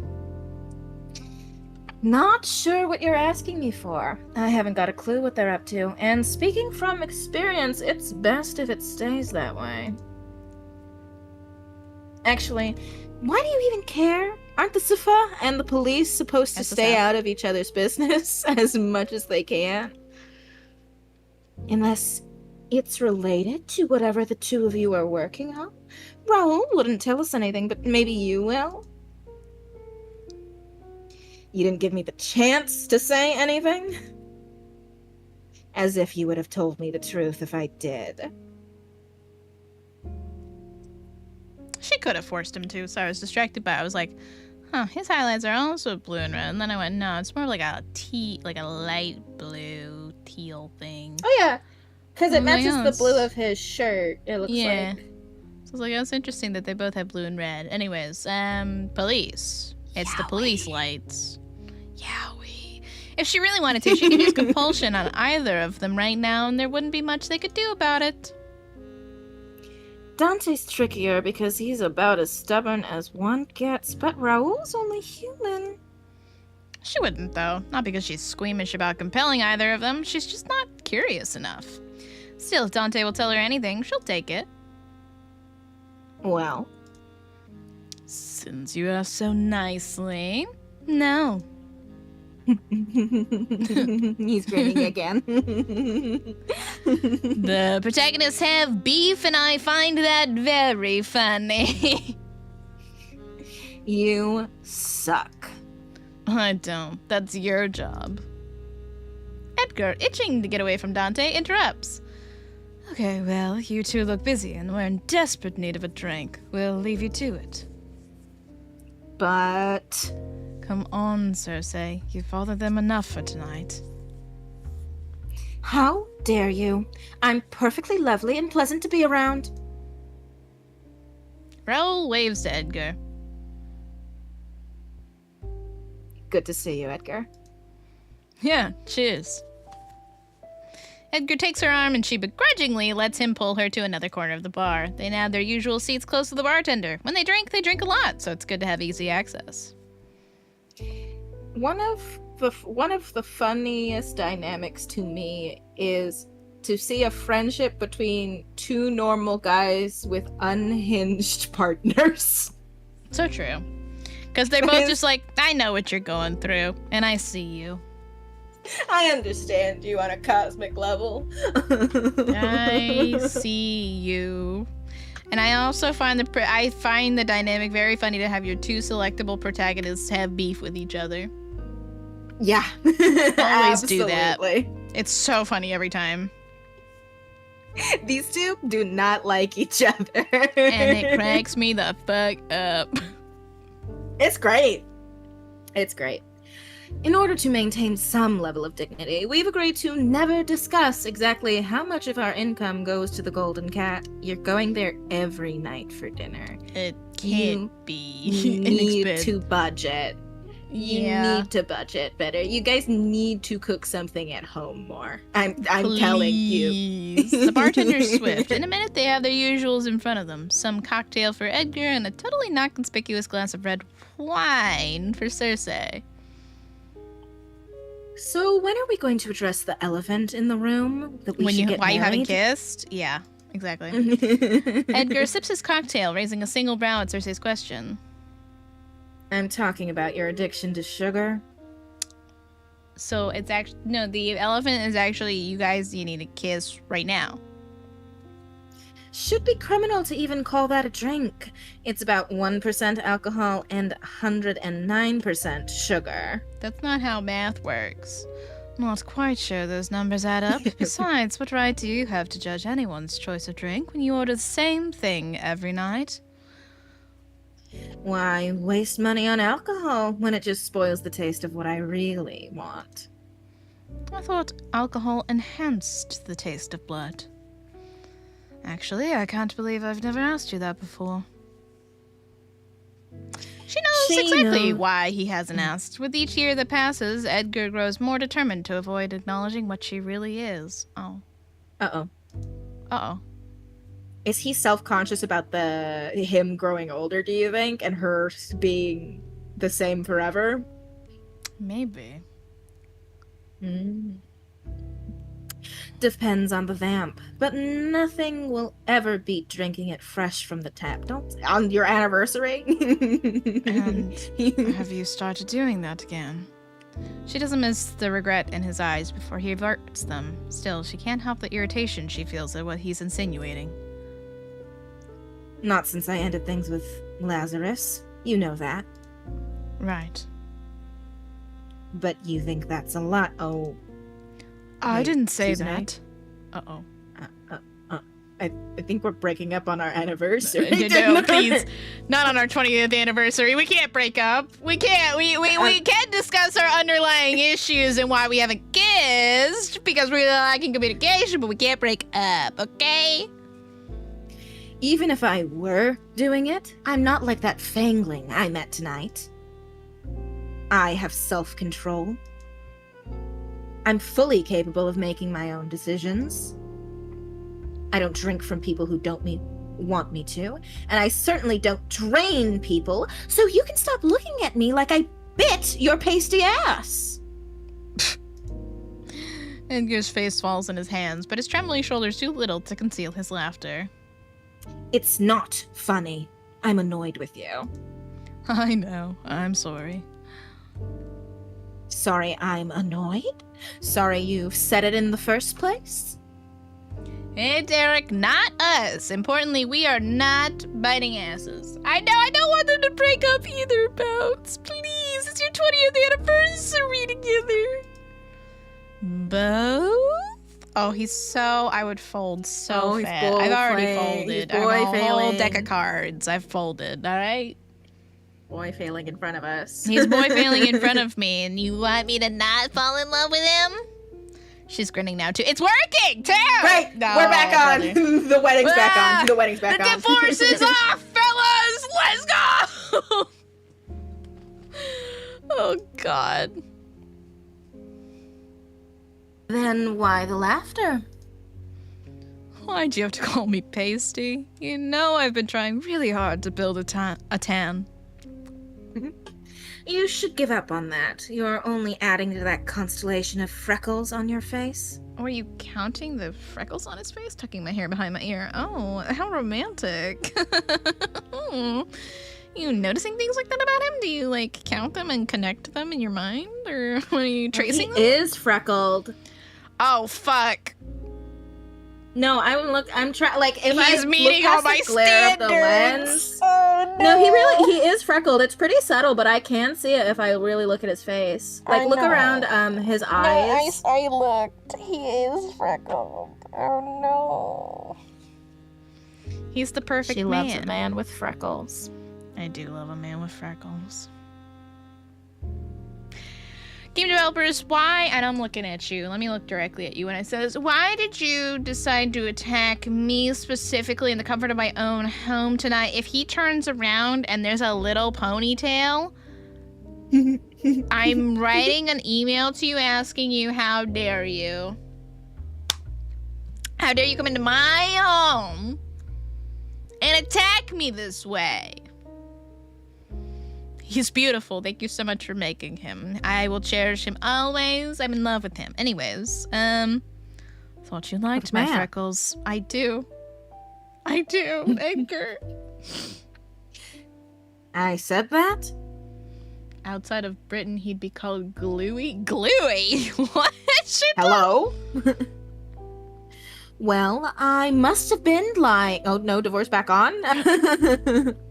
Since I'm apparently lying about everything these days. Oh no, the divorce is back on. We're passive-aggressively saying things to... Oh no, the divorce is back on! He grimaces. Seems he thought she was going to let that one get swept under the rug. I'm sorry, Cersei. Wobbly. I didn't mean to accuse you. I wish know his you're not sprite like would that. shake again. She's just vibrating slowly in place. I know Yeah. you wouldn't. It's just hard to forget the shit I've seen. The things I know you're capable of if you aren't held back by your own morals. And it always comes back to this, huh? Edgar only likes the Cersei who stands up against her own kind and looks out for the weak. Not the Cersei who lures strangers into her bed and sucks their blood. Look at his cute little wobbly mouth. Maybe if you asked him, he would give you some. maybe the problem is the stranger part. If you're like, hey, Edgar. maybe if you. Man, they have to, right? They have to have a scene of her drinking his blood, right? They have to. Legally, you have to. Right? It's a vampire human romance. It's like the classic. You have to. Have to. I'd be genuinely surprised if they didn't. Me too. Although I'm a little worried because I've seen the way she eats and it'll get. That was when she was everywhere. having a mental breakdown. She's Surely growling, she's man. changed, yeah. Surely she's changed. Oh, and instead it'll of be pasty, so romantic. he'd be called Gluey. I don't know how to tell him that I'm both, That's so bad. so I don't. Bizarre. Nothing's holding me back. You make it sound like I'm forced to do this, but I chose to. It's not an easy choice. She's been like that Fangling. She's been worse. And it was fun. But she doesn't want to know how Edgar will look at her if she confesses that to him. Oh, I understand. Except he doesn't. He is. Therein lies the problem. He really is her moral compass, kind of half on accident. Moral compass, not because she's matching his morals to him, but because her She like doesn't want to be ingenuity. disappointed. Yeah. She's sad because he'll never fully understand him, he'll never fully understand her, but also she doesn't want him to because she's afraid of how disappointed in her he'll be. Yeah, so she'll bend to be the Cersei that she thinks he wants. Yeah. Oh, Edgar, devastating. please, you have to love her for who she is. Edgar clears his throat and puts on a smile that trembles at the corners, and I'm crying. And that's a woman that's problematic, Edgar. You gotta support your problematic queen, and also let her drink your blood. We're here to celebrate. We should talk about happier things, shouldn't we? Courtesy of decades of practice, the smile she puts on herself is a lot more convincing. Oh, Right. they're just two people pretending. Oh, help, girl. They're restraining their angst. Help, girl. They're repressed. Help, girl. Oh, she growled. I heard. Yeah. Did y'all hear that? Did anybody else hear that? Anyways, that's fine. What? She growled. I know she growled. What? No, I didn't. Now, Cersei, that's not very progressive. Right. Like your girly choice of drink. Hey, we're still on that. Hey, aside from the increased risk of diabetes, I find it cute that you have a sweet tooth. Kiss. Do they offer interspecies couple therapy? They need it so bad. They need to invent it so they still can get it. And 44...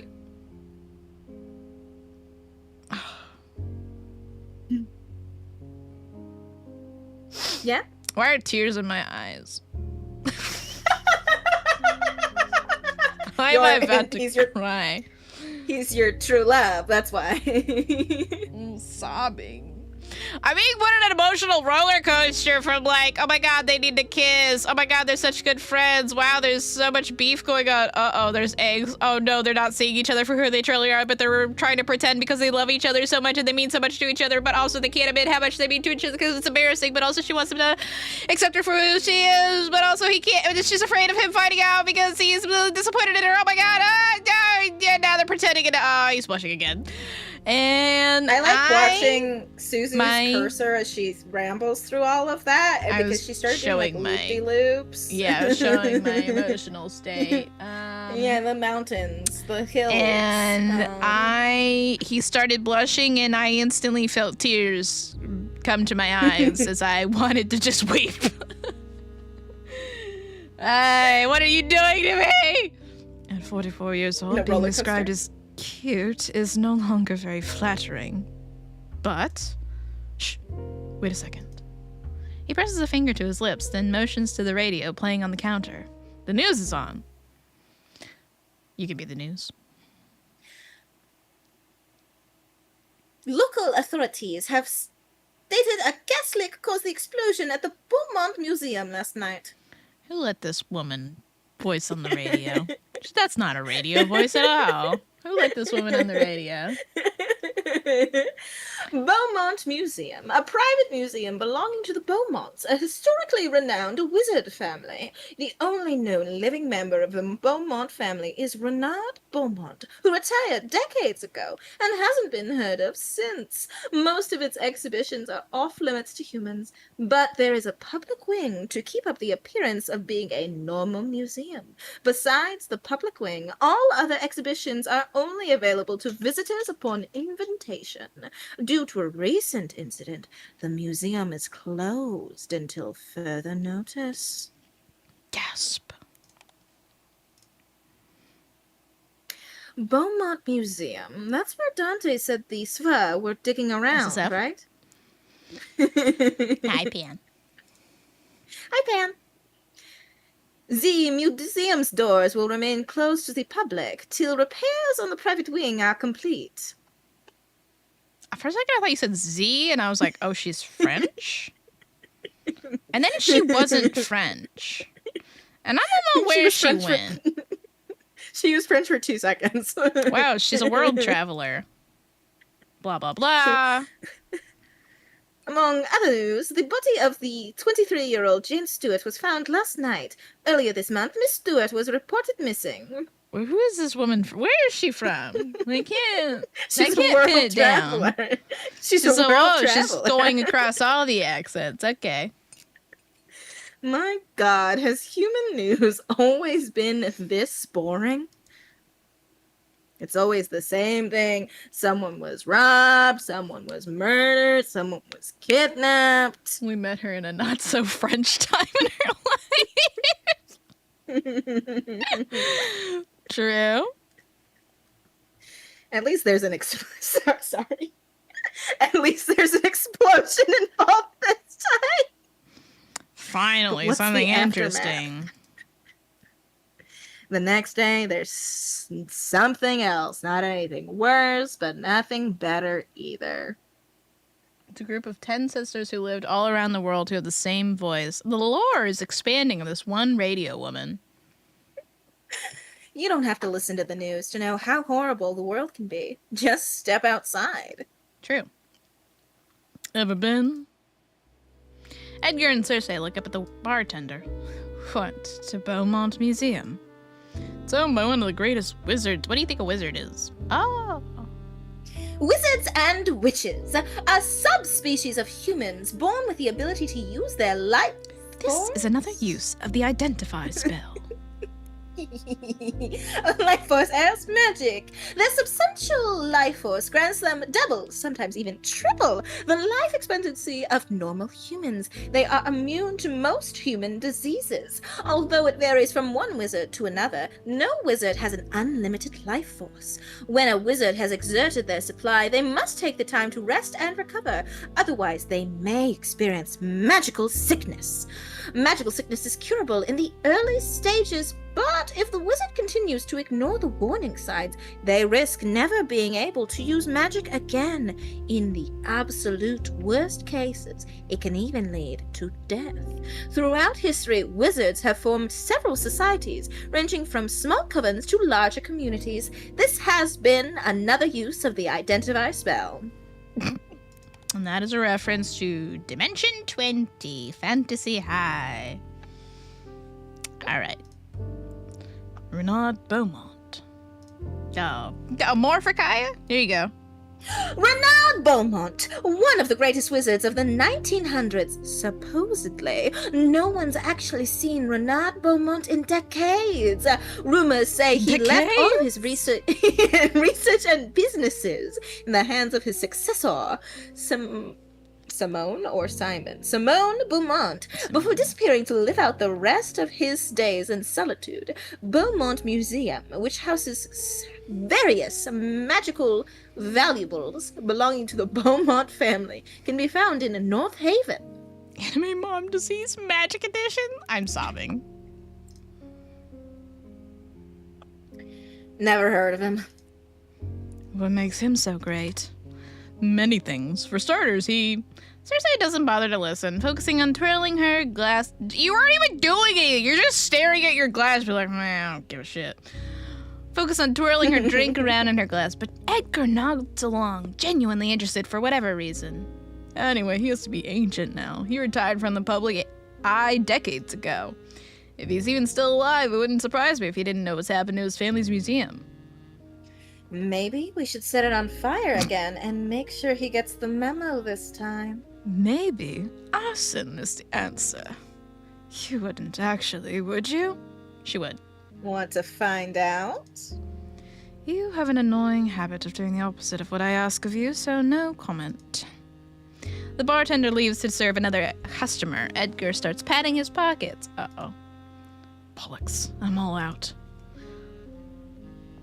Don't hold yourself back on my account. The corner shops would still be open.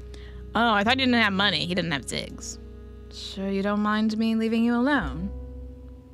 He's already climbed to his feet. It's your anniversary and you're leaving her alone? That's fucked up. I think I'll live. Or at least not die. Again. I'll be back in no time. He's gonna die. Goodbye. And he's gone. Sugar, coffee, cigs. Humans sure have a lot of stupid vices. I do love a tired detective with a million vices. She stares down at her drink. Not that mine are any better. She sips slowly, letting her eyes roam the room. Are we gonna meet the girly pop? Our last love interest? She's not sure where the compulsion comes from.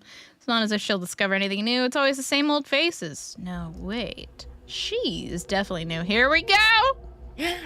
Oh, and she's... gorgeous. She's so pretty. What the fuck? She's Cersei so meets eyes with a woman at the pretty. far end of the pub. Hell, she's a witch. You're a Yeah. witch. I know So what you are. pretty. I love how like spiky or like thorny her details are. Yeah. Like from her eyelashes to like the sleeves, both at like the top and the like bottom of them. Yeah, and all the crystal. Everything about her is very sharp. Yeah. Gorgeous. Music's And look doing at the swoop something. of her hair. Yeah. Kaya's in love already, I can tell. I love a witch. She loves a witch.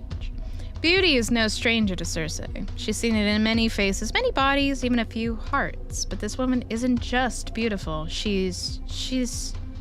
The woman smiles. Cersei feels compelled to return the smile. For Kaya, I smile back. Cersei returns the smile, but looks back down at her drink just as quickly. Not looking to hook up with anyone tonight on me and my husband's anniversary. Yeah, although that's a bit presumptuous of her. Maybe the woman was just being nice. Not really looking for nice either. What are you looking for, Cersei? Wait. Cersei's head snaps up, but the woman is already gone, nowhere to be seen. Only in her absence does Cersei realize that she couldn't detect what the woman was. Well, whoever or whatever that woman was. Oh, sorry, this is you. Whoever or whatever that woman was, she means trouble. Want her or forget her. Well, Kaya wants Oh. her. I want to speak to her. Everyone's got fancy things dangling on their hips, as they should. She looks like she would be the romantic interest in an Adam Sandler movie. So, guards, seize Pan, throw him in the Arrest that. dungeon. Arrest that him! man. Makes no sense, but... Oh. I want to see her again. I want to know her. I want You've been hexed by a witch. her. Not her blood, not her body, not her heart. Cersei wants the mystery she offers. It's exactly what she's been looking for. Ah, yes, that's true. The whole demo, Cersei's been unbearably bored, and finally there's a mystery in front of her. A mystery time-consuming enough to end the perpetual boredom eating away at her. Preoccupied by her thoughts... He lost his coat. Where'd your coat go? Cersei barely notices Edgar's return. He slips off his jacket, slides back into his seat, and gestures for another round of drinks from the bartender. You know what would kill your boredom if you and Edgar finally went to therapy and worked through your issues and kissed? I think that would work through your boredom, too. What took you so long? Ran into some trouble. Don't be stingy with the details. What kind of trouble? He lights a cig, angling his body towards her. Their knees brush. You know what else could brush? Your lips. Kiss right now. But neither move away, used to the lack of personal space. I just wish you would kiss. Oh, he's fun.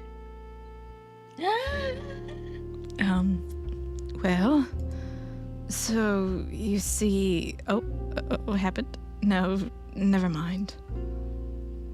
Are you blushing? Did Raoul hit on him finally? My God, you are. Not on purpose. Unfortunately, I don't think it's me having this effect on you, so it must be something else. Edgar twists and squirms in his seat. Or someone else? Was that on a date? Did Raoul ask you out?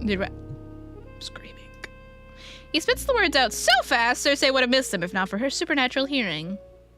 You're messing with me. I wish I was. This is stressing me out. Wait, you said yes? She didn't like that. Oh, Kaya, hold my hand. Oh, I'm holding Kaya, it. I'm holding your hand. What? I'm holding Obviously, your hand. I said no. Why would it be obvious? Was there something wrong with her? It was a guy, Cersei. It was Raoul. Oh, no, this was a woman. Damn it! I thought it was Raoul. I got really excited. What can you No. do?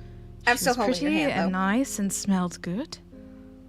Too many details now? Oh, she's jealous. Hold my hand. I'm holding. I didn't let go. I didn't let go of your hand. Sorry, I just thought she had a nice perfume. You like it, actually. You're only making it weirder. Squeezing your hand. I said no because it would never have worked. She's human.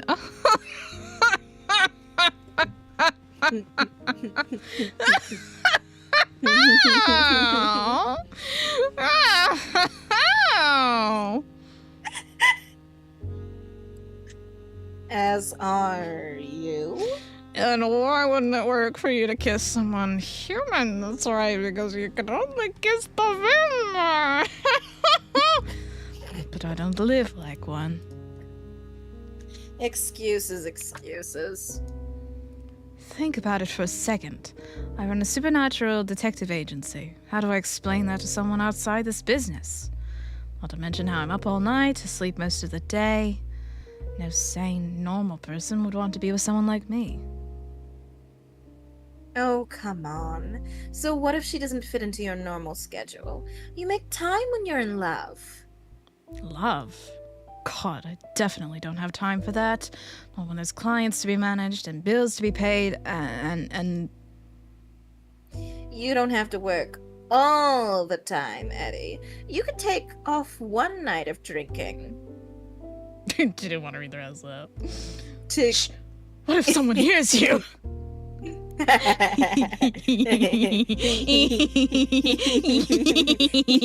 didn't want to hear me say it either. Oh, come on. You're a grown man. You can't possibly still be embarrassed by the word sex. Why won't they kiss? I'm not, but we're in public. Oh my god. Corey was right, is all I'm gonna say. She's saying it! Sex. Jesus Christ! This is just like the time when she went, "Are you looking at my boobs?" And he went, "No, I would never." I would never do that. And I haven't. Oh god, she's really going all in on it. Go on, Kay. See how many of those words you can say. Wait, let me think about one of them. And I know which one she's staring at, too. Which one? The first one. You're uncertain if you I know want how to to say say the that first word. I know you know how to say it. I thought you didn't want to say it out. Are you you're trying to think of how to say copulating? There it is, yeah.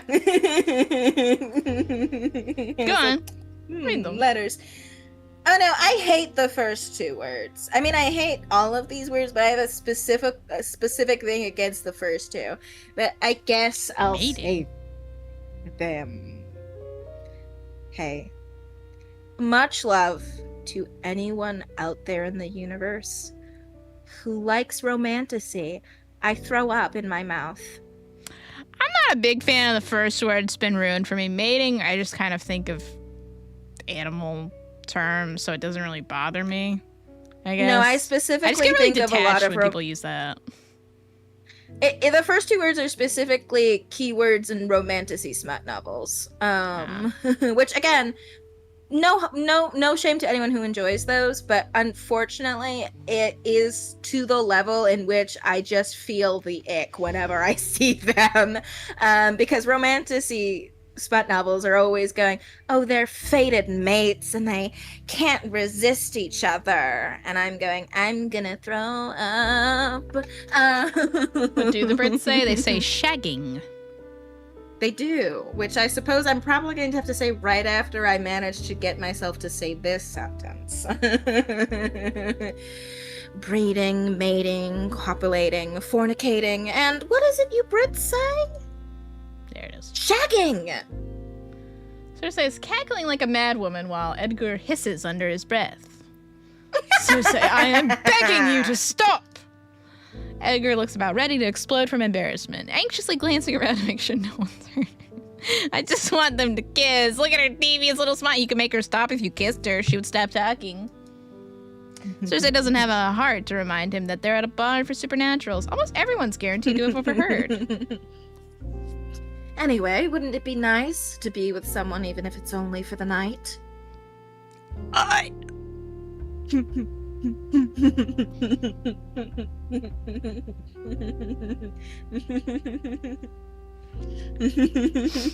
Taking a picture for Corey right now. Just for Corey? No particular reason. The file God, exceeds the size limit. What the fuck? God, look at the folds of his clothes. They're so well done. And just like the way they do lighting and all of these sprites and arts is so gorgeous. I love the way they do the light and the folds on the clothes. I'm not allowed to send this picture to Corey, and that's homophobic. Why did it let me send all my other screenshots, but not this particular one? That's actually homophobia. It is, yeah. Do you need Nitro, Queen? Do not get me Nitro. Don't you dare get me Nitro. It's fine, I'll just... British threat. No. I refuse. I'll just show it to her later. Alright, Edgar laughs, shaking his head more to himself than in response to her words. Somehow I prefer to be here. Oh. Aw, with me. Kiss, please. Sorry, I just thinking that everybody else in this bar has got to be thinking, oh, they got divorced? Kiss. Oh no, they're back? And they're gonna kiss? Oh, they're so back? They're gonna kiss? Oh, wait, the divorce is back on. It's us. We're the people in this bar. Supernatural bar. Where's Sam and Dean? Yeah, Shirtle, you get me. Is it morally correct for me to corrupt someone who just got into Magic the Gathering into being the most evil being there ever was for their LGS Commander Knights without playing I'm the Villain decks? I don't know what half that means, but yes. Look at his hands. I'm looking because I'm doing that. That is morally incorrect. Miss Bumbleflower is evil incarnate, though. Again, you lost me. I did used to play Magic the Gathering, but I've been out of it for so long, and I was never competitive. I have no idea what half these terms mean. I wouldn't necessarily consider your presence to be an advantage. But yes, I prefer to be here with... Is he blushing? I prefer to be here with you. There is a flash. I do think there is a little bit of a light flash, yeah. Oh, man. I tried to scroll back, and it really hates it when I try to go back. Ooh, it's gonna his freckles are more prominent now, and he has them on his hand too. Oh, I'm ill. I prefer to be here with you. It's a good thing he said no.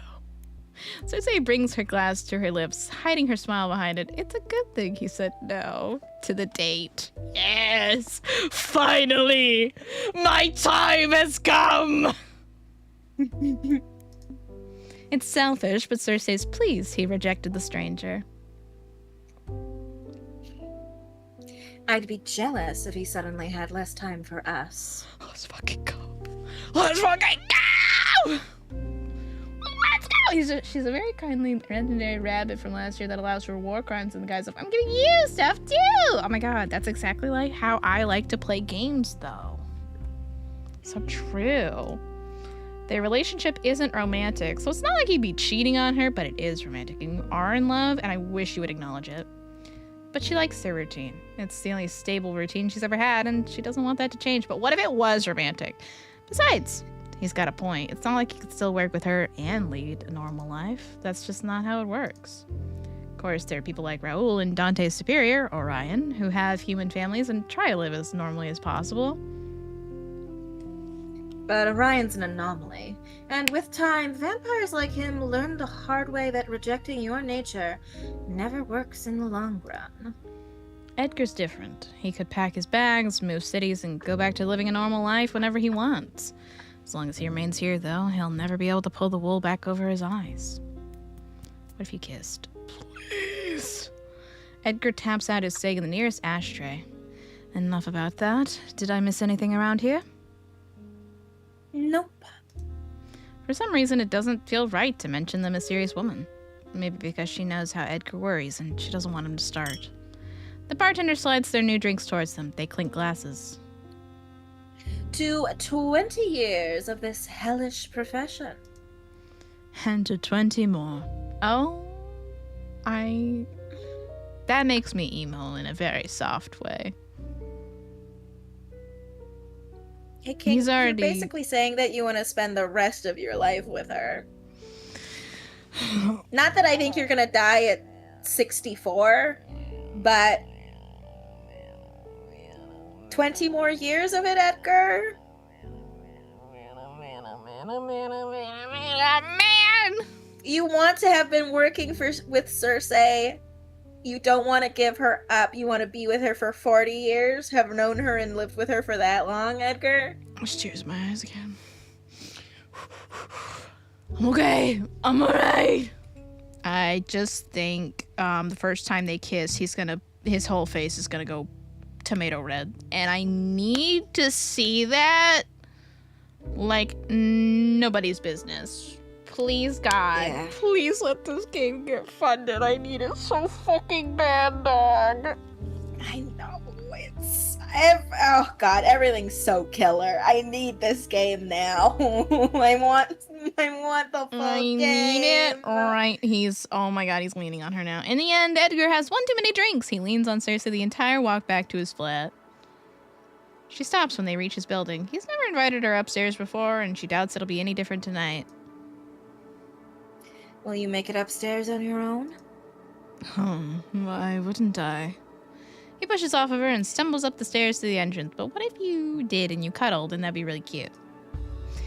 He almost falls over several times, but by some miracle, he manages to reach the door without breaking any bones. Also, she does keep pointing out that he never invites her up. So you want him to. So you want him to invite you up. Okay, I see what's going on. See? Oh, he's so fucking... He hiccups. I'm perfectly fine. Right. See you tomorrow night. He waves her goodbye. She waves back. Good night. Please kiss. She waits until he's safely inside the building. Chances are low he'll die on his way up the lift, so Cersei begins the stroll back to her own flat. She walks at a leisurely pace, like the threat of the rising sun won't be upon her any moment now. Like her slow pace might delay the inevitable day. And if you'd gone up with him and you cuddled, and you're back to this. Cersei strips down her underwear. Her one-bedroom flat has no bed, only a sofa, so that's where she lies down. Outside, the sun slowly rises, and the world Cersei will never get to be part of again wakes up. She stares up at the ceiling, trying not to think about the growing resentment she feels every time she has to hide away from the sun. I didn't always hate daytime. When her common sense returned after her fangling year, Cersei had found that the day offered endless opportunities for self-improvement. She read novels, she meditated, she brushed up on her history, learned martial arts, studied different languages, read some more. Slept with all kinds of people, men, women, people who didn't really identify as either. Half of the time, she didn't even feed on them. She liked to cuddle in bed afterwards, basking in their heat, like you could have done with Edgar. Good cuddled? When films became a thing, she found herself obsessed with cinema, lived hundreds of different lives through the stories of others. Like everything else, it soon got dull, hiding herself in escapism to distract herself from her own thoughts. Lately, she can't be bothered to do much of anything anymore. Is this all there is to eternity? An endless cycle of wanting and no longer wanting, forever falling in and out of love with what once meant the world to you? Edgar, your vampire is depressed. Please. If she shuts her eyes, if she pretends hard enough, she can almost imagine she's dreaming. Where do her dreams bring her today? Edgar. Yes! Yes! Wait, save, though. Save. Okay. There's only one right answer for me. It's true. I wonder how much we're gonna see after you click his name. Eddie's funny when he's drunk. Though most of their nights might end at the Golden Cat, Edgar rarely drinks enough to get wasted.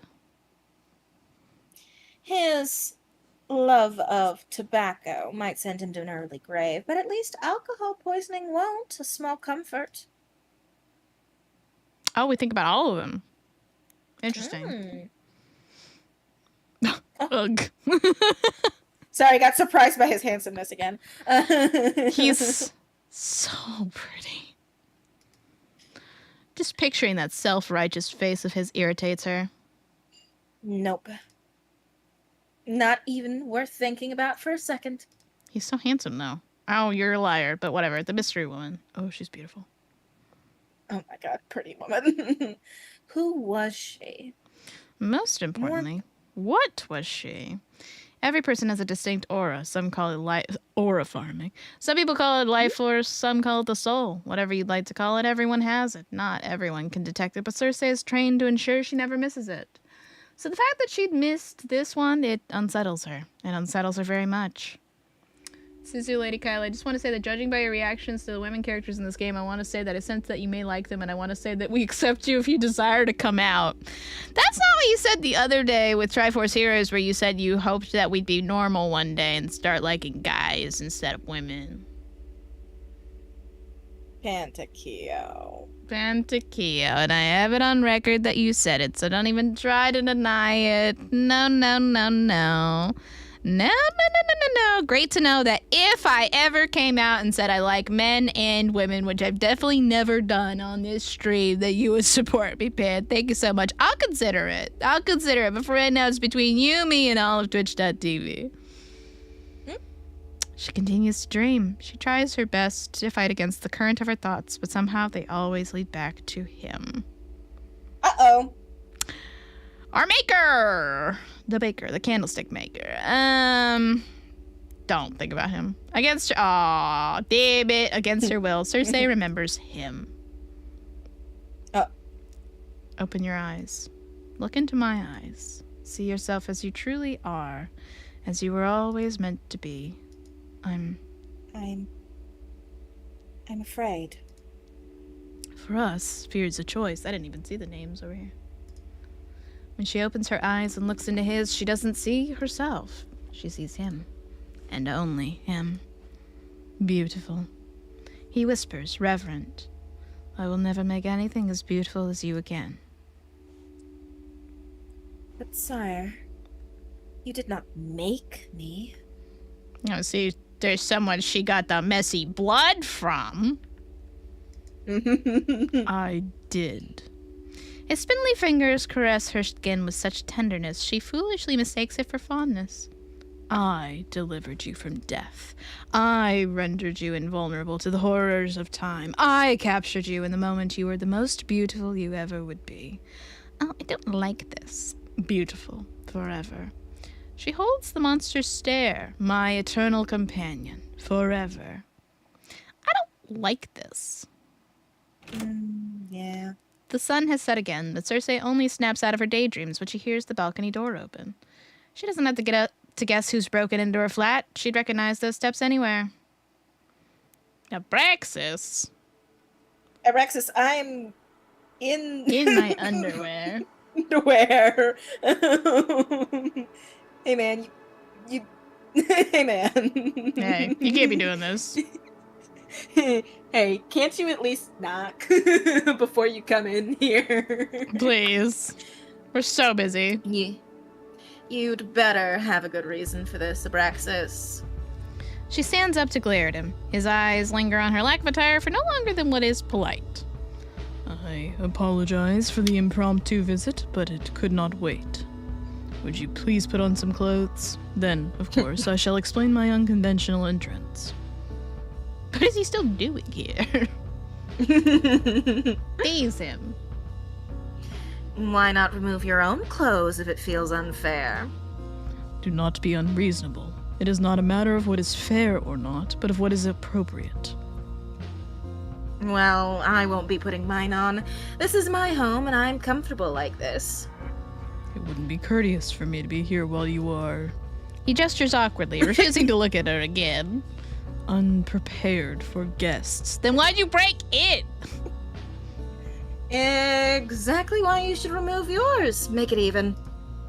He must know she's messing with him. She could tell from that angry furrow he's failing to hide between his brows, but he slips off his jacket anyway, hanging it over the side of the... Oh my God! Thank you for the tickets to the gun show, I guess. But good lord! What's your waist so snatched for? Another man to hold it, or is it for me to hold it? Good lord.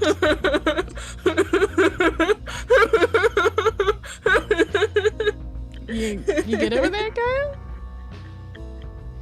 You giggling about crazy. something? It's just crazy. I never noticed he had jeans on. I can't keep hiding it because every time I look at Cersei, I'm like, oh, put that text box back up. But, good lord, he's jacked. Really, he is, yeah. His turtleneck is so tight. He's Bursting out of that. I know. I have to look at his face because the shirt is too tight. Sitting here and watching silently, why is everyone so hot? What a good question, Ty. Support it on Kickstarter today if you want to play this game and have it be real with all these hot people. It's so... His hair is also just... He's so pretty. It's so Why are pretty. they And also all if you want so me and Kaya to pretty? throw up live on stream. Yeah, it's / positive. Yeah. Satisfied? Her eyes lingered appreciatively on the way his shirt stretches across his chest. And that's why I said I knew what you were doing when you were poking him like that. You wanted to feel, okay? I knew what you were doing, Cersei, and I approved, but I knew it. It's just... Listen, his arms are not the only place where his It shirt is thirsty. stretched across the chest. It's It's so... fighting for its life right now. I need him to get a better shirt because this is crazy. You're just like Cersei for real right now. Is it intentional that your shirts are always a size too small for you? He's disgusted.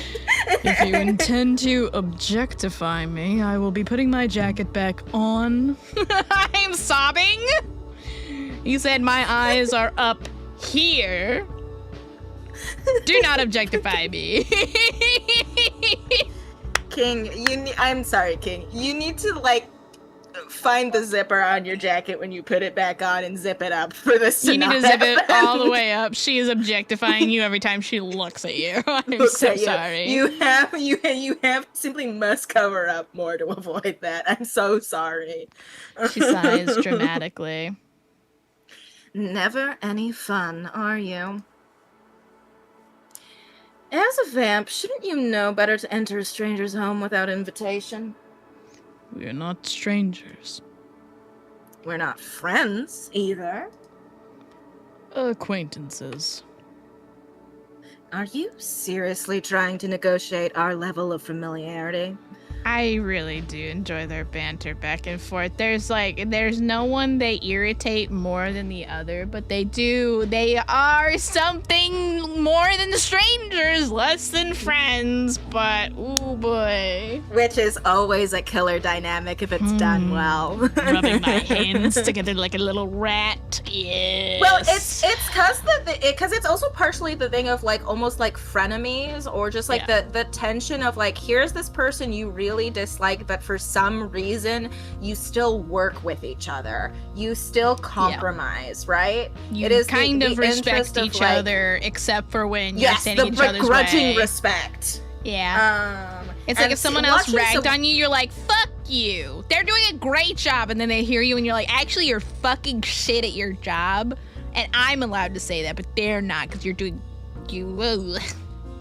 Yeah, so whenever that like kind of feeling or dynamic is transmuted and like written well, excuse me, I always feel like it's just so fun to watch the characters go back and forth because it's also about like the level of like denial, right? Yeah. They're and both in when such denial bad is written well, when denial is written, oh, it's killer.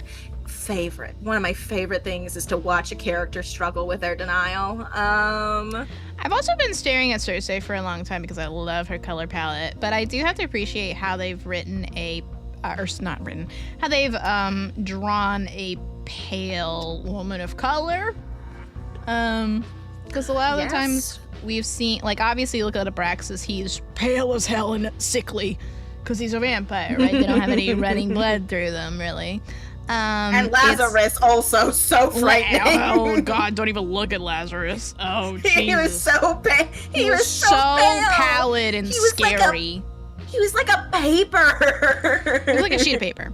And for a lot of art of women of color, especially, like, they tend to lean into, people criticize a lot of people who don't know how to draw darker skin tones because they always look like gray.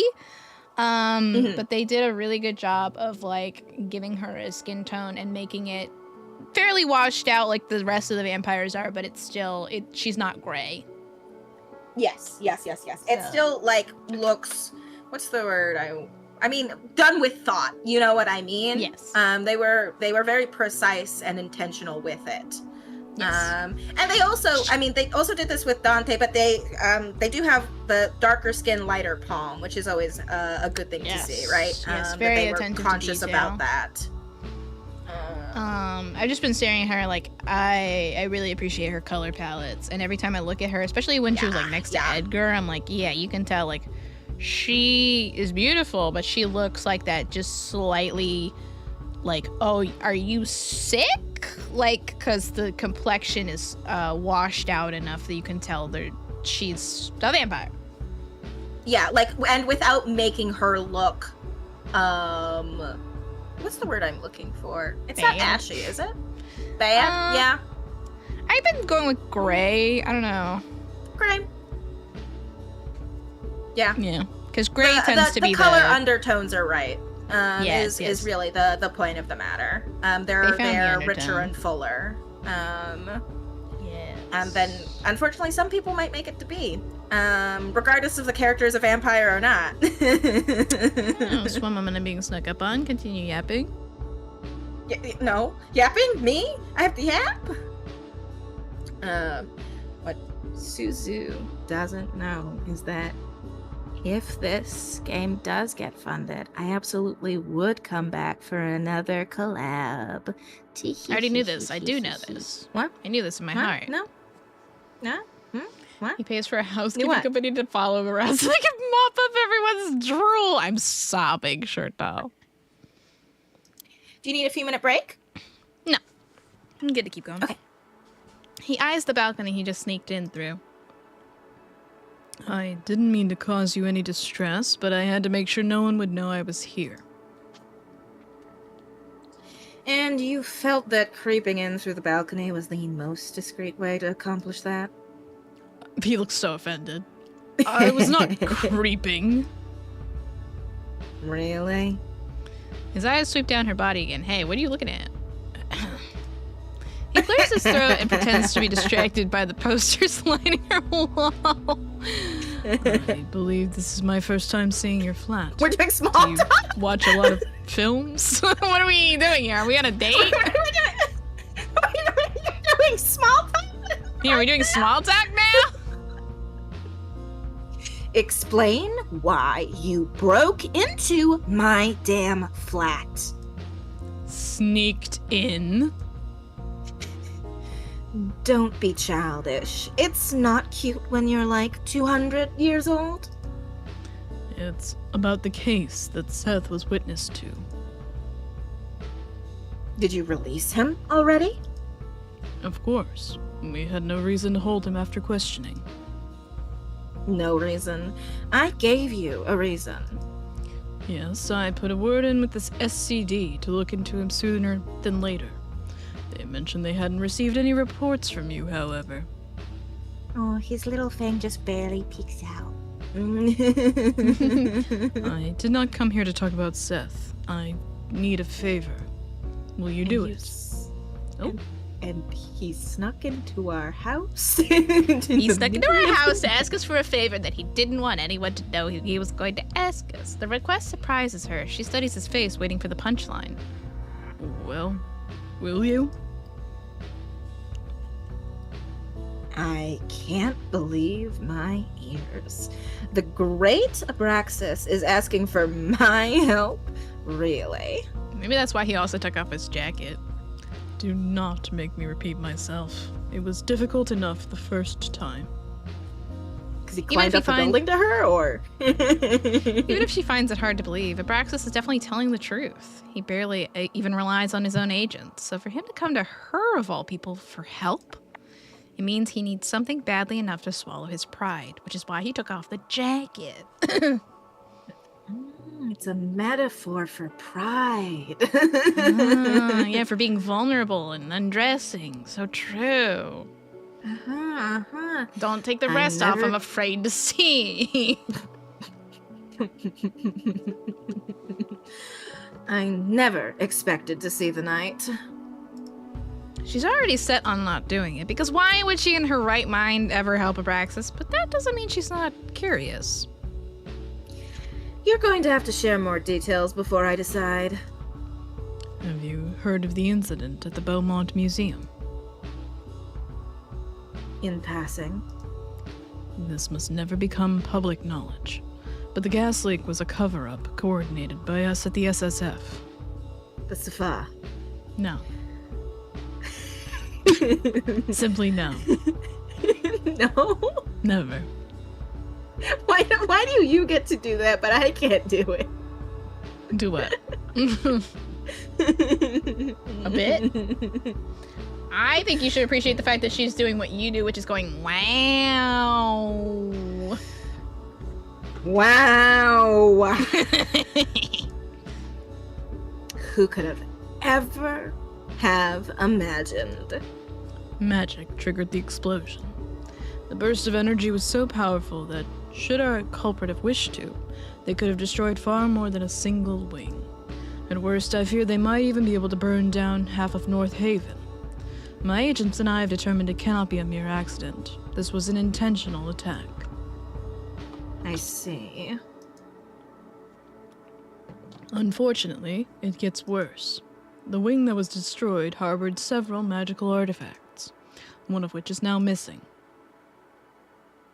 You should be grateful then. They could have stolen all of them.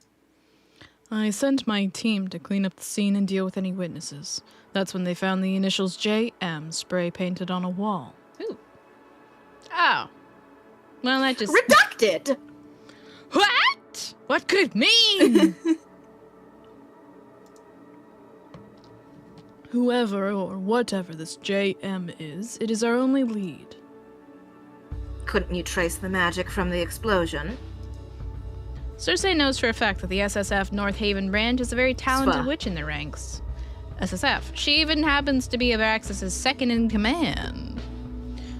We suspect it was caused by the artifact itself, which didn't leave any residue from the user behind. Jersey Mike's love those subs. Oh, sure, though. Okay, but why do you want me involved? May I send you the song about Abraxas' pants? Yes. The SSF regularly collaborates with the supernatural police, but that's it. They've never worked with Thorn Investigations SSF. And while Cersei is not opposed to his challenge, she's no witch hunter. She knows vampires, she knows werewolves, she knows demons. Not really, because you don't know Dante's a demon. But messing with the wrong wizard can have deadly consequences. It's common sense to not get involved in their affairs. We were going to launch a full investigation into JM when we were explicitly told... Sorry, I'm dying all of a sudden. All the water I was chugging is attacking me. No! Whew. Alright. When we were explicitly told by people higher up the ladder to drop the case. Apparently, an outsider is being sent from elsewhere to continue the investigation. I take it that's unusual. Not necessarily. There have been cases where we've collaborated with external parties, but the key word there is collaboration. Never in all the time I have worked for the SSF have I been locked out of a case in this manner. Oh, come on. You've lived long enough to know there's a first for everything. I know. Still, I am suspicious of their intentions. I have no real reason to be, no actual evidence, nothing to work with but a presentiment. But I cannot shake the feeling that something is wrong. 3 options. What should we say? What should we do? Kaya's dying. We're losing her, chat. Meow, meow, meow, meow. Meow, meow, meow, meow. Meow, meow, meow. You're back. Can we do you think they'll let us ask all 3? We could try. She hates We me. sure can try. She hates me, chat. Why would I hate you? She despises me. Oh, wait, no. Oh, I could. She despises me. She thought my idea was stupid. What? No, I just don't know if it's that kind of game.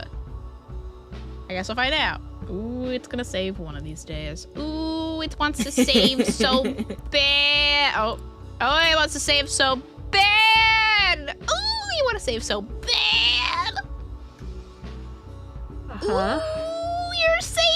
Oh, and there you go. Alrighty. What was the artifact? You said an artifact was stolen. What exactly was it? If I knew, I would have told you. I doubt that. I mean it. I know no more beyond the little I've already shared with you. Which is like nothing. It was hidden in plain sight inside Renaud Beaumont's private collection. We had planned to contact him about it before we were ordered to drop the case. So all we know is that it can make stuff go boom. Not the exact words I would use, but essentially, yes. Who's to say that power didn't come from the person wielding the artifact? Abraxas firmly shakes his head, like he's already ruled that option out.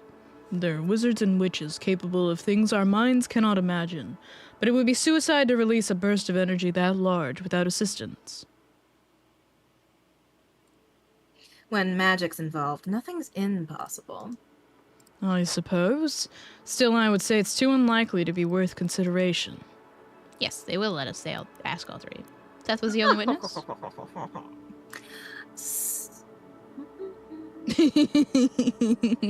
She took my read it. words. Go on, say No. it. No. I can hold us hostage here, Kaya. Little do you know, I have that power. Seth was the only witness. The only witness who might have seen anything of note, at least. We've interviewed all the others and we learned nothing. Who might have? I thought you brought him in for questioning. We did. However, we were told to drop the case before we could ask him anything worthwhile. Once again, the Sfra proved to be SSF. embarrassingly incapable. Not our finest work, I know. Since when do you care? I thought it wasn't any of your business if the laws enforced by your superiors might be unfair to us non-humans. I know what you think of me, Miss Cersei, but I am not your enemy. The SSF do what we must to protect supernaturals from humans, and them from us. Sometimes that means the occasional casualty on our side. Sorry, one thing that I've been thinking about is that his sleeves go slightly over his hands, which I know. makes me go, what's up with the proportions on this shirt? And also, are you scared of exposing the rest of your... You can push it up. You can push the sleeve It's up. indecent. King. You can't let anyone see his skin. He could be wearing gloves and then that wouldn't be an issue. I know, he really should Or wear I guess a gloves. second shirt underneath his first shirt. Ah, the secret second shirt. Yes. Then They'll maybe an never suspect impenetrable my fortress. secret backup shirt. Yes, obviously. Our side, he says. When has he ever been on our side? Anyhow, given the things you get up to in your own time, I do not think you should be judging anybody else. I'll judge whoever I want, whenever I want. Yeah, Kayakor. I don't kill vamps out of some sense of moral superiority. I kill them because it's fun and it pays the bills. Maybe that makes me a bit of a bitch. So what? I'm not so sanctimonious that I need to pretend my actions are morally justified. Really not the second time today I've heard someone use the word sanctimonious. Are you really so irredeemable when you only kill the bad ones? Oh, he wants to fix us so bad. Ooh, him and Edgar. Both they want to fix us so bad. The two boys want to fix us, and the witch is like, that could make her worse. Oh, I hope.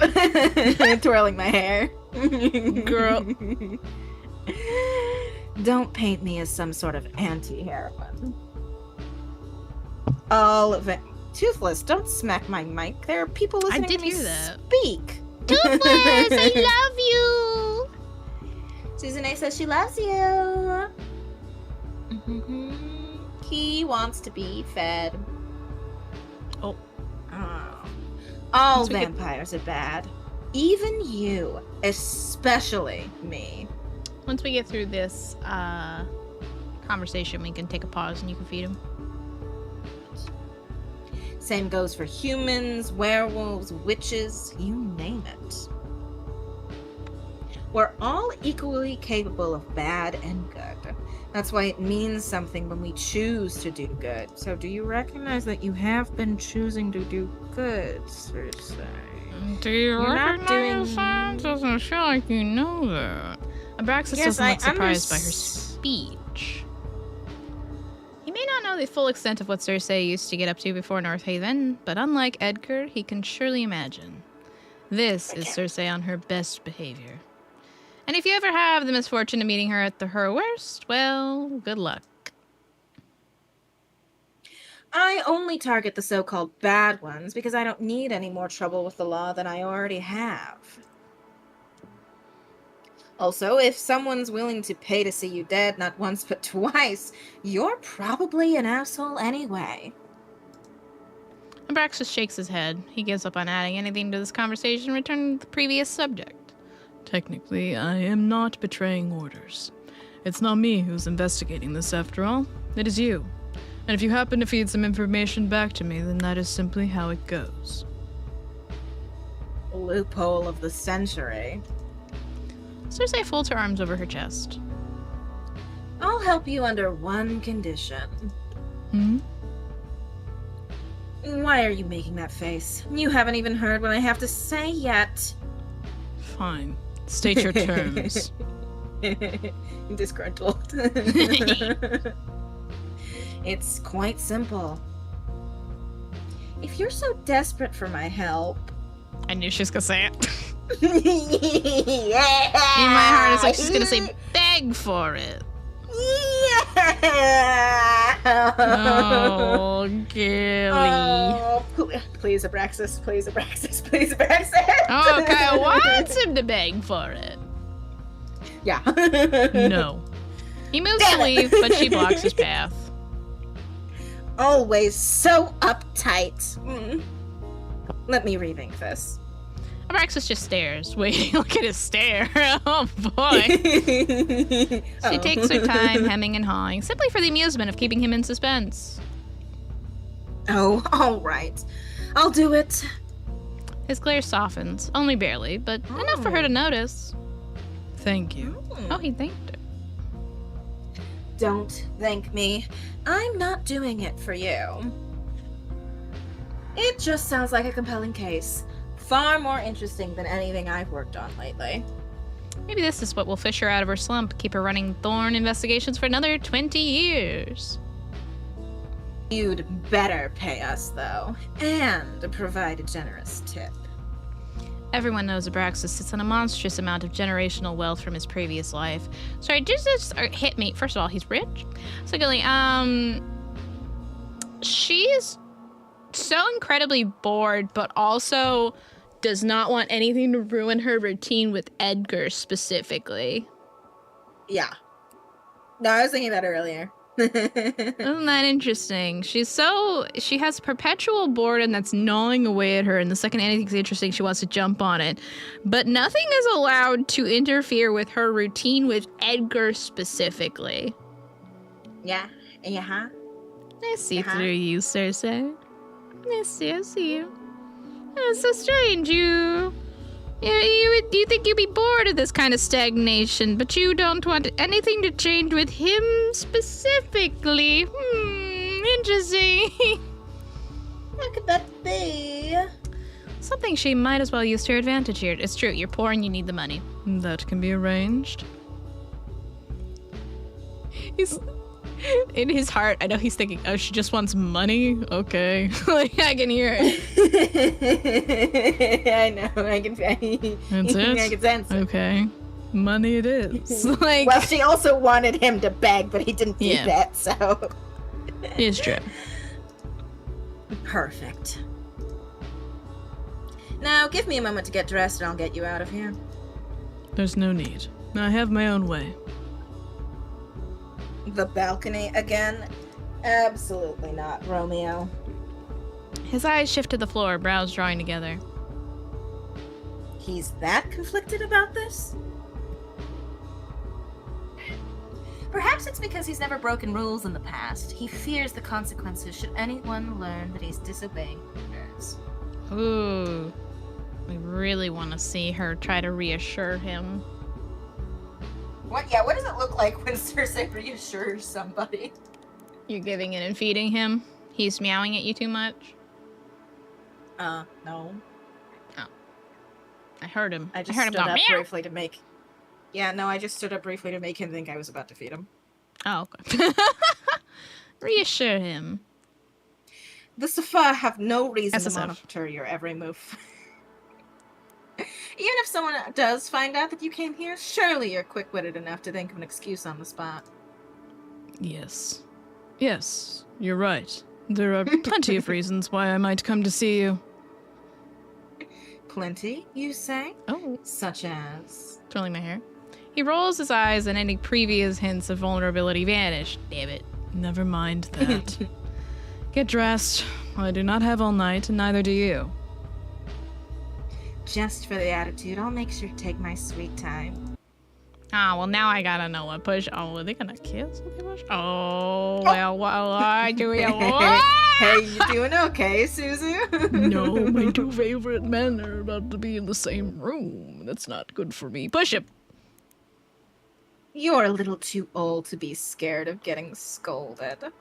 It isn't fear which holds me back. Uh-oh. Prove it.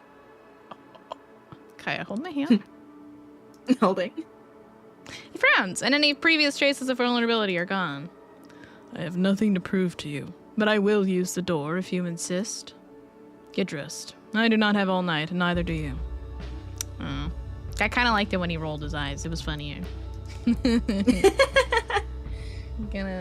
Bet they were Hey, good. can you also... Okay, would you want me to screenshot Abraxas and Edgar in the same room, or are you gonna handle that? I could do it. You're always... Yeah? Oh, I just realized he's gonna see Abraxas coming out of her room. Oh, I've just realized this. Edgar's gonna have quite a lot of opinions about that. But for now, we need to take a little pause so Kaya can feed her cat, and I'll run to the bathroom. I'm crying about how tiny Edgar is next to Abraxas. He's my perfect guy. Like, what? He's pocket-sized. And for Abraxas, specifically, and I love that for him. Alright, let's take a short little breaky break so Kaya can feed her kitty so he won't no longer terrorize her. And also I can use the restroom, and then I'm going to come back immediately to see what's about to happen here. It can only be bad things, actually. No. Alright. See you in a few. Sure! See ya!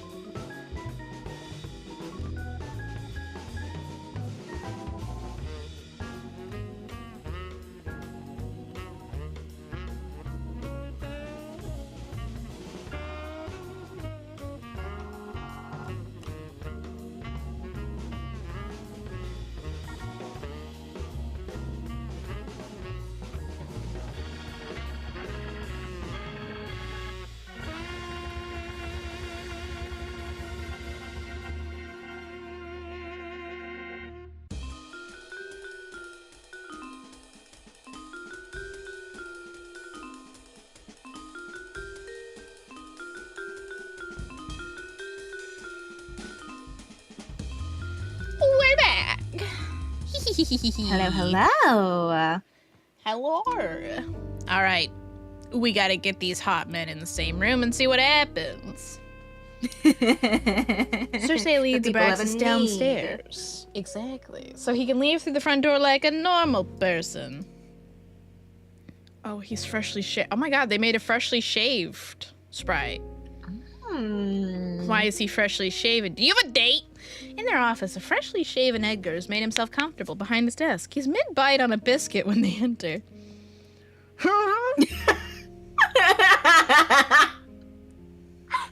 He instantly choked on the biscuit. You mean hot, everyone. Exactly, Ty. Huh? Take that out of your mouth so we can understand. He swallows. Why is he here? Good to see you too, Thorn. Pleasure's all yours, prick. Oh! Oh. The beef is generational. Edgar's nasty glare softens only slightly when his eyes shift to Cersei. I repeat, why is he here? And why was he upstairs? Chelsea? And how did he even get in? I've been here in over an hour. The door's been shut the entire time. Did he show up during the day? Did you spend all... He's getting jealous. It's happening. Rubbing my little hands together like a fly. It's happening. He really went 50 miles an hour with these questions. Before you let your imagination run to places I don't even want to imagine, how about you shut up and let me talk? Oh, but lying because it's funny would be... We do have to save. And also lie because it's funny is probably the most Kaya core option I've ever seen in a game. I would never lie just because it's funny. Yes, you would. Anyways, so we're gonna lie because it's funny. Go on.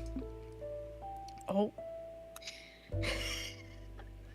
The both of them are unhappy. There's a... I'm sorry. You guys are not picking up on a train, right? No. Okay, great. I don't know what kind of vehicle is actually outside, but it's loud. You're right. He did spend the day. He's blushing. He did what? The noise I made went... It was so high-pitched. To Edgar. I didn't.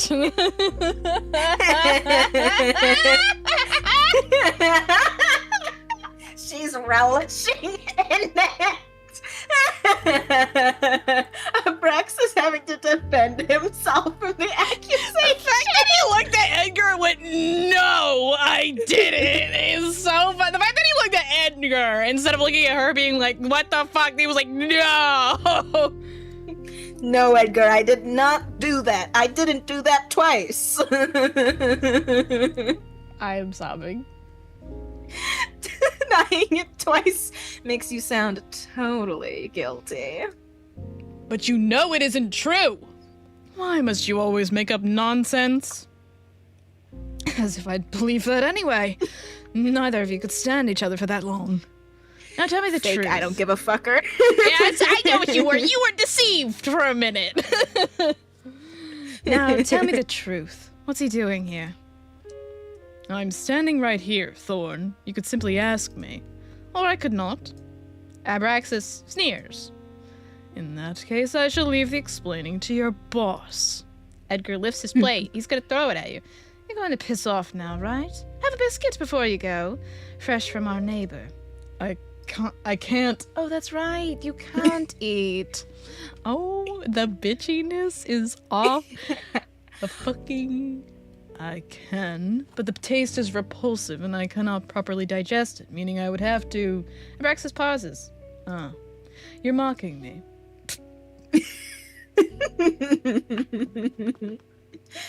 I'm sobbing. Edgar stuffs a cookie in his mouth. Took you long enough. Abraxas focuses on Cersei again. Report to me as soon as you find beef. something. You know where to find me. I know the beef. Ooh. The The... drama. Yes, sir. Abraxas, having to defend himself from the accusation. Abraxas focuses on Cersei again. You know where to find me. I know the beef. Ooh. The drama. Yes, sir. 'Cause, yes, sir. 'Cause, yes, sir. Edgar lights a cig after Abraxas leaves. She waits for his patience to wear thin. It doesn't take long. So... He wants us to look into something. She explains everything to Edgar. Same as her, he's baffled that Abraxas would ignore a direct order from his superiors. It doesn't make sense. I know. That's why it's interesting. Some measly initials aren't much of a lead, though. JM could be a person, an organization, or a movement. How would we know? Only one way to find out. Let's split up and check in with our contacts around the city to see if they've heard anything. You know which side is yours. LadyKaella is very LadyKaella coded. I agree, Pan. What? Enjoy your biscuits. I'll head out first. She walks up to the window. She's moments away from transforming when Edgar calls out. Cersei, be careful. Please? Worry about yourself, old man. Oh, he's worried about her. 20 years ago, I was a boy. Today, I'm an old man. Give it another 10 years and I'll be dusting cobwebs in your eyes. It's a compliment. I like older men. When will you kiss? Please. It's not a compliment. You have extremely questionable tastes. Did you want me to read this line? Yes. Desperately. Don't downplay your sex appeal. Your creaky knees and back issues especially are oh so attractive. Now that's a line Corey can use. He's blushing. You're He's so fucking funny. The fact that you're blushing at that, you are down atrocious, Edgar. Enough. Don't you have somewhere to be? We gotta talk about this, man. We I have think to it's talk because the about word sexy was included in that. Yes, sex appeal, yes. And attractive. I think that's why, yeah. Immediate explosion.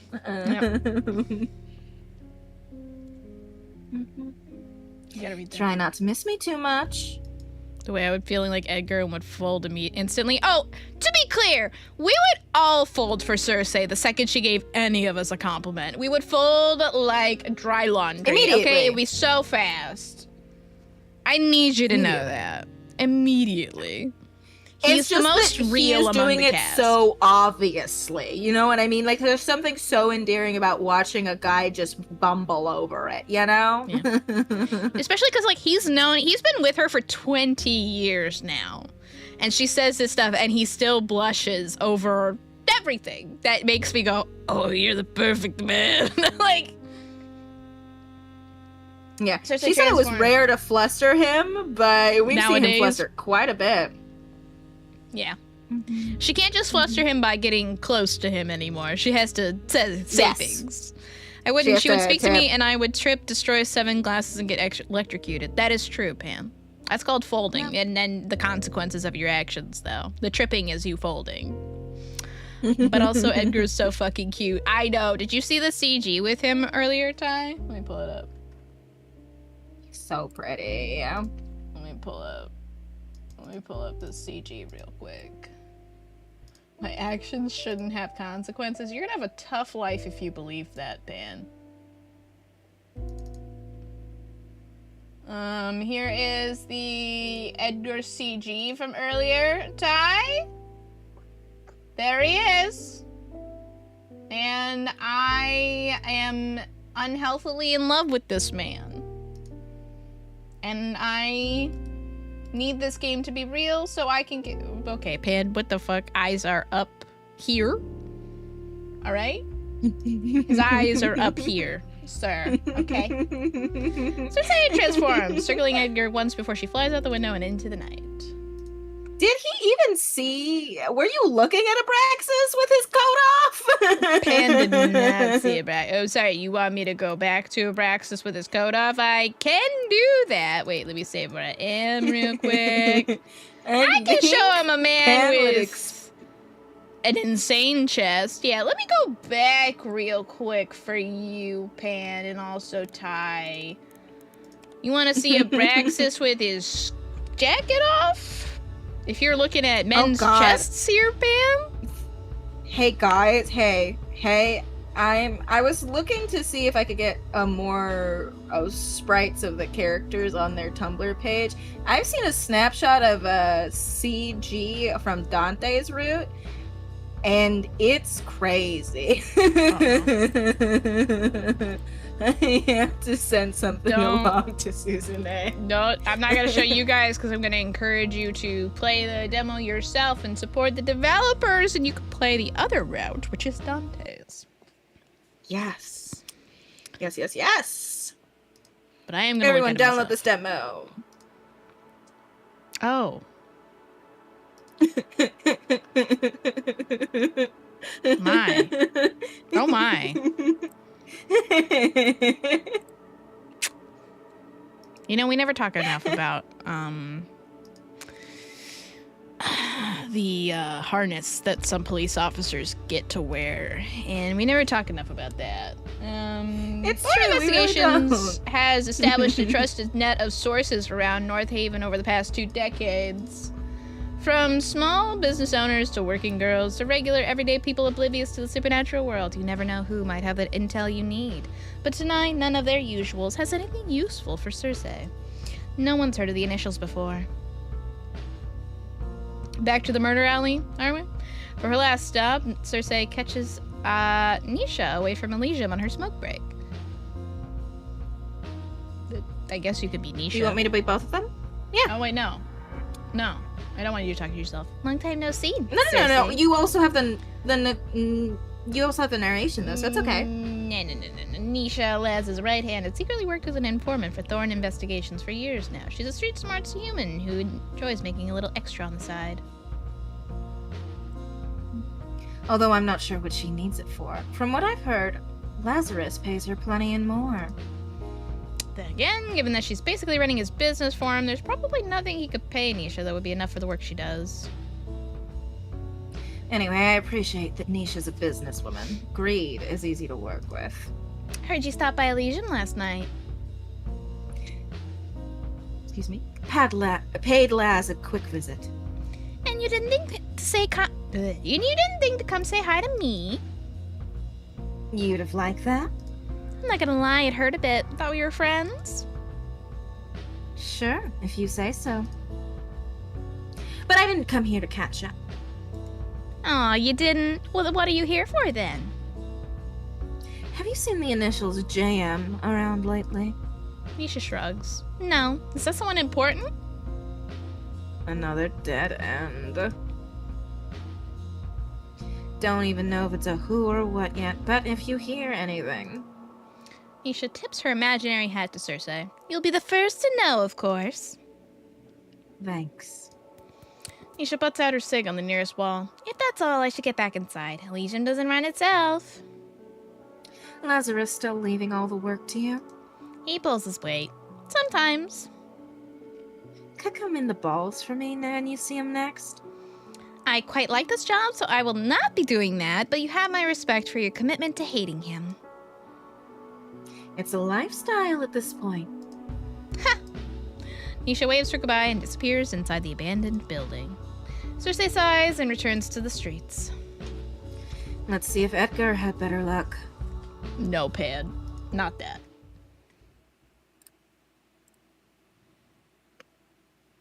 The lights are on when Cersei enters the office. Edgar must have gotten back first. If you're here already, I guess you didn't find anything worthwhile either. She stops at the doorstep. Oh. I don't know why I was overcome with fear that Edgar's bleeding out on the floor, but... Oh, you can't be serious.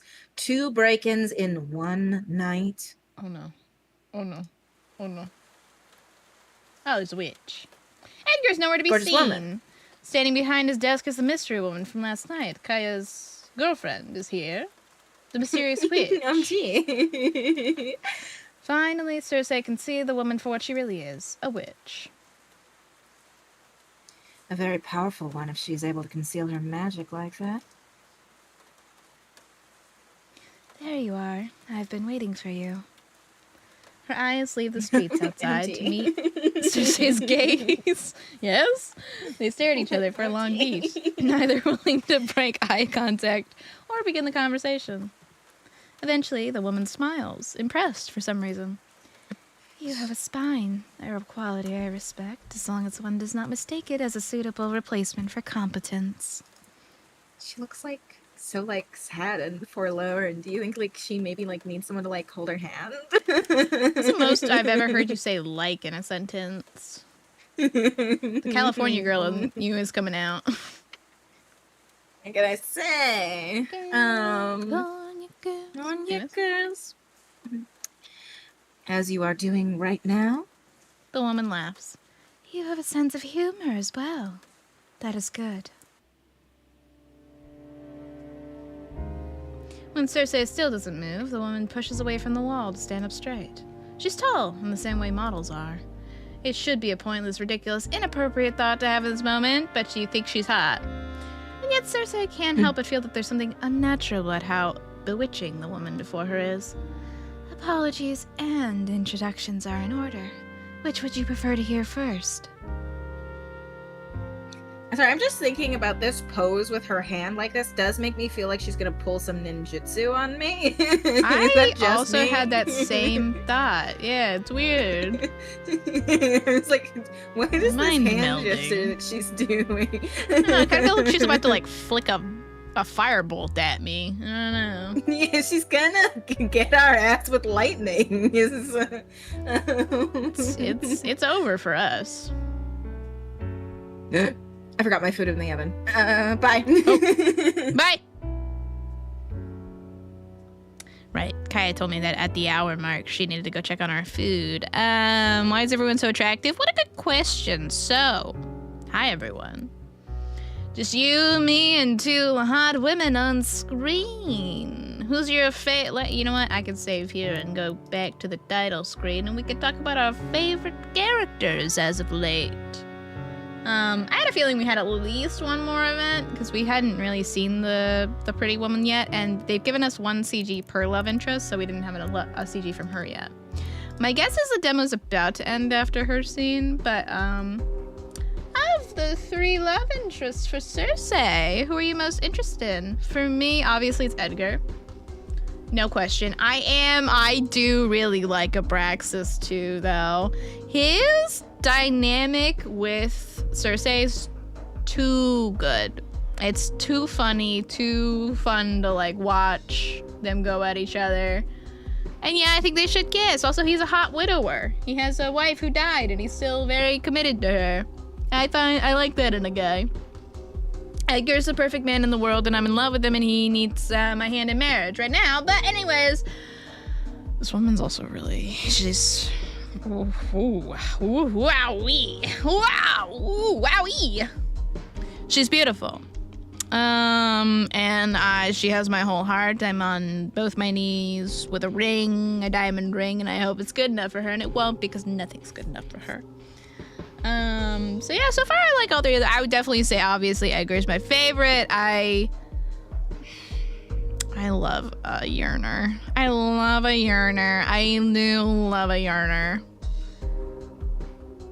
I cast suplex. Get him! Don't care how big the room is. I cast fireballs. Jaw! Yeah, Edgar's hitting a lot of the tropes that I like. He's a tired detective with way too many vices. He's got freckles. If he had a little ponytail, I would swoon.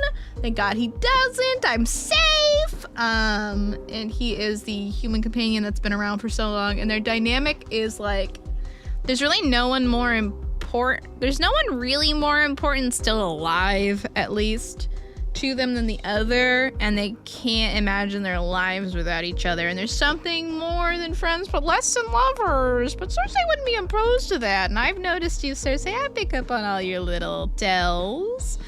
But they also are held back by a lot of things that they just don't know how to navigate. Cersei can't be truly herself around him, she feels, because she's very she doesn't want to see how disappointed in her he'll get. And their relationship is very complex, and I appreciate that. It's like, I like that. Something very frustrating can be when you have like a friends to lovers story, but you don't have a good reason as to why they haven't necessarily crossed that boundary yet, you know? But I do appreciate that in this case, you can see why they haven't already gotten together, because like there's a lot going on. You're going to have to make a very active choice to have them get together, because they've basically accepted that they're going to be together until Edgar dies, but not romantically, but there's no one more important. Also funny how the opening title screen is bi colors. Oh yeah. I don't think Dante's bi though, interestingly enough. The male protag on the right, because all of his romance options from what it looks like, I'm pretty sure they're all men. So I do think Dante might be just gay. Which, hey, good for you, King. But Cersei is definitely bi. And she's beautiful. Edgar kind of looks like me IRL. Nice. Nice. You're gonna find your Cersei one day, Ty. I believe in you. Also, the fashion choices are killing it. I am really interested in getting to know all of Dante's love interests. We're not gonna do that on stream. One, because we're already 6 hours in, and two, because I think it would be good to leave you guys something that you would want to play. So make sure to download the demo from the links if you're interested so far, and check out the other protagonists route. See what's going on over there. There's definitely a lot of their story that we didn't get to explore because we've been so like on Cersei's world and side of things, and Dante's got like a whole subplot we do not know anything about. There's an incredible amount of writing just in this demo alone that I'm really intrigued by. Hello. Also the pathetic eggs. Yes? Hi. Hello. Hello. It's me. It's you. Welcome back. Your girlfriend's here. Thank you. My girlfriend. It's time to log in. Yeah, Your I'm so girlfriend's glad you've here. been having a fantastic time, and I think everybody in chat has been as well. So I'm so happy. I'm so glad everyone's been having a good time. I just repeated myself, but it's for emphasis. No one get at her. She'll cry. No, burst into tears. You choose. Oh, well, if you insist. My name is Nocturne. I'm not a local, but perhaps my accent gave that away already. So you're not British. Great. I wasn't doing it. No. Wrong? Russian? Should she be Russian? Should she be... What can you do? Go ahead and read this entry. Nocturne, a witch from who knows where. She's looking for the person behind the explosion at Beaumont Museum for... reasons? Oh, she is French. Yes! Yes! Yes! Yes! Why are you screaming? I'm not gonna do it. Amongst the many strange circumstances of the situation, Cersei barely noticed the subtle French accent by ears. I'm sorry to ambush you like this in your own office, but you're a busy lady. It is not so easy to catch you alone. Please do not worry. I truly mean you no harm. Am I expected to just believe that? Apparently so, because Nocturne continues talking like nothing's out of the ordinary. It really is a pleasure to meet you, Cersei. I've heard terrible things about you and the work you do, which means you must be good at it. She thinks I'm competent. Whenever you've been told that, worse.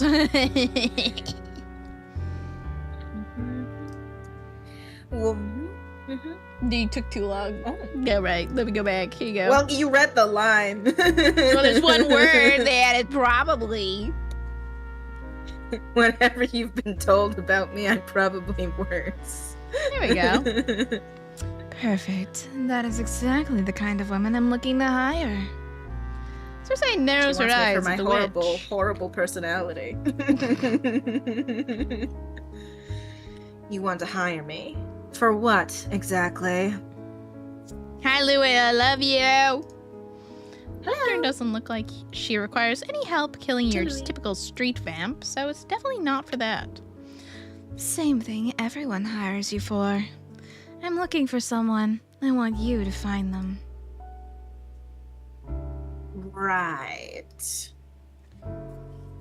Unfortunately for you, I'm quite busy at the moment, so I won't be able to take your case. Goodbye.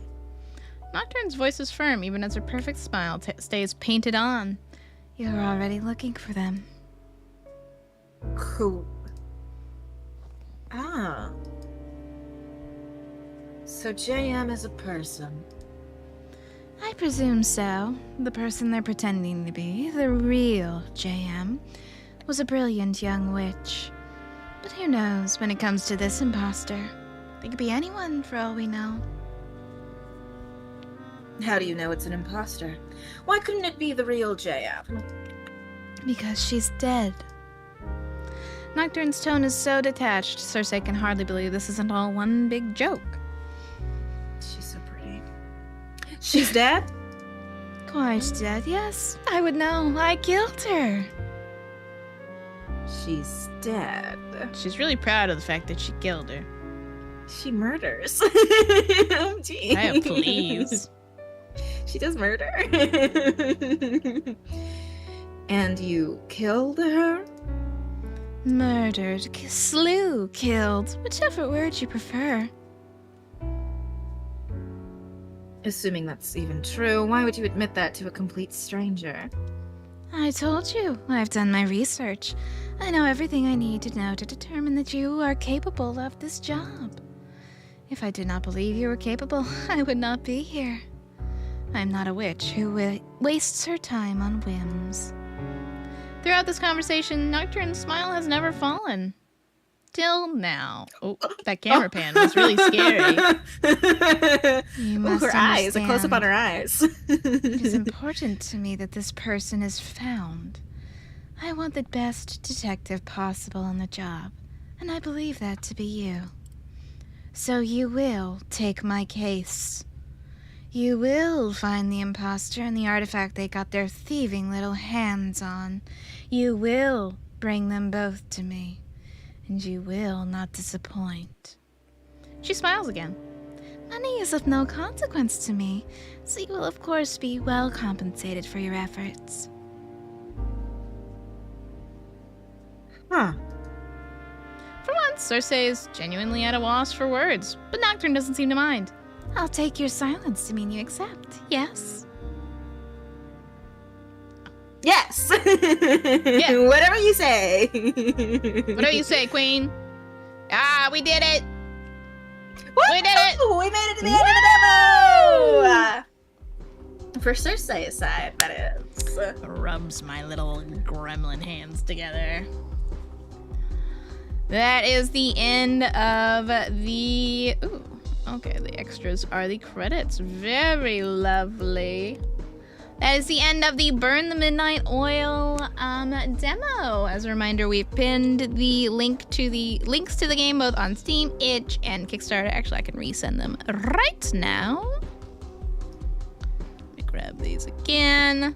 It does need to succeed the Kickstarter to be real. So if you are interested in the game, or you're interested in seeing me and Kaya stream this game again and scream and throw up, consider supporting or just sharing the word around. It would definitely help out.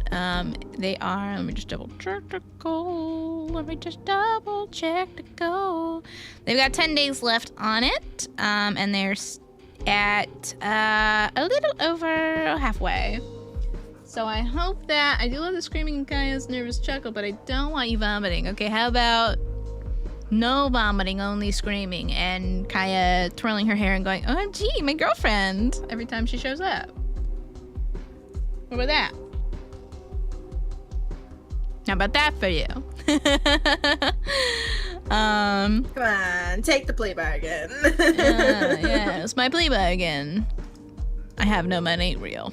I know, I gotta look at I need to look at the tiers now, too. Yes, I think I could do this. Yes, surely.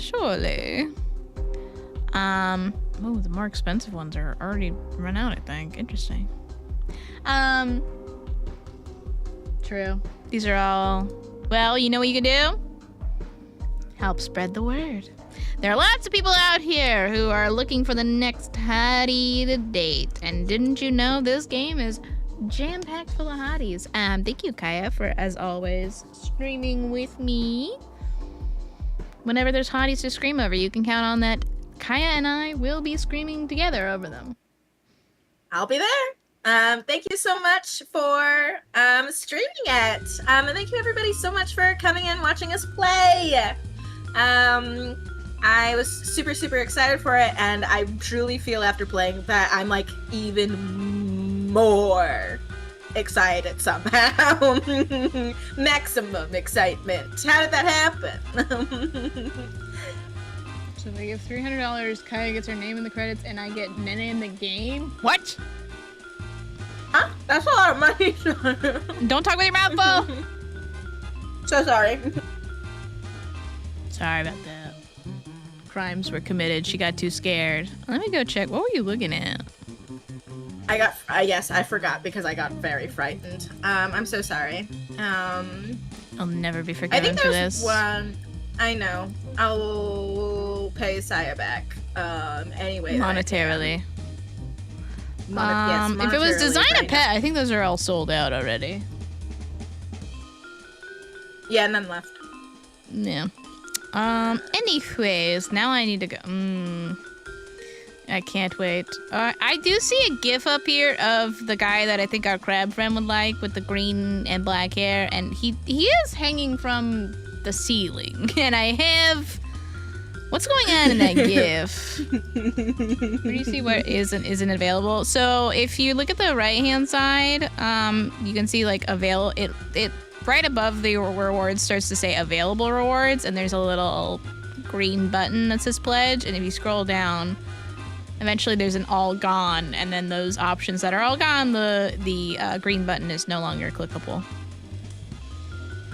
Yeah. That's what I see.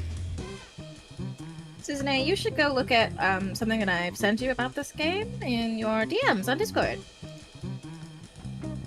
$750. So what are you sending me right now? No. What? Why are you sending me naked men? Why are you sending me half-naked men? Why is Abraxas wearing this? Why is he wearing this? I just remembered earlier that it was I forget at what point we were talking about it, but it was soon after Pan commented. And then I was like, oh yeah, didn't they post shirtless pics for the They did post shirtless pics, and she just sent me shirtless pics of Edgar and Abraxas. And Edgar, you need to send that to Corey. She will be normal about it. I am looking at him. I appreciate that they didn't make him really buff. He's got a little bit, he's starting to develop a dad bod. What I appreciate is he's very embarrassed to be standing there. And then they put Abraxas in what I can only describe as a harness of some description. And good lord, what is that man eating? What is this man eating? He's so shredded and harnessed up, and I can't show him. I think it's against Twitch TOS, but it's... I know you're not asking for it, but I what is happening to the... What is... Anyways, looks back at Edgar. Can you edit text onto it that says hop on Night Rain and send it to Corey? Help! Wait, I will send some others to Suzu. Oh, even though she doesn't know the other shirtless men necessarily. Oh Lord, no, I just brother. think you need to see this person's boxers because Jesus, they're that guy's fucked up. What is he wearing? What are his boxers? Why do they look like a child's play place pattern? They look like the bottom floor of a bowling alley. What? There's this one guy. One of the guys who's a love interest for Dante, the guy with the black and green hair. He's in his boxers too. First of all, he's scarred up, and I don't hate that. I do like a guy with scars. The scars look great. The scars they look look great. very The well pattern done. on his his boxers looks like, Kaya's right, like the floor of a bowling alley or a child's play place. It's just random shapes and squiggles and colors. And you look at him and you're like, why the fuck are you wearing these? Why are you a grown man wearing these? What's going on? Oh, he's so our crab friend's type. It's embarrassing. Oh, no. He's also got the gamer hunch going on. This man does not have a straight spine. It's bent. Had it not been so difficult for me to explain to these Germans I'm paying, but you send it to these people for details and goodies, I wouldn't be so timid on this purchase. I'm I glad. love escaping. Also, to be fair, I think they're British because they're using pounds as their currency. I do think they're British, but I think they deserve money. That is a lot of money, though, and you're scaring me, but I do want to encourage people to Really scary. support them, but I'm terrified. You're scaring me. I'm terrified. There's many, many ways to support, from sharing all of these links to just wishlisting it on Steam or downloading the very demo true. for yourselves. Doing that will truly help boost things for them. It says Germany, really? Oh, it does say Germany. Right at the top. Interesting. Perhaps that's why they have so many French people in here. Well, I've learned something today. When trouble comes twice, people are German. Magic. Oh man, I need to play Dante's side and figure out that hooded man soon. I want to play. I want to play. I'm just looking at various things on the Kickstarter page now. Anyways. All right. I need to look away. So, yes, thank you, Kaya. It was a lot of fun. I hope you guys had fun, too. I always like doing a good visual novel here and there, and we certainly have streamed for a very long time today.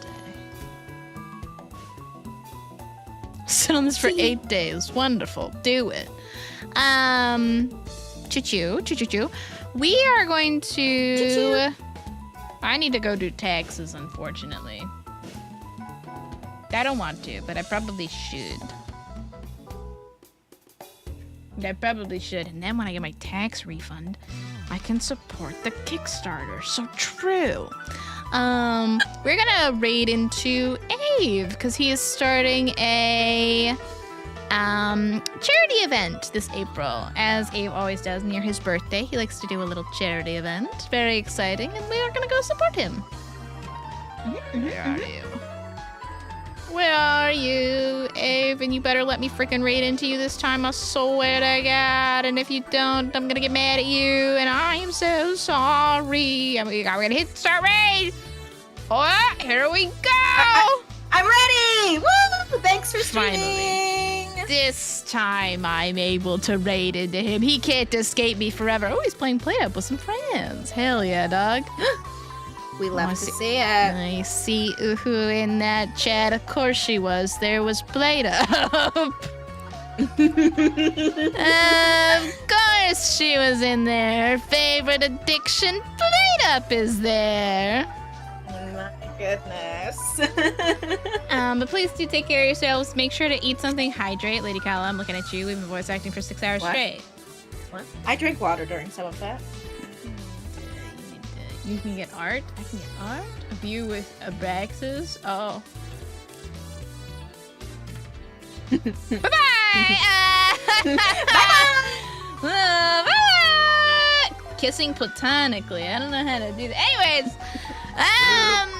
make sure to eat something, hydrate, take a mental consistency, and speak therapy, and I'll see you guys at season next time. See you next time. You don't know how to kiss platonically. No.